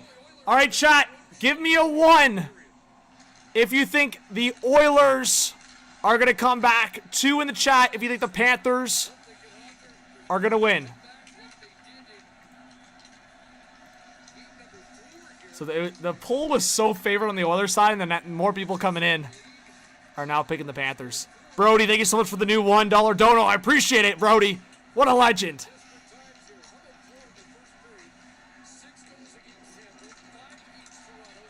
All right. Let's see if the Oilers can respond. I expect them to, but we'll see if they will. Joshua, let's go. We got 800 in the live stream. Matthew Tkachuk, man, he's been so electric. Shots are now up to 9 for the Panthers. As I said, guys, I'll be getting the live play-by-play, live audio on here, and then some live highlights as well as big things happen. Troy, what's going on? Big says I'm from South Florida. It's my first hockey game I've watched this season. Well, big shout out to you. If you want to learn more hockey, this is the channel to subscribe to. All right, here come the Panthers in the offensive zone. Uh-oh. Barkov went down. No penalty. Kapanen. Wallman will dump it in. Ooh, did the Oilers get away with one there? Hey, Bobby, what's going on? Well, I do spend a lot of time in the U.S. I'm in Toronto right now.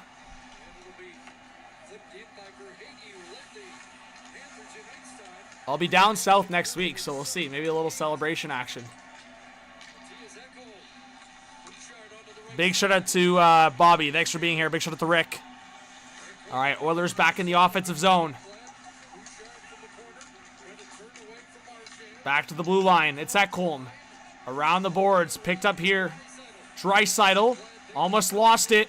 He gets it back. This could be a big one. McDavid waiting. Side of the net. Oh, McDavid lost possession of it.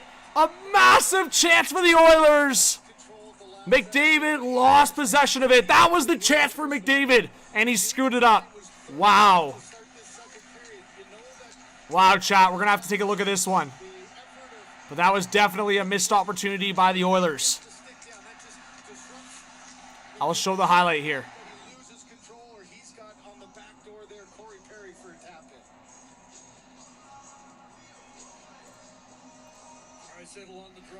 All right, Oilers get possession again off the faceoff. Corey Perry towards the net. It's loose. Oh my, another save by Bobrovsky. Wow.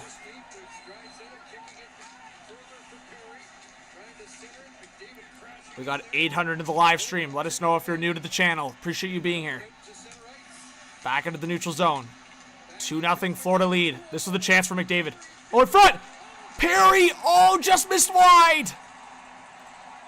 Look, oh my God.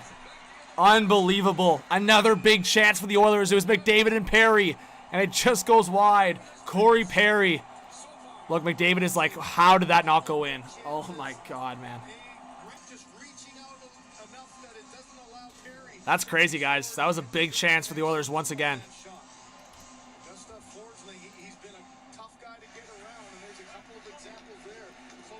Corey Perry, 11 career goals when facing elimination. Tied for third among current NHLers.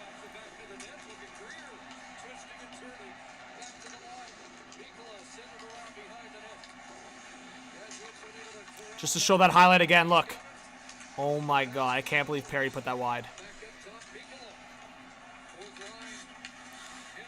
All right, 16:35 left in the second period. So far, the Oilers have been pushing back. Here we go, into the slot. Henrique! Stopped by Bobrovsky, and Bobrovsky will hold on.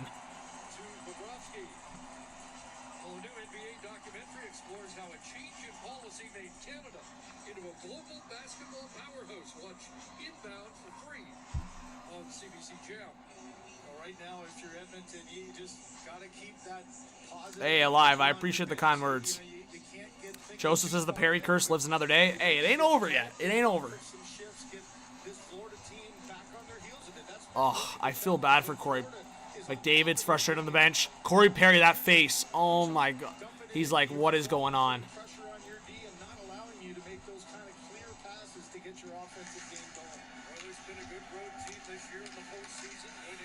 All right. Oilers keeping it alive. But now it's back out to the neutral zone. It's Evan Rodriguez. Rodriguez trying to play it into the front of the net! Sam Bennett couldn't get there. It could have been 3-0 Florida. Alive, you're the best. Yeah, Darkness. Bobrovsky is playing well. Sam Bennett coming in behind the net! Stopped by Skinner! Rebound! Nate Schmidt a shot! And another save. Wow. Stuart Skinner playing well to start this second period. Shots are now 13-11 for Edmonton.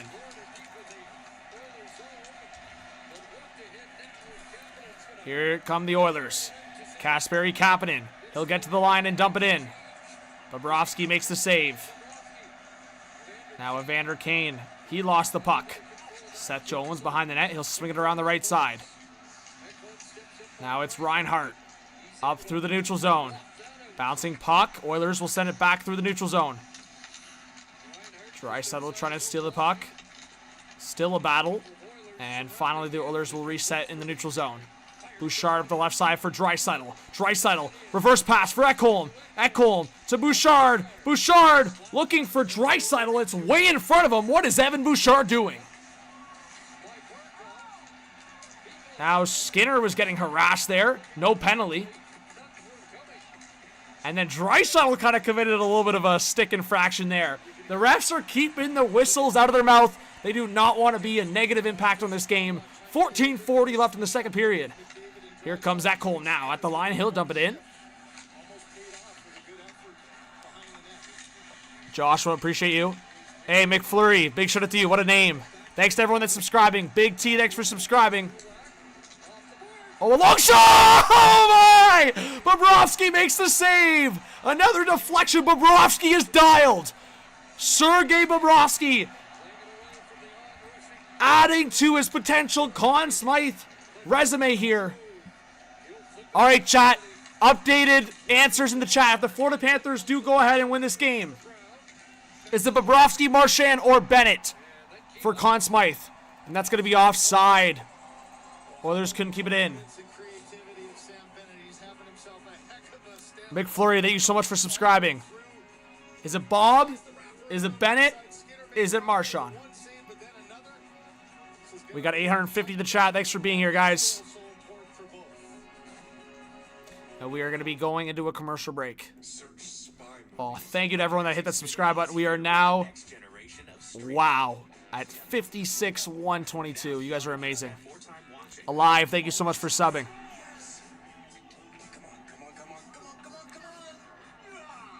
Brad says Marshy. Well, Bobrovsky's been great over the playoffs as well, right? The best entertainment experience is here with Rogers Xfinity. When pain shows up, Tylenol is on your team. It's like Nathan McKinnon having your back. Even when craziness, your back guys. doesn't have your back.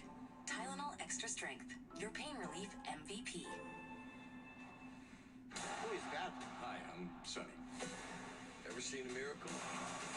Anything else? Try All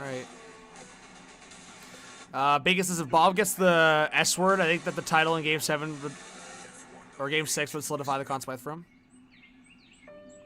Yeah, I mean, Bob's been unreal, right? Like, he's also been unreal in big games, too. But yeah, guys, thank you to the 800 people that are in here alive. Thank you so much. Edgar says Joe Bowen last season. Yeah, I mean, legend. McFlurry, I had Oilers in 7. Like I said, two things right now. Bobrovsky is standing on his head, but all it takes is one for the Oilers to break through, and I think that will get to Bobrovsky a little bit as well. But we'll see. Lots of time left. Rogers continues for the Stanley Cup final. The main jackpot is just over $9.8 million, and the playoff bonus jackpot closing in on $11.8 million. Captain Clutch in the chat. Get your tickets now anywhere in Alberta at EdmontonOilers.com/5050. And gee, the 50-50 jackpot here, 143,000. So Edmonton a huge lead. All right. Oilers win the puck battle, but offside. So we're back from commercial break. Yeah, live. Come on, no spamming. I saw that you subscribed. I appreciate it. Yeah, it's been a good series, for sure. Regardless. We'll see what happens, though. Yeah, Bobby. Bennett did take Stolarz out of that series. All right. Shots 15-12 for the Oilers. 2-0 lead for Florida. Goals scored by Sam Reinhart and Matthew Tkachuk. Oilers trying to work into the offensive zone. It's Trent Frederick trying to play it down to the corner. Good stick by Nurse to keep it in.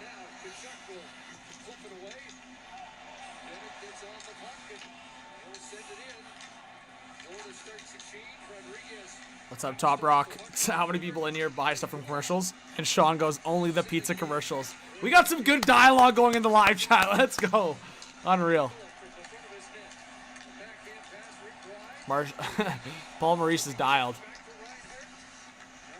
All right. Panthers buzzing. Barkov behind the net. Looking for the high slot. Good stick there by Draisaitl, but Panthers keep it alive. Verhaeghe. Barkov at the blue line. A long shot! And Stuart Skinner makes the glove save. Huge save. Huge.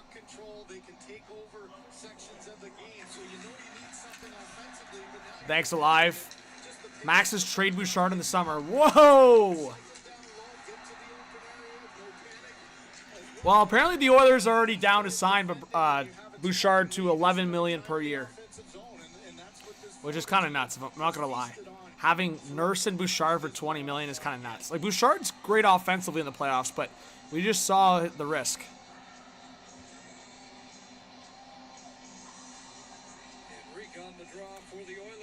Someone threw the beach ball.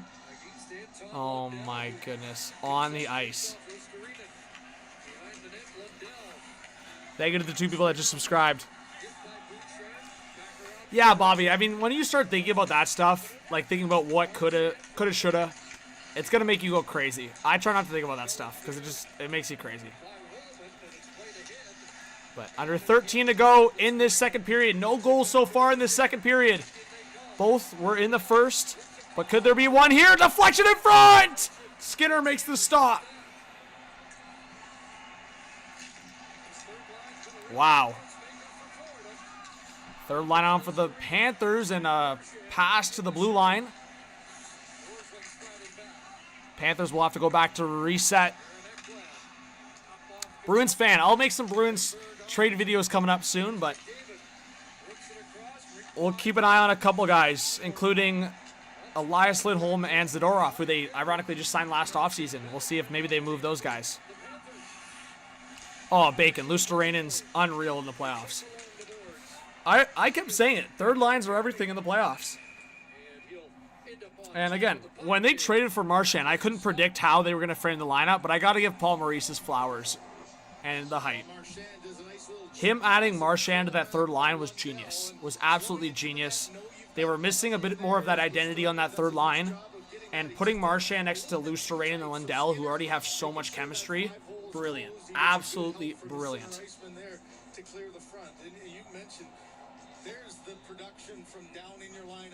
Because you still have a really good top 6, and don't get it twisted. Like, teams that have played the Panthers have actually done pretty well, for the most part, in shutting down the top 2 lines. And what's happened in the Stanley Cup final is, because of how good the third line's been, the Oilers have had to focus on 3 lines, which has allowed Reinhart and Tkachuk and those guys to open up their scoring abilities, if that makes sense. So that's why it's been so tough to shut down the Panthers, because the third line has been so dominant. The Oilers have had to focus more on them. Opens up opportunity for the guys in the top 6 to get easier matchups. And then especially considering the Panthers have last change here, even tougher situation for the Oilers. But a bit of a weird period, right? Like, we're almost at the halfway point of the second period. Shots are about even. And as I said, I still stand by my statement of next goal wins the game. I think if the Oilers can get on the scoring... Oh, in front! Bobrovsky makes a save. I think if they can get involved in the scoring, Oilers can come back. If Panthers score that third goal, I think it's over. Miss Miami, thank you so much for subscribing. Chances hockey equals best game ever. Agreed.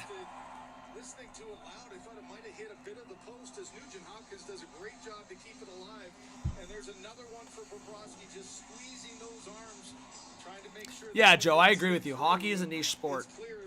Like, I've been doing this channel for a few years now, and I think people that I know, like in the industry, like basketball, football, those channels sometimes are a lot easier to grow because of the wide audience. Hockey's definitely a little bit more niche for sure. Probably a lot more niche. Kay, thank you so much for subscribing. All right. Under 11 to go in this second period. Uh-oh, bad giveaway. Here come the Panthers. 3-on-2 potentially. Sam Bennett stops up. Bennett, a long shot deflected! Stuart Skinner! Massive save! Wow. Wow, wow,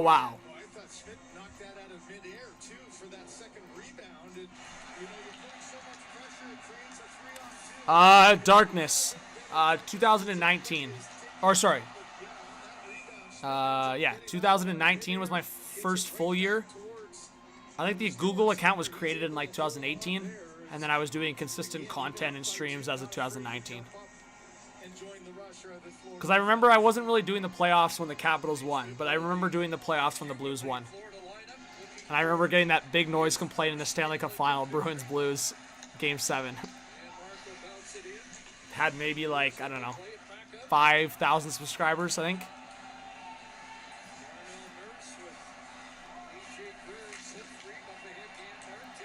Ooh, given away. Oilers trying to get the puck out. Well, Skill Dome. Panthers have a lot of Canadians on their team. Like, if you look at the top 9, most of them, or at least half of the top 9 are Canadian, right? Like Reinhart, Verhaeghe, Bennett, Marchand. I don't know if I missed someone there, but those guys I just listed are Canadian. Barkov, Lundell, Luosterainen are from Finland. Correct me if I'm wrong, but I think Matthew Tkachuk is the only guy in the top 9 that's American. In terms of the forward group, at least. All right, puck around the boards. Oilers in the offensive zone. A long shot! Bobrovsky, another save. And some physicality in front of the net. Oilers are putting it on net. But Bobrovsky, 18 shots, 18 saves.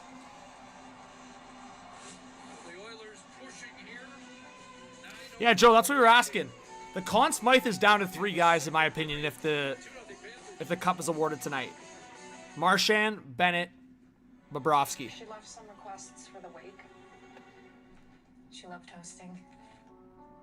I'll show that last highlight. I'll show that last highlight for you guys here. Journey from milds to mold. Apple pairings. Jelly moments for color. It's a little bit of a point shot. Bobrovsky makes the first save, and then the next one's coming up. So we are on commercial break, but this is the replay. And then the other point shot here. And then look, put Kolzin and Kulikov were getting at it there. Whoa! Somehow, it became one or the other. But there is another choice. Oh, J-Dub, yeah, the OG times.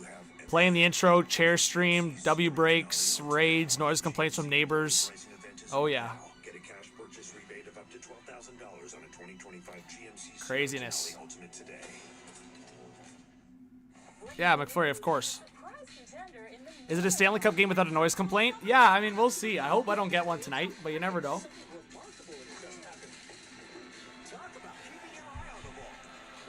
What's up, Pretzel?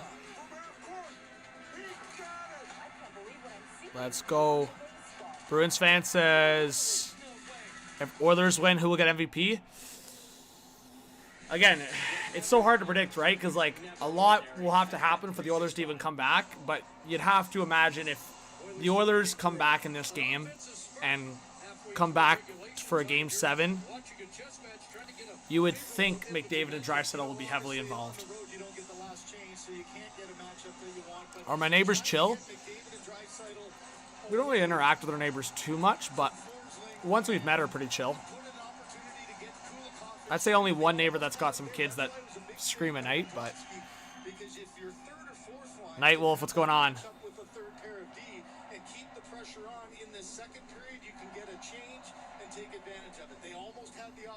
Yeah, J-Dub, you might be onto something there. All right, 9 to go in the second period. If you're the Oilers, you don't want to allow another one. Maybe one will be enough to have a third period comeback. Get that one in this second period. All right.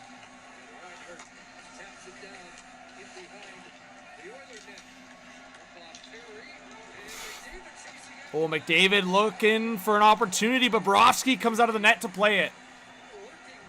Oh, my. Bobrovsky. Careful. All right. Just over 8 minutes left in the second period. Puck up the right side. Draisaitl going after it against Forsling. McDavid there as well. You'd have to imagine McDavid and Draisaitl are going to play like 30 minutes tonight. Back to the point. Ekholm for Bouchard. Bouchard, a long shot! Oh my god, Bobrovsky could not see a thing. There was no way. If that puck gets through, it's a goal. Bobrovsky was like turned around. Corey Perry was like interfering him a bit. Panthers into the offensive zone. Forsling, a long shot. Barkov out of the corner. Barkov in front! Good defensive play by Ekholm. And it's going to be blown dead for a high stick. Not a penalty, but I think it was played with a high stick. We got 850 in the chat. Thank you to the 5 people that just subscribed as well. I really appreciate it. You know, the game within the game. It happens, all the top players, the top matchups. Ekblad just a little bit late reacting, gets a tug there. Just stops McDavid. Hey, Top Rock, appreciate you. But that has been the frustration of that pairing. Forsling and Ekblad have done a great job, and then secondarily, it's been Jones and Mikkola. Hey, guys, if we can get 500 likes by the end of the second period, that would be amazing. We were about 150 away, 160 away. All right, right off the face-off, another save for Stuart Skinner. Shots are 19-16 for the Oilers. Everything. CI is starting over with Heart, Hustle, and Humor North of North. All episodes available for free on CBC Gym. Hey, B. Trotter, thank you so much for subscribing. El Pito, thanks for being here. Says, love and hot take hockey. Great work, John. Thank you so much for the kind words. Like I said, guys, if I miss any comments, just comment again. I'm not trying to miss anyone's comments. Multitasking, triple tasking. A lot of tasking here on the stream. All right. Oilers can't get it out. A long shot. That's blocked. Just over 7 minutes left in this second period. Next goal is going to be a crucial one. Evan Rodriguez, a long shot on net. A big save by Stuart Skinner, but it's loose. And now the whistle. Wow. Skinner is pulling his weight. As I said, he is making the saves he needs to make right now. Paul Warren, thank you so much for subscribing. Big shout out to Paul in the chat. Mark says, I'm a big fan of you and your family. Thanks, Mark. Big fan of you. Captain Clutch, thank you for the kind words. Bananas, what's up? Nichuk. Yeah, forward. This game could get a lot crazier. There's lots of time left, right? There's still 27 minutes left of regulation. And a long shot from the high slot off the face-off. That was blocked. Panthers trying to put some pressure on the Oilers. Make this a 3-0 game. But now it's a stretch pass forward. Nugent Hopkins is looking for Evander Kane. It's given away. Here come the Panthers. And great defensive play. An intended pass to Matthew Tkachuk was broken up there by Ryan Nugent Hopkins. Great play by Nuge. Now Darnell Nurse trying to get the puck out for the Oilers. It's Evan Rodriguez with the pressure. This was the save by Stuart Skinner through traffic. It got deflected. Oh my goodness. It got deflected off Jake Wallman, guys. W to the highlights. W's for the highlights. So yeah, the puck was in his pants. Oh, so it wasn't even Skinner. It was Jake Wallman that made the save. That's funny.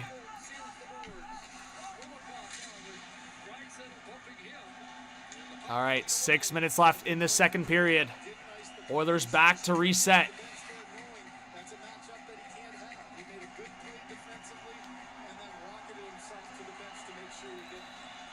Connor McDavid. Oh, he loses the puck. Bad giveaway. Sam Reinhart will dump it in. Now Ekholm gets hit hard into the corner. But now McDavid forward. Here come the Oilers up the ice. Podkolzin across. Now back deflected in by Podkolzin. Podkolzin's been heavy on the forecheck. And now it's going to be a long one, an icing, and an offensive face-off coming up for the Oilers. We'll see how Chris Knobloch calls this one. Goofy, thank you so much for subscribing.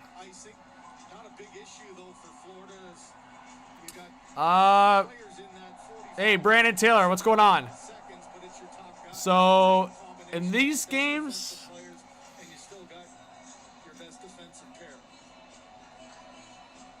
probably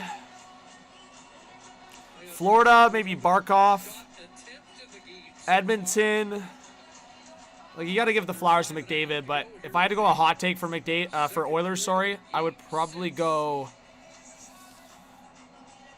Nuge, and then Leafs, Morgan Riley.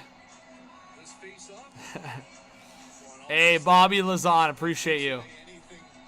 Oh my God, Leafs play-by-play? That's like a dream that I wouldn't even be able to fathom. Spidey, thanks for subscribing. Bryson, thanks for being here. Seth, we got 900 in the live stream, guys. Thanks for being here. A long whistle here, long break, but now finally back to action. Oilers can't keep it in. That could have been an important offensive faceoff. The Oilers just couldn't get possession. Now here come the Panthers. It's Brad Marchand. Marchand in front. That was blocked off. Trying to get to the blue line. Draisaitl is all over him. And finally, the Oilers will get it up. Here's Leon Draisaitl. He gets held. And the Panthers will come up with it. Now it's Lindell. Into the offensive zone. Ekholm's all over him. And Draisaitl will get it across to Bouchard. Marchand and Draisaitl are having quite the bout.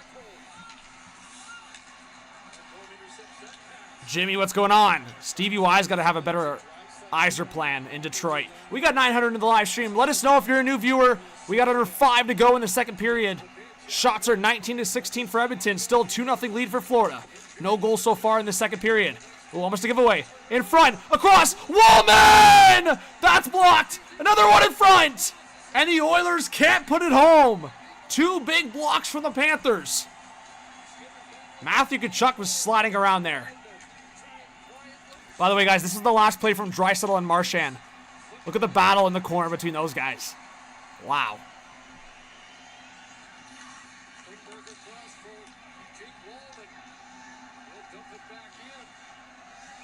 And towards the net, Bobrovsky will freeze it.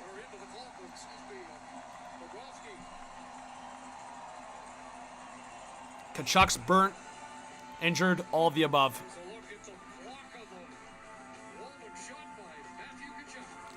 How's it over? 1 shot, 1 goal. Oilers are back in it. If the Panthers score 1 more, I'm with you. It's over. You don't love how rich and creamy it is? We are commercial break, but this was the chance for Wallman. Oh my goodness. And then look, another one in front. How does that not get towards the net? Insane. This is just getting sad. Yeah, Captain Clutch, I'm with you. It's not over yet. Yeah, he's hooked. But again, guys, if you haven't been shouted out, let us know where you're watching from tonight. We are almost at 400 thumbs up, guys. Almost at 400 likes. If you guys could help out, really appreciate it. Rick says there's no score on the scoreboard, so what is the score? What do you mean? Is Rick behind or what, guys? Let Rick know it's 2-0. Rick, I think you're trolling, but craziness. Like you, the redesigned Tucson doesn't stop. A little loud. Let's see. Ram says I'm still hopeful to the end. Yes. Lots of time. Lots of time.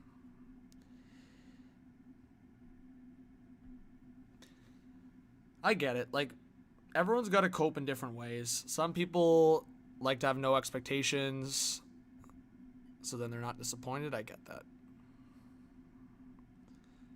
All right, we're back here from commercial. But yeah, I mean, the big thing too, the Panthers have been really physical with the other star players, right? They've been all over Draisaitl, all over McDavid. It's been pretty consistent. But yeah, Draisaitl, no shots tonight so far, which is pretty crazy. Draisaitl's got to start firing on net. Pretty simple. Forward says Windsor, Ontario. All right, 4 minutes left in the second period for the Oilers to get on the board. Darnell Nurse. Forward, Nuge couldn't handle it. Here come the Panthers on a counter. It's Seth Jones on the left side. He'll get knocked there by Nurse. Kulak now with the right boards. Bad giveaway. An attempt in front, and that's given away. And Evander Kane will send it down. It's going to be on net, so no icing. Lucky break for the Oilers. Sam Reinhart at the corner. Kulak with the pressure. Verhaeghe there to help. Oilers try to get it out. They can't. Verhaeghe now. Trying to play it down low. And picked up here by Kulak. He'll play it to the boards for Skinner. Skinner can't get the puck out. Bad giveaway. That's the risk you get with Jeff Skinner. Victor Arvidsson probably gets the puck out. In front, Barkov! What a defensive play by Henrique. Holy, Jeff Skinner. Brutal. Freaking brutal giveaway. Wow. Could have been Barkov's goal and a Panthers cup probably if you go up 3-0. Out of the corner. Panthers still putting on the pressure. Barkov behind the net.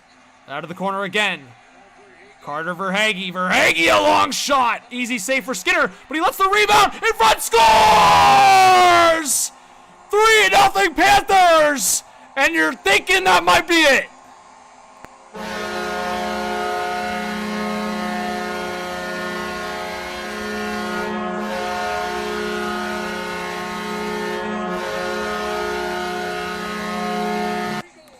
Sam Reinhart in front, taps it in.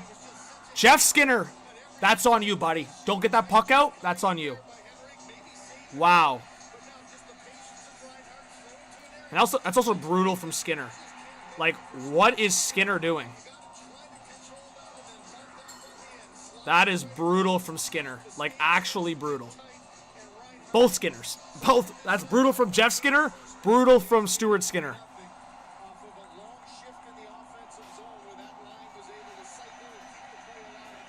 Here's the goal. In front, Reinhart scores.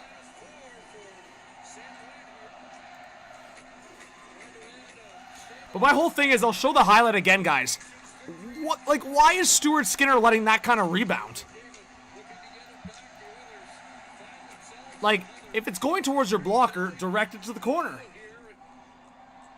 If you can put your glove across and freeze it, like, look at this rebound he lets. It's like a flutter shot. Watch.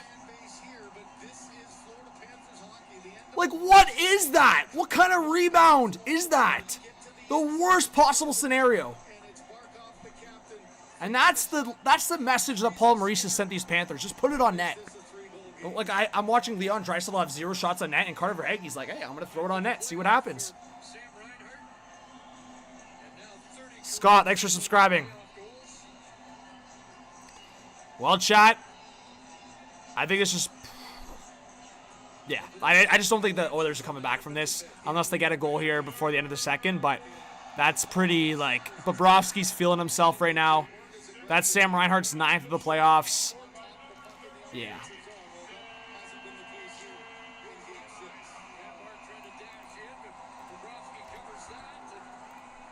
It's actually kind of nuts if they don't come back, to be honest. Like, sorry, it's not nuts if they don't come back, but it's nuts when I'm watching, kind of. Like, Connor McDavid back-to-back cup finals losing is kind of crazy.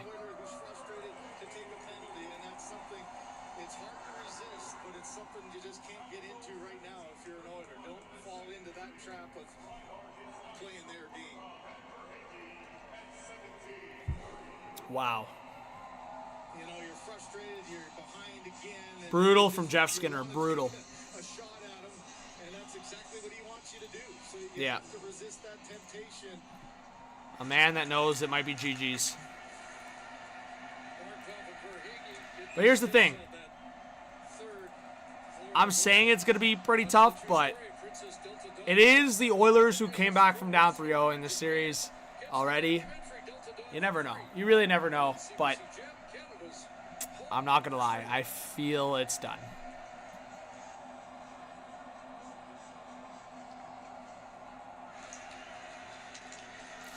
But Bobrovsky's been the big difference maker for sure. Look, Kachuk's yapping. Kachuk is yapping again. Kachuk's trying to get under Wallman and Skinner's skin. He's like, hey, buddy, how do you feel right now?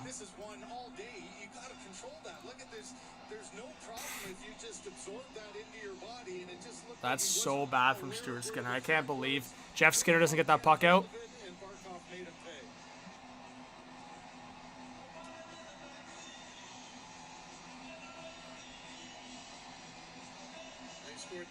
17 shots against Skinner in Game 4. They have 3 on 18 shots here tonight. There's Draisaitl back in. Tried to drop it to David all tied up by Rodriguez. That's been the night, hasn't it? I think Draisaitl draws 2 guys to him, so he has no open ice. What if the Oilers trade for Anthony Stolarz, chat? I think the fan put that out there, and there's been people talking about who the Oilers could target, from like Anthony Stolarz to John Gibson to maybe even like one of the Blue Jackets goalies. It's a crazy situation right now.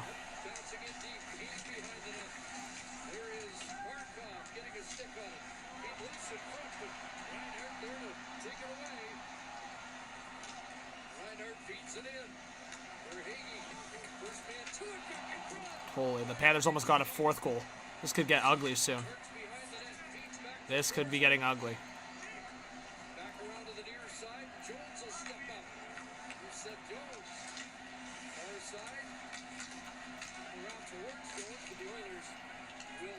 All right, 20 seconds left.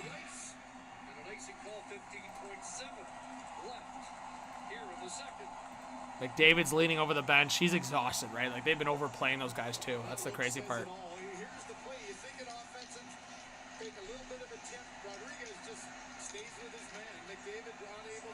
It's nuts. Thank you to the people that just subscribed. Appreciate you big time.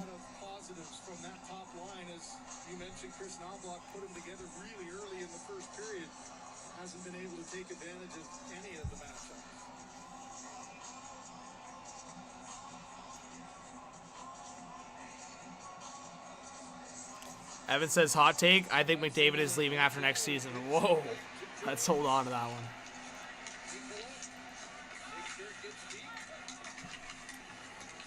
All right, well, 5, 4, 3. Well.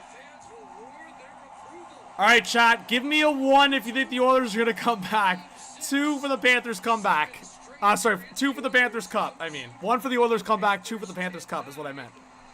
But it's the home side that enhances their lead on the late goal by Reinhart for Barkov and Verhaeghe. Reinhart, 2nd of the night. Crazy, chat. I will say, like I said, I think if it was just 2-0 after that second, I still had confidence the Oilers were going to come back. But 3, I just think is too much. I think the Panthers have them dialed. We got 900 in the chat. Thanks for everyone being here. Chatting through this intermission.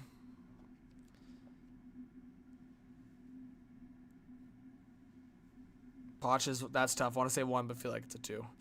Yeah. Bruins fan, we're voting on a Oilers comeback or Panthers Cup. So 1 in the chat if you think Oilers are coming back. 2 in the chat if you think the Panthers got the cup locked and loaded. But, yeah, we're going to be heading to the 3rd period. We're going to be chatting a bit. I was not Top Rock. I was not. In what video and what conversation did I ever say that? That's crazy. Hey, 3 more people just subscribed. Thank you, guys.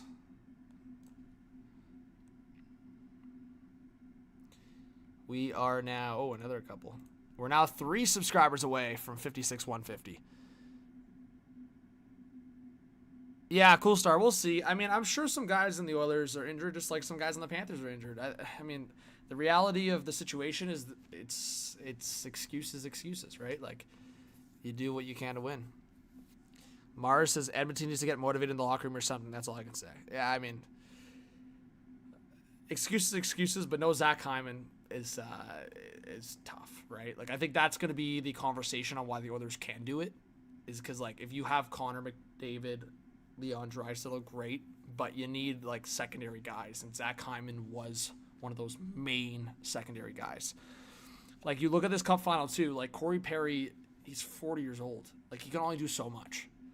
At the end of the day, like, Zach Hyman's in his prime, and Zach Hyman and Corey Perry are very similar players. So when you look at it, Hyman is Corey Perry in his prime, right? Like, I think when you look at it, Corey Perry's probably going to have the more successful career in terms of points and production, individual seasons. But Zach Hyman, I mean, his production's been right there. So I just think when you have a guy like Hyman out of the lineup, it's a major blow. And I mean, I already said that, right? Like I said both things could be true, right? Like the Oilers could still figure out a way to win, but Hyman's a major blow in terms of being out of the lineup. Obrigado. There you go, Live. Marie says Panthers are a better balanced team than Edmonton, but it ain't over yet. No, it's not. Right? Like, what happens if the Oilers get an early third period goal? Like I said, I think it's over because of what we've seen so far in this game. I think if it was 2-0 at the end of the second period, I'd have some optimism, but yeah. So, can the Edmonton Oilers find a way to come back? Absolutely. But obviously a massive task in front of them. You can sense how the frustration is creeping in for them. And it just seems as though Florida has so many layers of pressure. Yeah, Larry, that is the thing. Edmonton is a third period team, but down by 3. I actually think if they were down by 2, I was going to take them to win. But in front of McDavid, so it just feels like it's layer after layer of battles and pressure that Florida's shutting them down. Well, for Florida, I really think they're in such control right now. The only way I think they can get in trouble is if they take a couple of lousy penalties. yeah, imagine the Panthers take a penalty. Some sort of life, because That'd be crazy. Right now, as you mentioned, Jed, and as Craig Simpson mentioned, or Gene Principe, said that there's frustration definitely sitting in now. And for me, there's two types of frustration. There's push-through frustration, like 97, like 29, like Kulak, and then there's quit frustration. And I'm seeing that on a lot of the other Oilers. Forza Portugal. It's a little bit concerning. So, I understand, like, they play a good Yeah, look, if I move it here, you'll see the Portugal flag. Bobrovsky's been good. But you look at the goals they scored in the series. There we go. There we go. There's the Portuguese flag. Unless they came into this game thinking they were going to win this game 1-0, they haven't scored any goals. So there's a lot of guys, for me, that are looking for something good to happen instead of making it happen. And that kind of bleeds into this Reinhart goal. This 3-0 goal, for me, is a little bit of that quit frustration where, they don't win. You can roll now. They don't win a battle on the corner. You see, like, some body language and some guys, they're hemmed in their zone, so Skinner doesn't get this puck off. Like, that play's happened 40,000 times. Like, What's up, Rami? We got 850 the chat. The D-man's coming, and he's coming hard. I don't understand why there's Scars is Lightning Dynasty or Panthers Dynasty? Ooh, that's a good question. that quit frustration. You saw it. I mean, yeah, like, With these 5 guys, I understand they're tired, but you're talking I think the Panthers kind of have that vibe of being a little bit more down 2-0 at the end of the period. Like, longevity, potentially, is I think the best word to put it, right? Like, it's possible they could sign both Bennett and Ekblad this offseason, or Bennett and Marchand. And that's going to keep their team pretty much the same. So, yeah, I mean, the Panthers definitely have a legit opportunity to go for 3 if they win tonight. The Lightning, the only difference for me with the Lightning was towards the end, just age, right? Like the Panthers, sorry, let me rephrase. The Panthers' core players are all in their prime. They have 5, 6, 7 years more. And some of their key guys are also young. Like Lindell is so young, and he's like a mini Barkov. So we talk about the Panthers and their defensive game, but then when they transition and get possession, I am Portuguese. what we're seeing from them is a huge level of confidence. Yeah, Alvin, I'm so negative on Stuart Skinner for that third goal.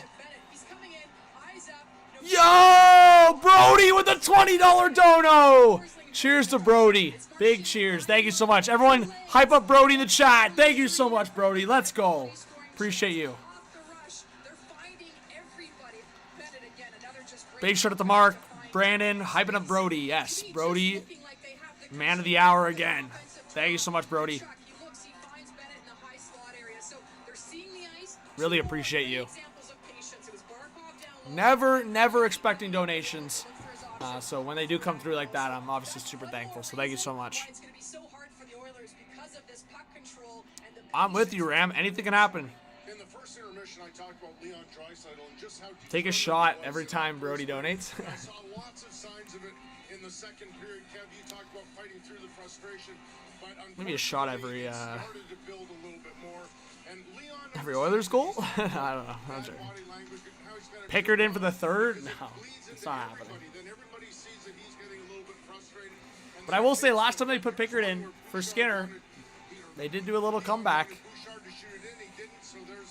The crazy part is like, you're looking back at the game now, and it's kind of like you wish the Panthers had scored a third goal in that first period, because then, yeah, like, maybe that wake-up call was needed again for Skinner to go in, or Skinner to come out and Pickard to go in. I will say, 1,000,000%, this game was not on Skinner until that third goal, where I'm really just negative on him for that. That is, like, ECHL caliber rebound. All right, Rick, up to you, man. Lots of time. Biz thinks the Oilers are coming back. I don't know. Nah, I mean, Jeremy. Excuses. Barb says, every dono, drink. Cheers! Got another one waiting in the wings.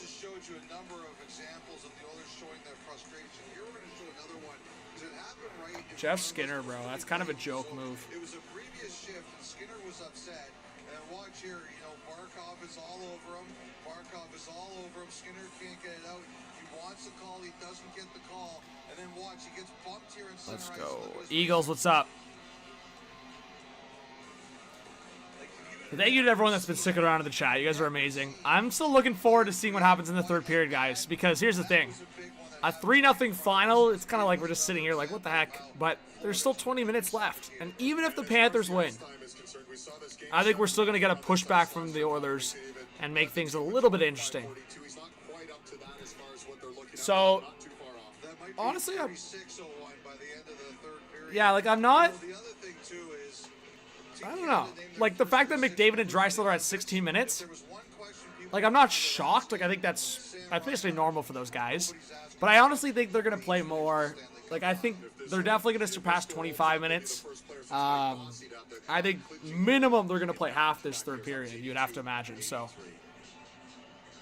it's going to be quick. To me, with McDavid and Draisaitl this period, it's got to be 30 on, 30 off. Just keep it quick. Quick shifts. 30 on. If it doesn't work out on that stretch, get off. Take a quick break. Get water in you. 30 back on. That's what it's got to be for the Oilers here. 30 on, 30 off. 30 on, 30 off. 30 on, 30 off. Alexander Senior for Russia set up the winning goal, beating Peter Draisaitl on the play. So just coming off Father's Day. All right. Our game, born in Canada, raised round the This shot though is everything, man. This second intermission brought to you by Rogers. Whew. It's time to bring Stanley home. This is our game. Just incredible. What's going on? Hey, thank you to the person that just subscribed. Guys, let's try to get 500 likes. We just got 400 likes. Appreciate you guys. Now let's get 500. The goal was 500 before the stream started. We're less than 100 away. Let's do it. And we are also one subscriber away from 56,150. You're an elite talent that can visualize greatness, always geared up to perform and ready to... Frig, man. But yeah, it feels good to have a lot of people in the chat like this, guys. So I really do appreciate everyone. And like I said, I'm going to be live next Friday for the NHL draft. So I hope you guys join. Might have a special guest for that one. We also have some mock draft videos coming out. So if you guys like to follow the draft for the NHL, that's going to be coming out as well. So keep an eye on those videos. And then I always say one of the biggest live streams of the year is usually actually the NHL Free Agency Day. On this channel, we go live super early in the morning. So there's like literally no other channel or feed that you guys could get in terms of that early and that often. You get right from the early hours of the morning, Eastern time, all the way to the end of the day. Full coverage on everything happening as they happen. So this is usually, I'll say this, just to give you guys, maybe this is like a negative thing because people don't come to the channel for other things, but I literally won't see certain names or certain people join the channel until trade deadline day and free agent day. It's like those are the 2 days that like a lot of people come to this channel for.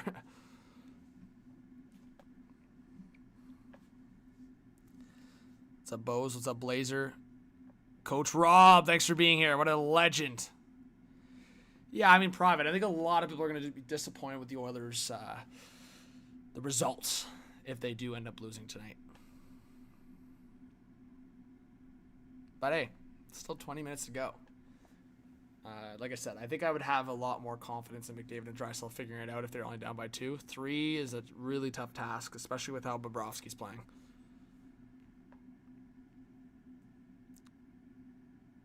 FN says the Oilers are going to catch up. We'll see. Sean says Panthers have a way of making the other team just look bad all the time. Yeah, Sean, good point. Tokyo says 20 minutes of punishment coming up. Rain says Leafs over Oilers, just saying. Ooh, Rain. McDiesel says love my Oilers regardless. Fair. I mean, Sean, one way is they just get under the opposing team's skin, right? That's one. And 2 is that balanced attack. Like, I think I kept saying it. And again, I doubted the Panthers a little bit for a couple of reasons. But that was, to me, that was the health status to me. Like, I just heard a lot of things about the Panthers' health status. Like, I think this is the most impressive part about the Panthers. I think there's going to be some revelations and, like, reveals of guys being injured. Like, there's no way Matthew Tkachuk is anywhere close to healthy. There's no way. So that's one guy. But I think there's a few more. And I'm not going to really get into like the controversies and what happens behind the scenes, but like I'm sure the medical staff is doing what they can to keep these guys going. So I'll just put that in that language. And then, like I think the other part about it is like the third line. Like I just keep saying it, but it's such a cliche. The third line. Lundell, Luostarinen, and Marchand. Like no other team in the National Hockey League has a third line like that. That could be a first line on half the teams in the league and a second line on most of the other teams. Like the Oilers would love if they could put McDavid and Draisaitl on a top line together and then have Lundell, Luostarinen, and Marchand as the second line. Oilers would be laughing. Any team would be blessed to have that as a second line, and the Panthers have that as their third line. That's the reality. It's a Blake. Oh yeah, Justin. Like, definitely losing Broberg and Holloway was a massive, massive hit. But the Panthers are getting ready for this third period. Sam Bennett locked and loaded.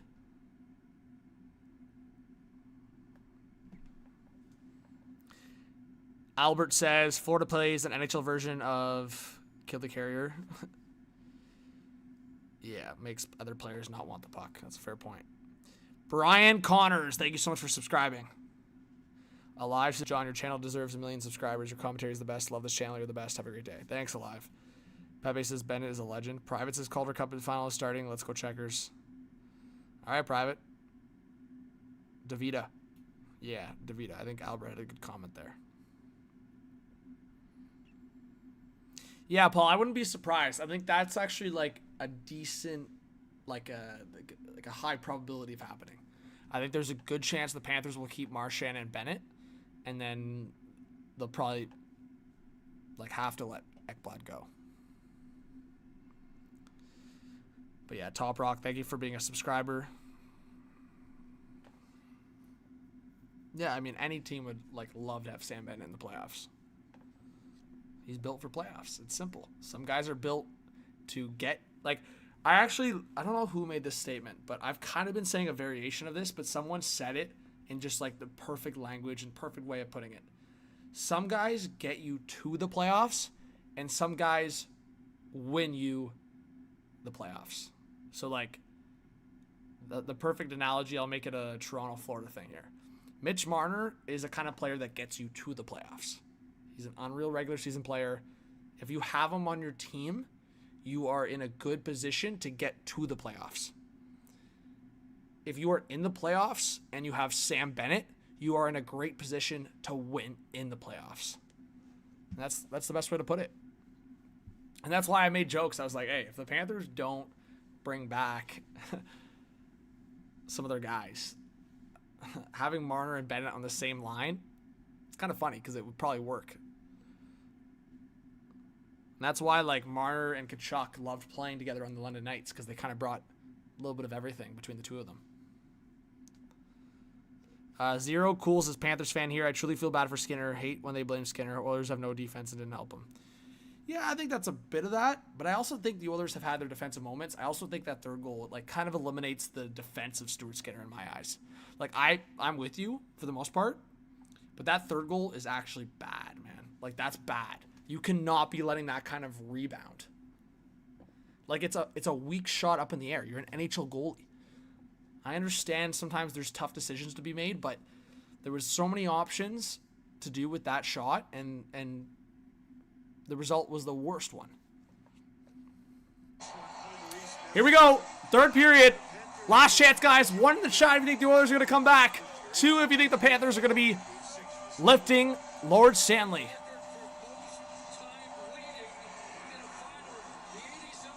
Here we go.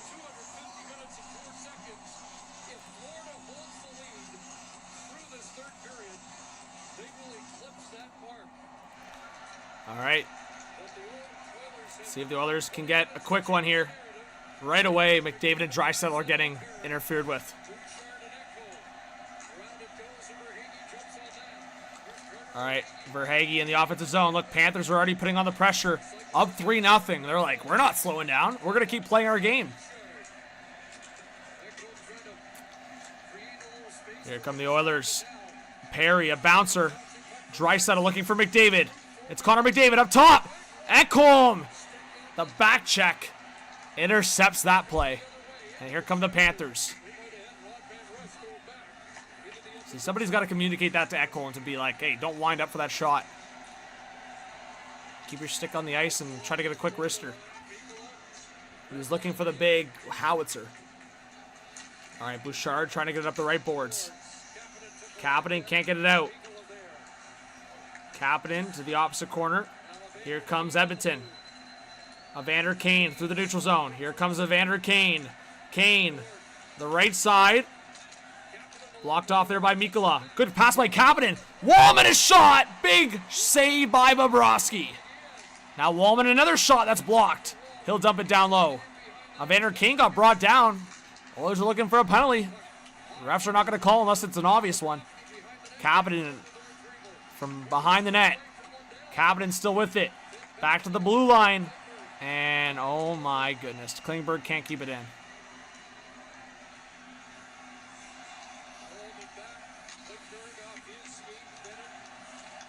Klingberg now.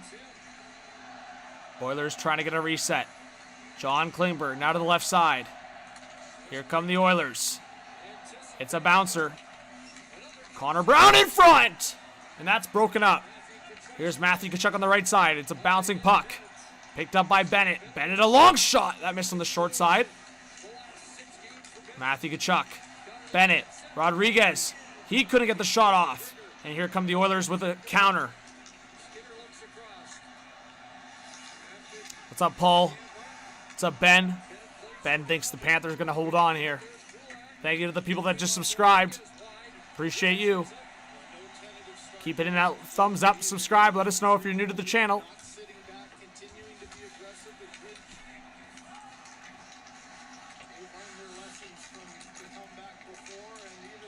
Bouncing puck in the neutral zone.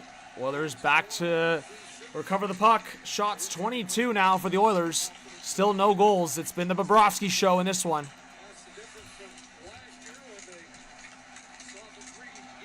Give it away. Oh my goodness. What are the Oilers doing?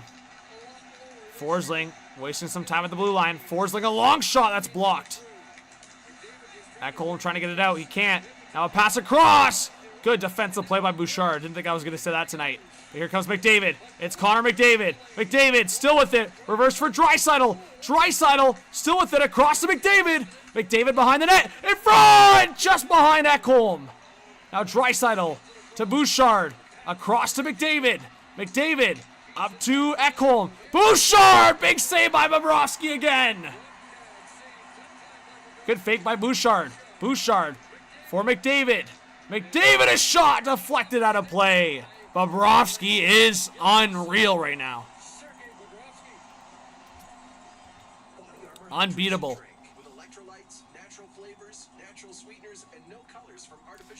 Cardenas family, thank you so much for being here. Hope you subscribe, and I'll see you more here. Wow.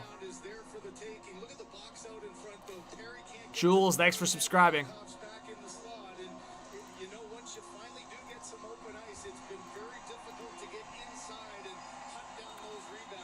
All right. Oilers can't get possession out of the offensive faceoff, and Panthers will get it out. Klingberg back after it. That's given away to Marchand. But now the Oilers will be able to get it up.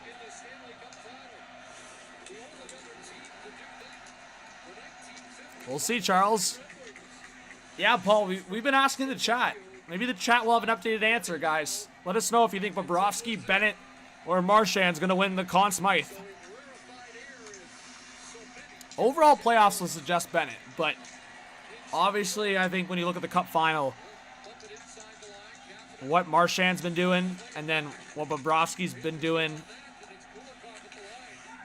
specifically in the last couple of games. Oilers now trying to play it up. That's broken up. Here come the Cats.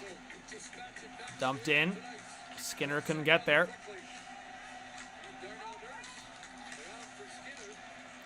Oh, it's a race for it. Here comes Nugent Hopkins. Nuge!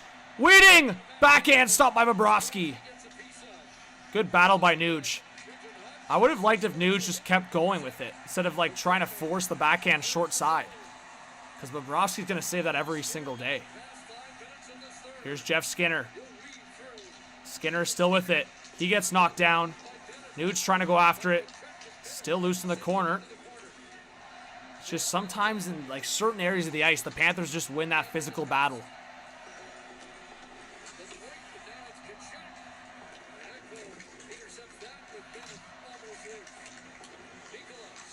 No spamming. 14:30 left in the third period. Oilers still not able to get one past Bobrovsky. Ekholm now forward. Here's Draisaitl and McDavid. Draisaitl in the neutral zone. Forward for McDavid. McDavid to Perry. Perry to McDavid! And he can't put it home. The puck was in the air. McDavid tried to knock it out in midair. McDavid again. Back to the blue line. That was blocked off. Now behind the net for Draisaitl. Draisaitl looking on the short side. He was trying to knock it off Bobrovsky.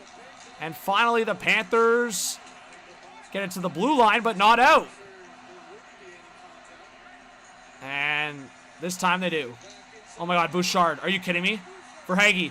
Verhaeghe in front. Oh my God. Bro, if Bouchard caused another one. Bro, a brutal giveaway from Bouchard and the Panthers almost go up 4-0. Bouchard, bro. Here's Marchand. Look at Marchand.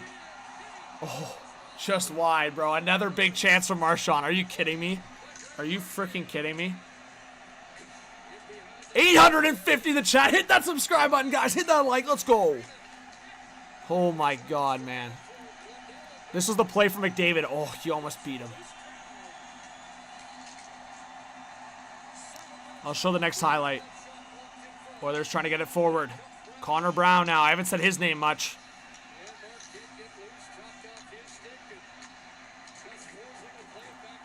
Under 13 to go in this third period. Can the Oilers get on the board and make something of this game? Kulak loses possession. This was the chance here. Bad giveaway from Bouchard. Look, oh my goodness. It was almost game over right there. I mean, it potentially already is game over, but obviously, yeah, if you go up 4-0, it's basically bring the cup on the ice. Kapanen waiting to the high slot, and the Oilers can't get the shot off.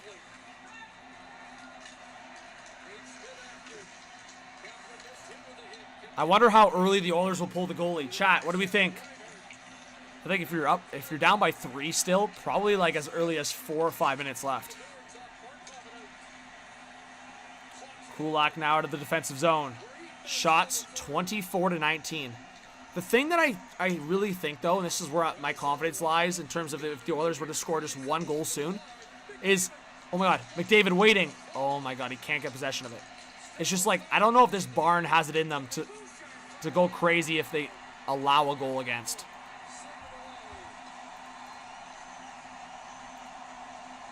We'll see, though. They're going crazy right now. They feel it. They're up 3-0. Oilers have nothing on Bobrovsky right now. McDavid behind the net. Still with it. Waiting. Up top for Bouchard. Bouchard, a shot. Deflected wide.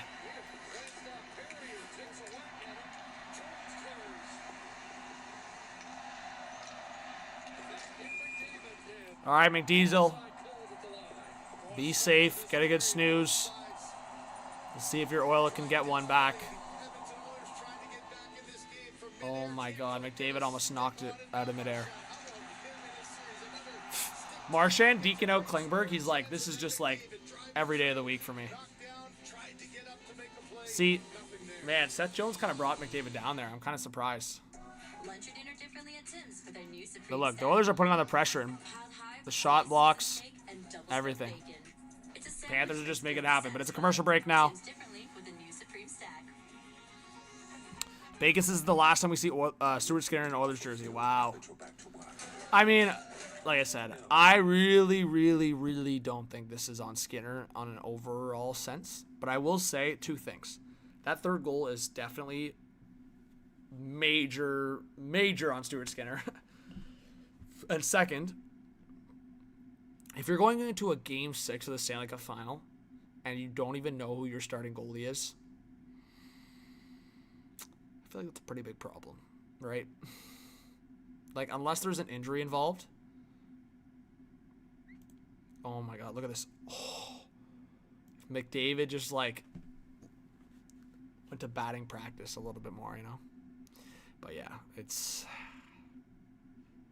tough to watch, right? Like, Bobrovsky's just putting on like an all-time performance, and then you have the Oilers like trying to decide who's going to go in net. It's just a night and day difference, right? But I think that's not the storyline for me in the overall sense. Like, I think there's been a lot more to the story for the Panthers.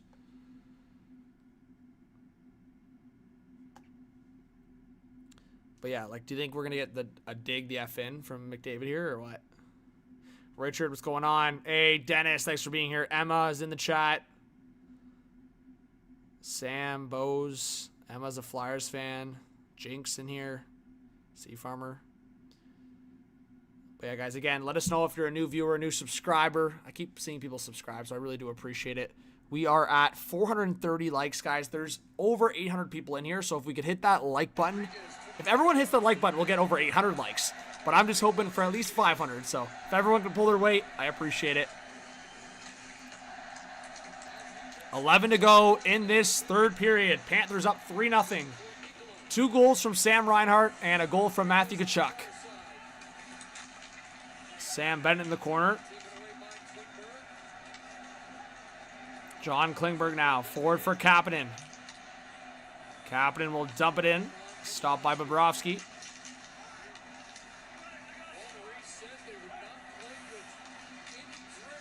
Bennett now trying to get it from out of the corner again. Kept into the point by Klingberg. Klingberg, a one-timer. Wallman! Left pad save by Bobrovsky. And between, like, McDavid was talking to the ref. He was like, hey, I got brought down there. And then Tkachuk going after McDavid again. I'm sorry, there is a certain point where I would just, like, you're down 3-0. I understand you don't want to take a penalty, but, like, I would do something if a guy's going to do that.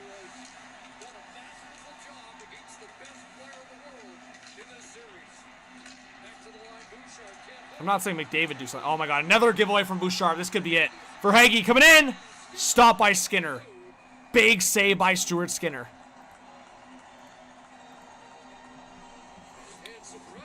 Yo, Blair with the $14 dollar. Says, hey, John, love the videos. Legend. Oh, you and your girl broke up. Sorry, Blair. Says you make you happy, John, with the great videos. Thank you so much. Everyone, positive vibes to Blair.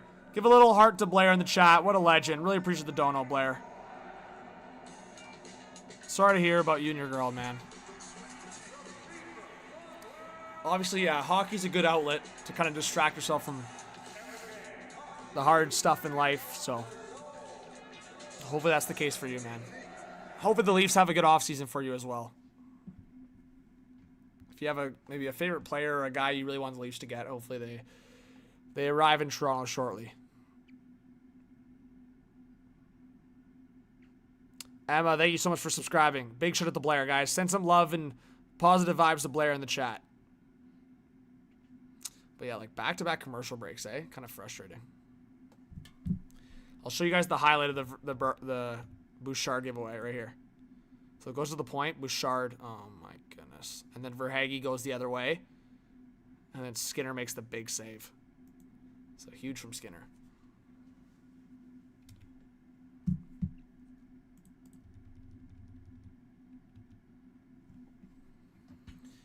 Let's see.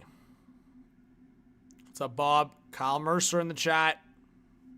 Again, guys, if I've missed your comment, just drop another comment. But big shout out to Blair. Stinking Metal in the chat. Tammy, Twisted, thanks for being here, guys. Nick Copyright. No! Oh, my. With a $2 dono. My GF dumped me, too. First time I cried in 11 years. No, man. Why? What's up with freaking the month of June, man? Is it because school's over? I'm sorry. I'm not trying to make a joke of it. I don't know when you guys broke up, but I'm trying to put positive vibes. Sorry, Nick.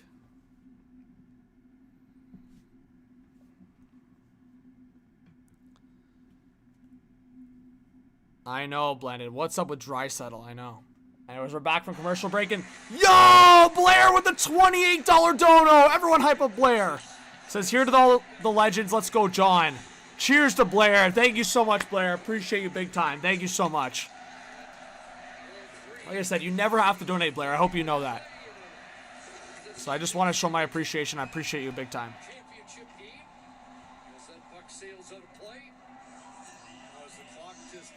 The Kachucks watching on. Guys were talking about the frustration level. You just try to find something, but you got a team in Florida right now that has learned their lessons. They've learned how to play in these types of games right now. 900 in the live stream. Please hit that subscribe button if you guys are new. Hit that like button.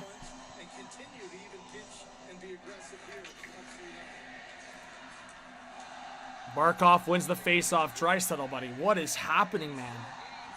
It was supposed to be different for you, bro. It was supposed to be different. You were healthy, apparently.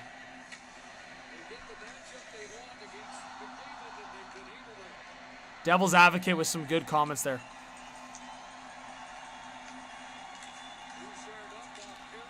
All right. 9 to go. 9 minutes to go.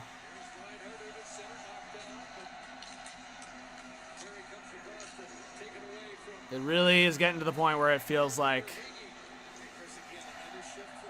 we'll see. Jennifer, what's going on? Yeah, Leslie, I will show the visual when if the Panthers hoist the cup. I will show it on the screen.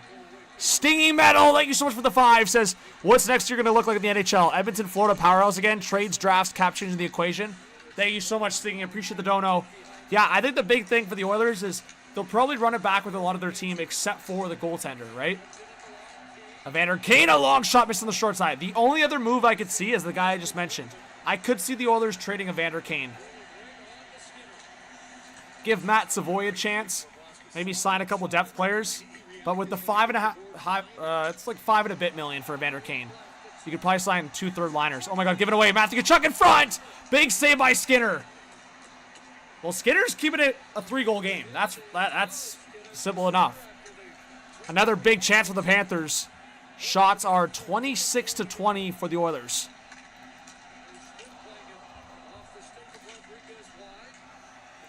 $900 to the live stream. Yes, guys, if we can get 500 likes, we're at 460. Keep hitting that thumbs up, everyone. Really appreciate it. And let us know if you're a new subscriber, new viewer. Oh, damn, Christopher, positive vibes. Will Bob get the shutout? We will see. Just over 7 minutes left in this third period. Guys, predict in the chat, when will the Oilers pull the goalie? I'm saying with like 4 to 5 minutes left. Keys, thank you so much for the 2. Wish I could afford a bigger dono, but money's tight. Keys, you never have to worry about donating. You just being here is big time for me, so I really appreciate it. Thank you for the 2. I really appreciate it, Keys. But yeah, Bennett almost got his 16th of the playoffs. Big save by Skinner.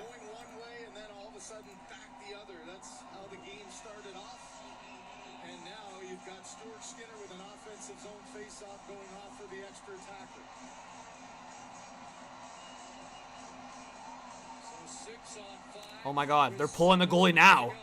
Oh my goodness, they're pulling the goalie now. They are pulling the goalie now. With 7 minutes left in the third, the Oilers are pulling the goalie.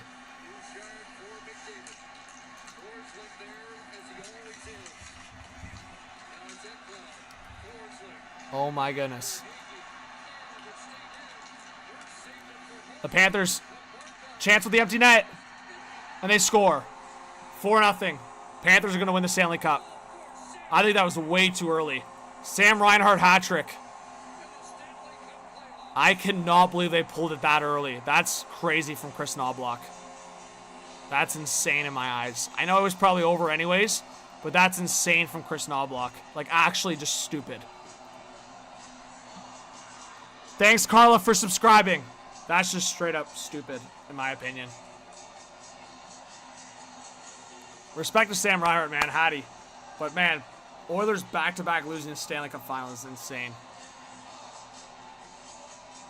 What are you thinking, though? Like, I 7 minutes left, you're pulling the goalie. Like, I don't want to rant about that because there's so much more you could rant about with the Oilers right now.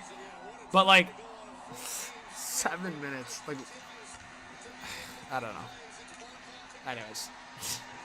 I don't even want to, like, it's...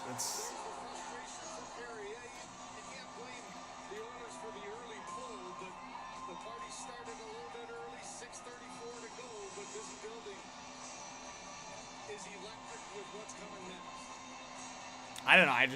Am I like dumb for saying that? Like, Con, am I an Oilers fan? No, I'm not. I'm just a hockey fan, just sharing how I feel. And a do or die game, like a 4-0 is not that entertaining if you're kind of a. But here's the empty netter, guys. So Panthers are gonna win back-to-back Stanley Cups. And we will show it all on the screen here, guys. Cass says Leafs at least took it to 7. Yeah, I don't want McDavid. Cass, relax, bro. McDavid is a generational talent. Unfortunately, he can't do it all himself. And Draisaitl had a stinky game. Stuart Skinner,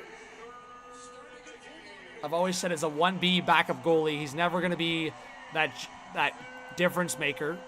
But the fact that the Oilers went to the Stanley Cup final with him and Pickard as the goalies, I think is impressive enough.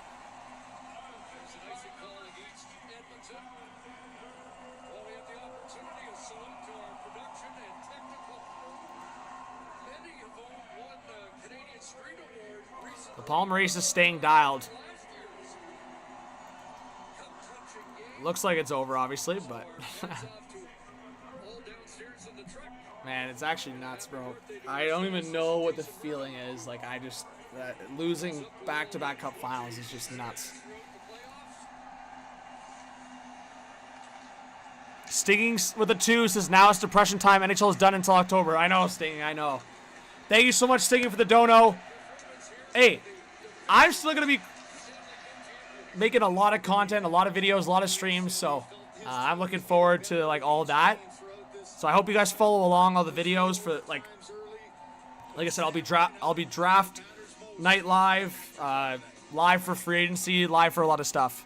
So I hope you guys stick around and subscribe and put that notification bell on. So, like, if you guys have the YouTube app on your phone and you have the notification on for this channel, then you'll get notified when I go live and post right away.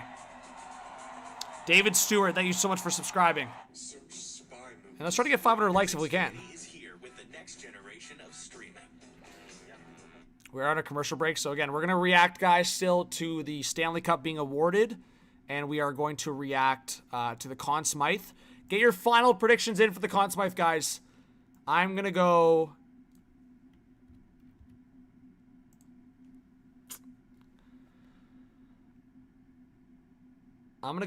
Sergei Bobrovsky. The reason I say that is I think on the player side of things, it's too tough to decide because Sam Reinhart ended up scoring 10 goals. right? Like, I'm not saying Reinhart's in consideration for Conn Smythe, but what I'm saying is if you really focus in on the goal side of things, Reinhart's goals came at a more of a valuable time, you could argue. Obviously, Bennett scored 15 goals, which is nuts in a run. Marchand had a crazy cup final, but I'm kind of on the lens of Bobrovsky's winning Conn Smythe now, I think. Because he had obviously an amazing run, and the last 2 games to clinch the cup, he was the most dominant. So I'm going to say Bobrovsky. Get your predictions in. Banana with the 2. You and my crush are the only people I have noties on for. Banana, I really appreciate that. Let's go. Guys, what do you guys think? Someone dropped a little report from Frank Saravalli. What do you guys think? Should I have Frank back on the channel? What do you guys think, chat? By the way, I don't know if he's in here, but big shout out to the Sports Beard. Go subscribe to the Sports Beard, guys. So Stuart Skinner's pulled again with 6 minutes left. Stuart Skinner's pulled again. We'll see if the Oilers can, like, just make things kind of fun. Score a couple goals. Imagine the empty netter becomes the game winner. All right, so Oilers empty netter again.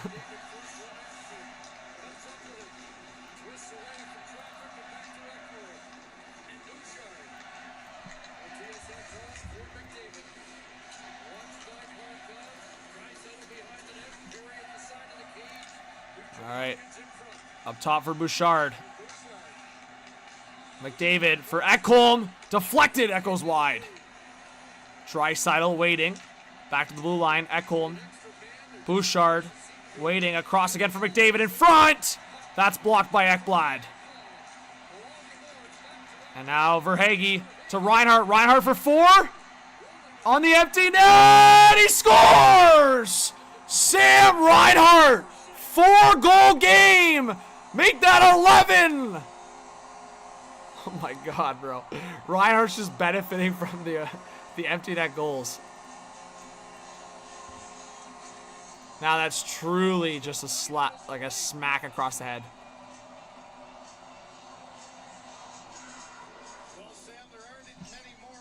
Christian, thank you so much for the $2 donor. Says I'm never going to see the Jets win it all. Hey, you never know. Hey guys, we're 9 subscribers away from 56.2K. I know there's 9 people in here that haven't subscribed. But yeah. Bouchard, man, disaster class, kind of. So this is the play. Verhaeghe gets it to Reinhart, and Reinhart sends it down into the empty net. 5-0 Panthers. Kilo, thank you so much for the 2. Says, would you take Heiskanen and, well, Kilo, the Leafs would not get Heiskanen for Riley, but yeah, I guess in a bigger scenario, if there was a package, but the Stars are not trading Heiskanen, to answer your question. Oh, in front, the Oilers score.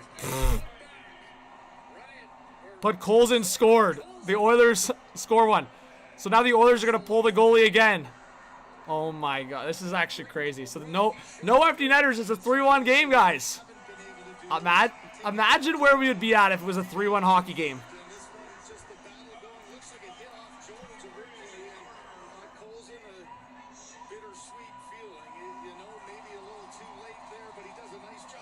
All right, 4 more. The comeback is happening. Man, poor McDavid. Look at his face. Oh my God, man.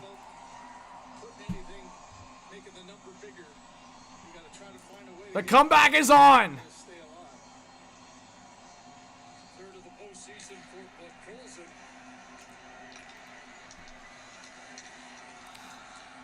Jetane, thanks for subscribing. James, thanks for subscribing.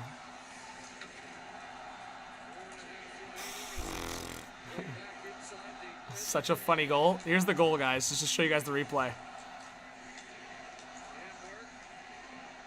So just a random shot for the point, and then it's sitting there. Look, but Colson puts it in.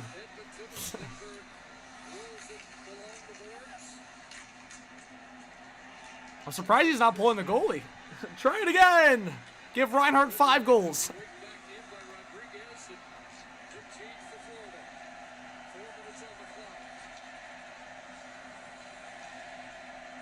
kind of tough, man, because if you just that's the goal you were hoping for all game, right? A greasy, lucky goal, and it could have been a 3-1 hockey game.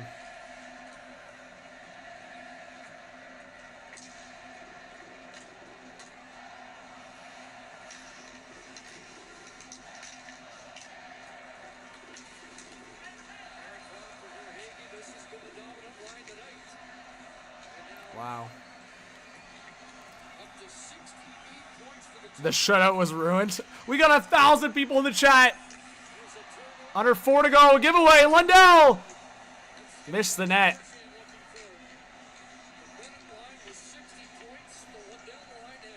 Let's go, chat. We are 2 subscribers away from 56.2K. I know there's 2 people in here. Who's going to clutch up? Thank you to everyone that's subscribing. I'm kind of surprised the Oilers are not doing something like wacky right now. Like running Bobrovsky or something. I'm not suggesting it. I'm just saying. I'm surprised. Christian, thank you so much for the 2. Says Hellebuck sucks. He always blows it. What? What does that have to do with this? Christian, thank you so much for the dono. Juho, we've been saying Bobrovsky, or I've been saying Bobrovsky right now. But chat, I think the 3 options are Bennett, Marchand, Bobrovsky. I said it before this game. Let us know who you think is going to win Conn Smythe. I mean, Reinhardt's up to 11 goals, so it's kind of funny that he's, like, even creeped into the conversation for the Cup final, at least. But you have to talk about the overall playoffs, which has not been Reinhardt. Reinhardt struggled, like, mid-playoffs, so, I mean, he turned it on when it mattered, right? There's a whistle. Kachuk and Kane are doing something.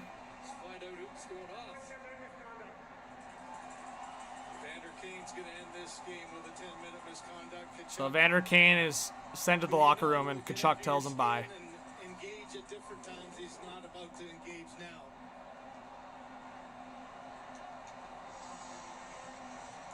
On a night that hasn't seen a whole lot of penalties. He should have gave him a better one than that. I think that's it's weak. Just the officials saying, let's get this one to the end. Talk about playoff history. The last player with Hey, Trin, thank you for subscribing. Adam, KTRK, thank you for subscribing. Really appreciate it.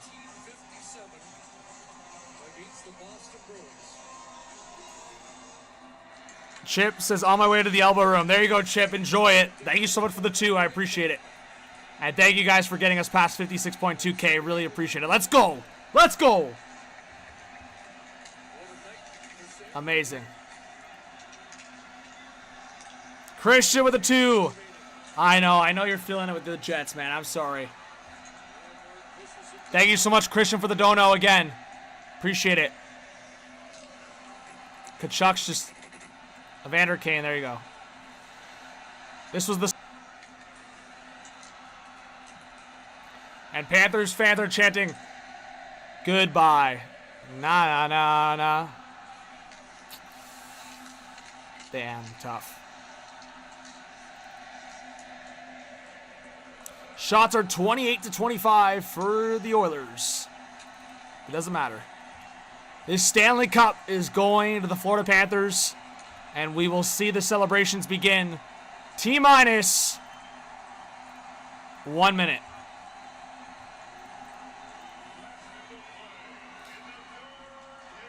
Stanton, what's going on? 1,000 people in the live chat, guys. We're going to show it all on the screen here once the Oilers celebrate to win the Stanley Cup. Hit that subscribe button, hit the like. As I said, guys, this week I'm going to be posting my final NHL mock draft video, so I hope you guys check that out. I'm doing my full first 2 rounds, so round 1 and round 2. I've never done that in the past, so I'm going to be doing that differently this year. And then also going to be posting free agent video, all that good stuff. But the Panthers are already starting the celebrations. Home ice, back-to-back years is pretty cool. 15 seconds left.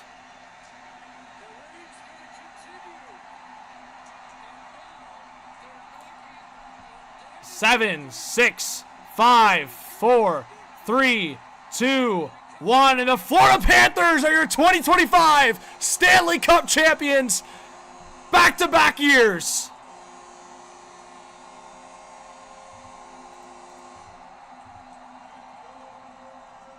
Wow. RR, thank you so much for the 2. Since I went 293 pounds to 244. Big shout out to RR. Big shout out. That's some gains. Let's go. Big shout out. We got 1,000 in the chat, guys. Thank you to everyone hitting that subscribe button. Hey, Jeremiah with the 10 says, wanted to leave a like and show my support. Bennett wins the Conn Smythe. Love you, brother. Thanks for checking in. Congratulations to Florida. Thank you so much, Jeremiah. Jeremiah Maxwell. Guys, make sure you guys go subscribe to the Sports Beard on YouTube. I'll show you guys the celebrations here in a second. But Pickard goes to support Stuart Skinner.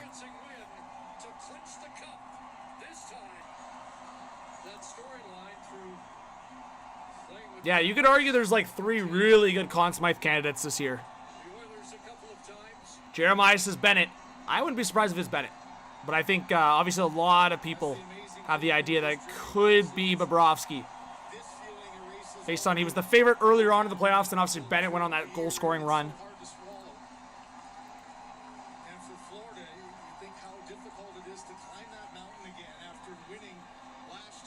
But chat, someone asked a good question earlier. I'm going to ask it again to everyone in the... Well, Mars, yeah, I mean... Tkachuk and Bennett, frankly, were good potential pieces on Calgary, right? But the Bennett one was the role problem. The Tkachuk one was he just wanted to be on a different team. All right, Conn Smythe, who is it?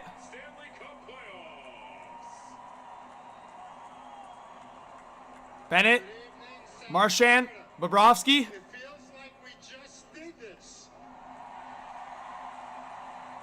Who is it? Let's congratulate the Oilers and the Panthers for a terrific rematch of the Stanley Cup Final. All right, let's see who the Conn Smythe is. The Conn Smythe trophy goes to the most valuable player in the playoffs. It's only fitting that this year it goes to the leading goal scorer, Sam Bennett. Sam Bennett, Conn Smythe. This guy just upped his free agent value so high. Like, he can either choose to stay with the Panthers for $8 million per year, or he could make easily over $10 million in the open market. Sam Bennett is your Conn Smythe winner. There you go. And that's what I talked about, guys. Like, I think, to me, it was always going to be between Bobrovsky and Bennett after what I watched, but it does make sense for Bennett. I'm not going to discredit it. He was the most valuable over the course of the playoffs, as I said. It really depends on how they consider it. If they value the cup final time more, it is an MVP for playoffs, not for just the cup final. If it was just the cup final, I promise you it would not have been Bennett. But it's the MVP for the entire playoffs. And that's why McDavid won last year, right? Because it's for the entire playoffs. And McDavid was by far the most valuable to get the Oilers to that spot.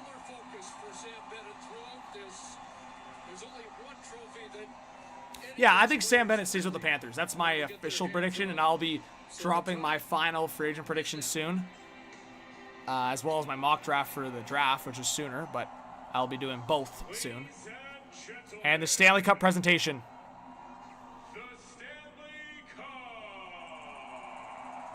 Yeah, Reinhardt was like quiet for most of the run until the cup final where he was electric. The fact that he finishes off with 11 goals is kind of crazy. Like, earlier in the game, I was like, he has 8 goals? Like, it didn't seem like that. And I actually did say going in, like I said, I'm too tired to record it tonight. But yeah, either tomorrow or Thursday, I'll be recording my final mock draft video. Yeah. Passion, a great fan base. But yeah, tonight, I mean, it's 11 Eastern. Yeah, Anthony, the Oilers were pretty bad the last couple games overall, when you consider it. But guys, early picks for next year's Cup.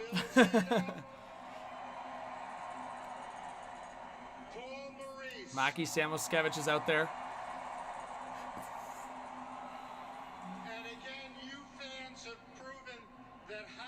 Mars, you think I'm relieved that the Oilers lost? I bet money on the Oilers winning, and I predicted the Oilers to win. What do you mean I'm relieved?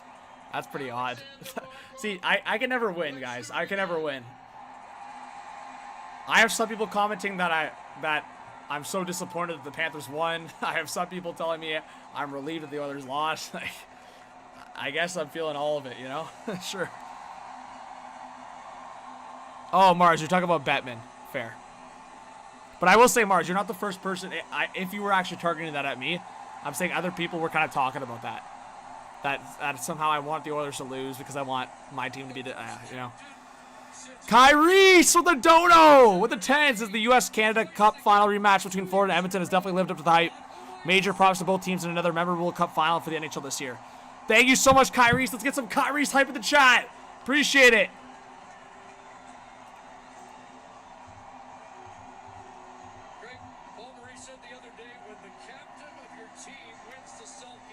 Thank you, Kyrie. Appreciate you big time. All right, we're going to highlight here of Barkov lifting the trophy. Barkov, there you go. So Nate Schmidt was handed the cup, eh?